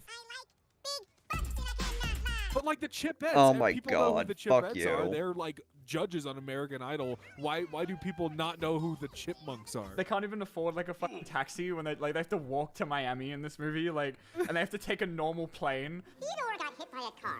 Theodore got hit by a car? The image of them being like national threats or like no-fly lists is hilarious. They are like legally terrorists now. My favorite part was when Alvin hits the gritty after they steal Dave's engagement ring. I don't know if you saw it. It's the gritty? He literally hits the gritty. I saw it. I just want to get out of the way. The biggest problem with this one is This there's guy's no Uncle funny. Ian. Like that was the first miss. Do you know the reason why he's not in this movie? Because he was treated like shit for the last one, or like during the last one. That's just, it's like, obviously it's horrible, but it's kind of funny. Damn. That, like, they bullied him on the set of Alvin and the Chipmunks. There's the scene where Dave is like talking to the lady he's talking to, and she's like, so like, what's the deal there? Like, did you like adopt them or what? Yeah, and right. I was so confused when he was like, I mean, kinda, like, yeah, I guess they're like, I guess I kind of adopted. And I'm like, what do you, yeah, of course you did in the first movie. Hey, like, Das. you took them in. You're adopted kids, or how does that work? I don't know. I never really thought about it. And I was even more bamboozled when at the end of the movie, he like is legally their parent now. And like they're Okay. like legally his kids. But it's like, how did he enroll them in school? And what a dumb fucking question. Did you adopt them? No, I impregnated a chipmunk. What the, like, what? Okay, it's definitely debatable which of the 800 Halloween sequels is the worst one, okay? But my vote is going to the one where Michael Myers gets the shit beaten out of him by Busta Rhymes. Trick or treat, motherfucker. Just to give you some context. I remember Halloween was going that. through a bit That's of a rough funny. period at the time. Like, after like 5 sequels that gradually got more convoluted, they decided they just had to start again with Halloween H2O, which ignores all of Halloween. Hey, that 3 to movie 6 I was talking and about only ties earlier. into the first 2. Please be taking notes. I will be testing you on this later. And H2O ends with Laurie Strode from the first 2 movies beating the absolute fucking shit out of Michael Myers. So then Halloween Resurrection comes along and follows up H2O by immediately undoing the end of that movie and saying that, oh, Laurie didn't decapitate Michael with an axe. It was actually a different guy that Michael swapped clothes with at the last minute, and also Michael just threw her off a building. And apparently they filmed that part while they were still working on H2O, so like that was always the plan, and I don't know if that makes it more or less annoying. Okay, cool. So now that we've immediately ruined the ending of the last movie, I guess Resurrection wanted to like try a new spin on the Halloween formula after being sick of the exact same premise for the last 80 movies, which, okay,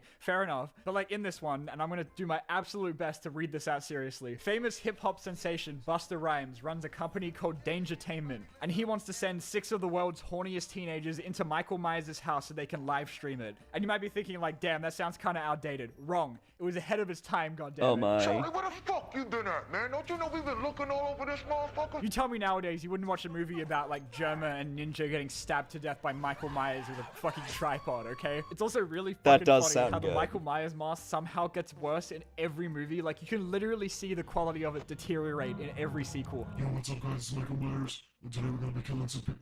Holy fucking shit, is that Busta Rhymes? I gotta say though, if nothing else, Halloween Resurrection is like a really good watch, like with your drunk friends kind of movie, because you guys will absolutely lose it when Busta Rhymes shows up and roundhouse kicks Michael Myers out a window. Alright, so last one we got is Ralph Breaks the Internet, and this movie is my last Jedi, okay? I'm about to go off. no. I mean, Ralph isn't like all the other girls in this video, okay? All of those are like easy targets that people have already spent years shitting on, because as far as I know, the reception to Wreck-It Ralph 2 is like pretty okay. I mean, I know it's still got like its YouTube cinematic disaster videos, but like this one is more of a personal grudge, okay? I don't think I need to go on for like 5 minutes telling you why the first Wreck-It don't Ralph even was like like the- one of my favorite movies as a kid.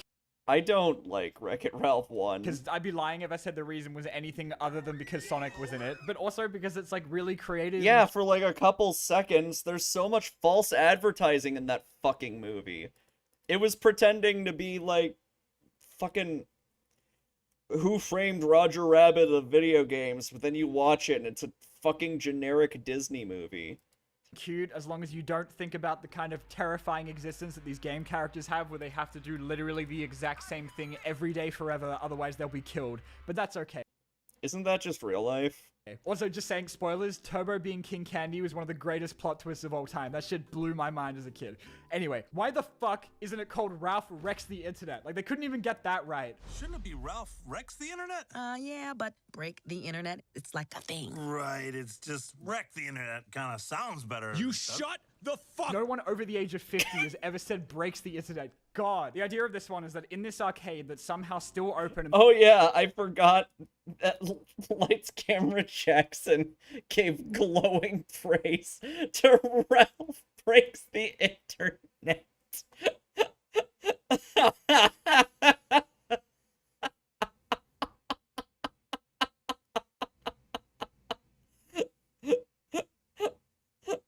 Oh no.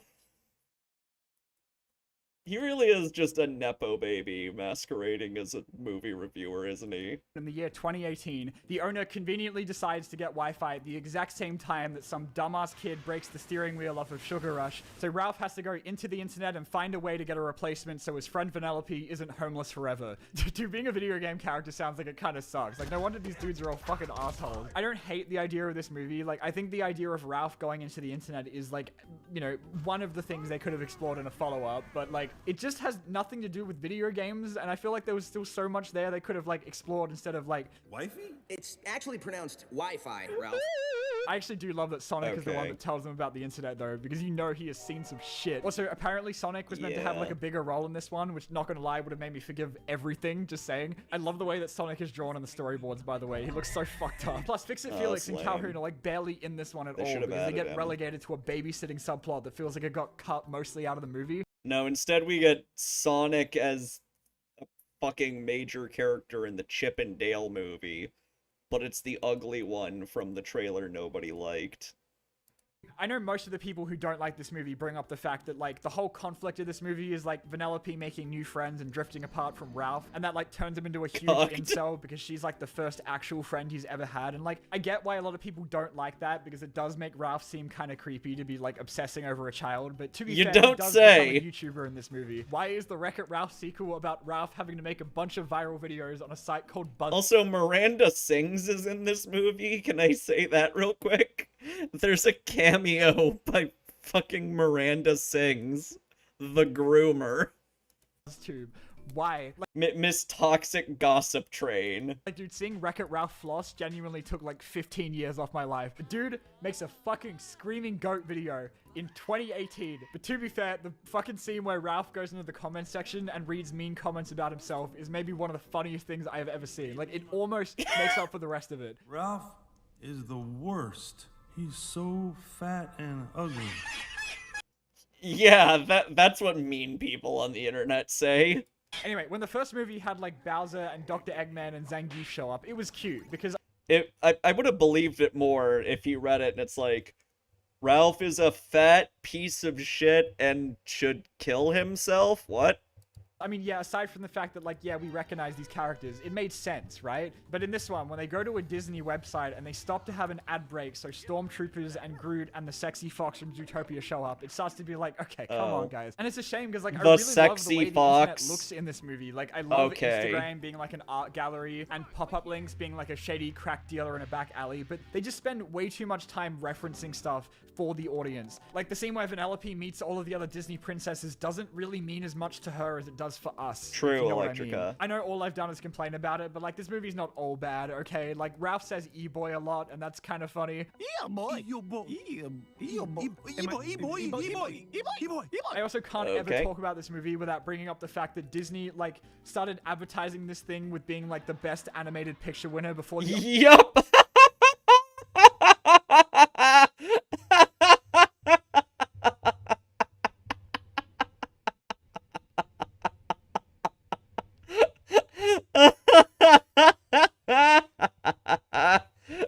Oh my god, why were they so confident they were gonna get it? They lost to Spider-Verse, by the way, for anybody who doesn't know.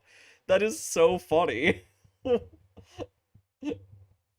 you didn't, the Oscars hadn't happened yet. Oh my god.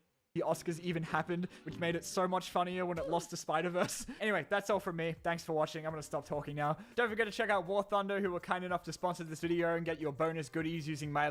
Who cares about War I Thunder? know I am not the only one, but I have always had a fascination with projects that were scrapped or never made, like, for example, cut content in games, or the topic of this video that you know is where I'm going with this, cancelled movies. Because sometimes it's just more interesting to wonder about things that could have been instead of things that actually did. Today I wanted to have a look at some of these scrapped ideas as a casual reminder that there are 4 Alvin and the Chipmunks movies and none of these. We have a lot of ground to cover this time, as always, because I always pick these very overambitious topics to talk about in a 15-minute video. I'm going to try and focus less on the original version of movies that eventually were reworked and turned into something else, and more just things that disappeared off the face of the planet. Keyword, trying. Still, I'm going to be a bit loose with my definition of cancelled in this, because some of these never really made it very far off the ground, but I still thought they might be fun to bring up. So here's just some general ones for starters. And just a quick apology if I sound a bit weird in this video. I think I'm just a bit sick or something. Don't worry about it. First and foremost, I don't think anyone holds the record for the most amount of unrealized projects than Guillermo del Toro, who just can't catch a friggin' break with the enormous list of movies he never got to make,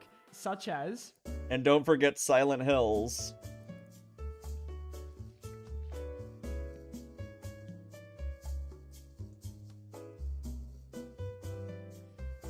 Jesus Christ. Jackie Chan was supposed to star in a 1999 movie called Nosebleed, where he would have been a window washer on the World Trade Center who would I have no involved with strong stopping opinion, a terrorist attack. Rain. No, I am not kidding.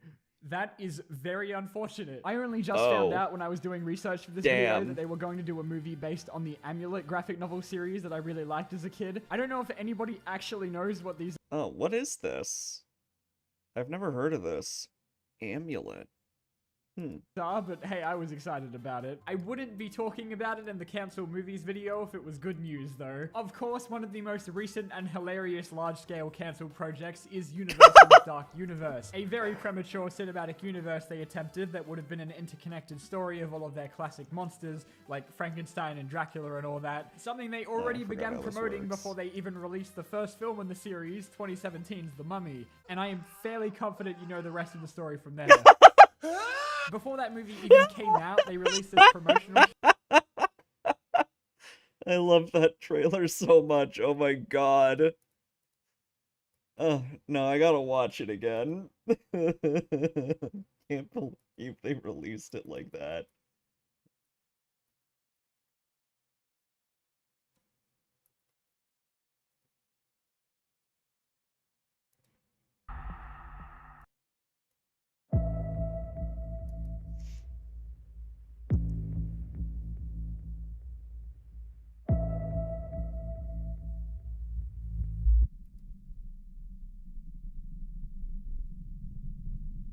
My dad didn't believe me when I said this was the real trailer they uploaded. He thought I was fucking with him.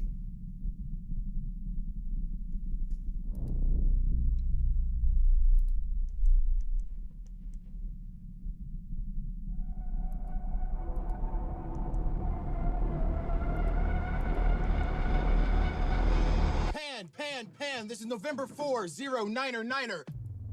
What the hell?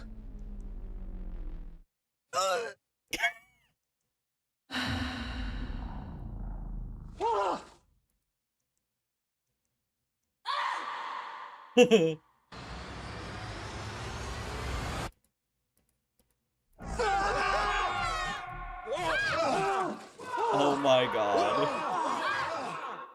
No.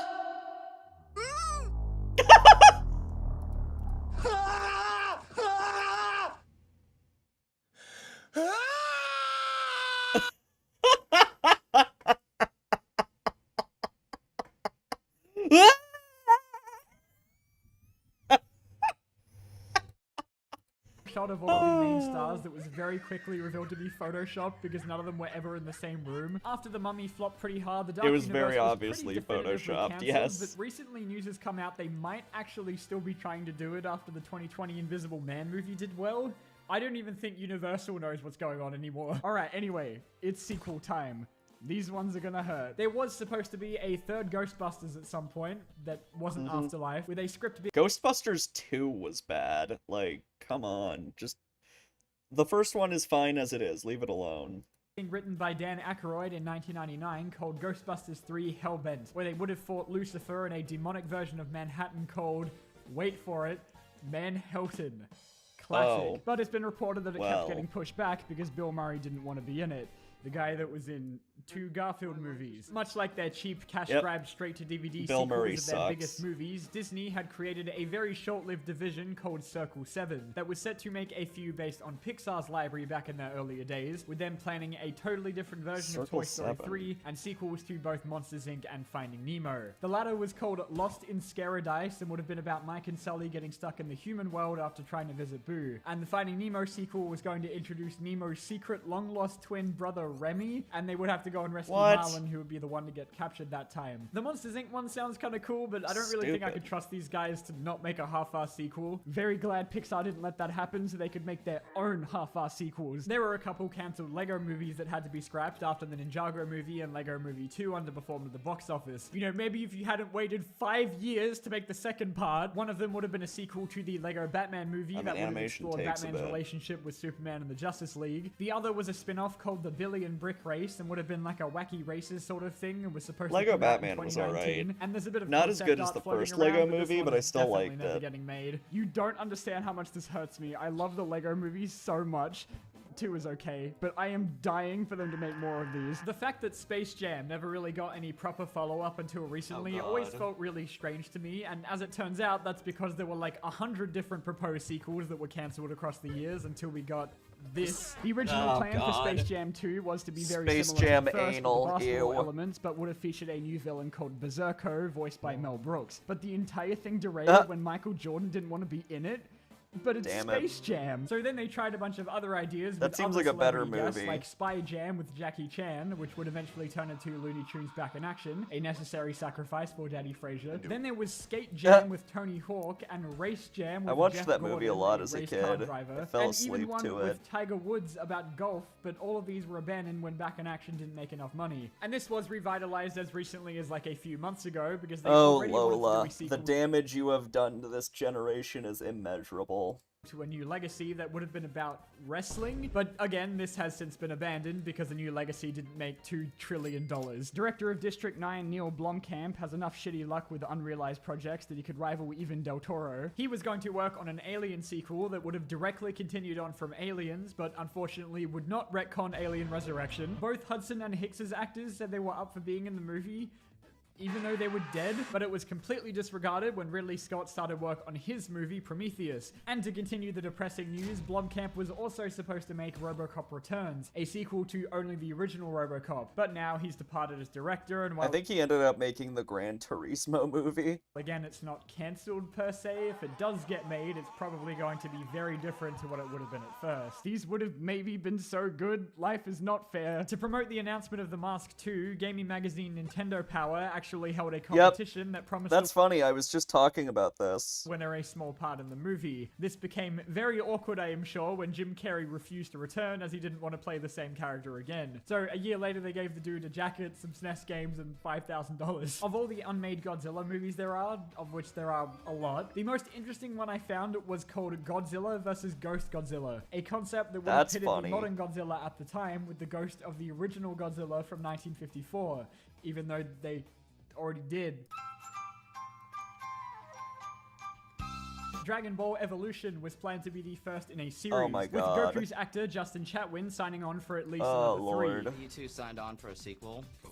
We all are. 2 more. It depends if people like it. If Oh, people like Dragon it, go Ball and see it. Evolution was a nightmare. Then, yeah. Apparently, the sequel script was already They fucked this movie up so hard. I'm not even a Dragon Ball fan, and oh my god. being written while the original movie was still in production, with Chatwin saying he hoped they would put Krillin in at that time. They also said that future movies would I don't think incorporate Krillin- elements from Dragon yeah, Ball he Z, never with made Gohan it, and did he? Vegeta guaranteed to appear later down the line. What do you hope for the sequel?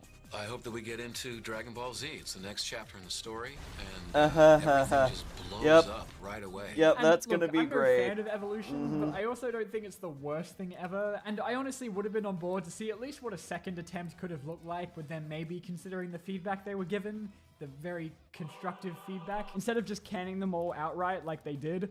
Oh well, maybe it was for the best. Of all these sequels though, I don't think there is a Wasn't gonna be greater missed good. opportunity than the planned continuation for Gladiator, which sounded like it was going to be the most ridiculous movie ever made. Some earlier ideas that were thrown around were about Maximus's son 15 years later after the events of the first, and another at some point that was going to be about Maximus being I'm gonna brought go bust out that, Mexican Coke I bought. Oh, wait, what the fuck? I forgot to turn... Oof. I forgot to, turn off the Restream stream.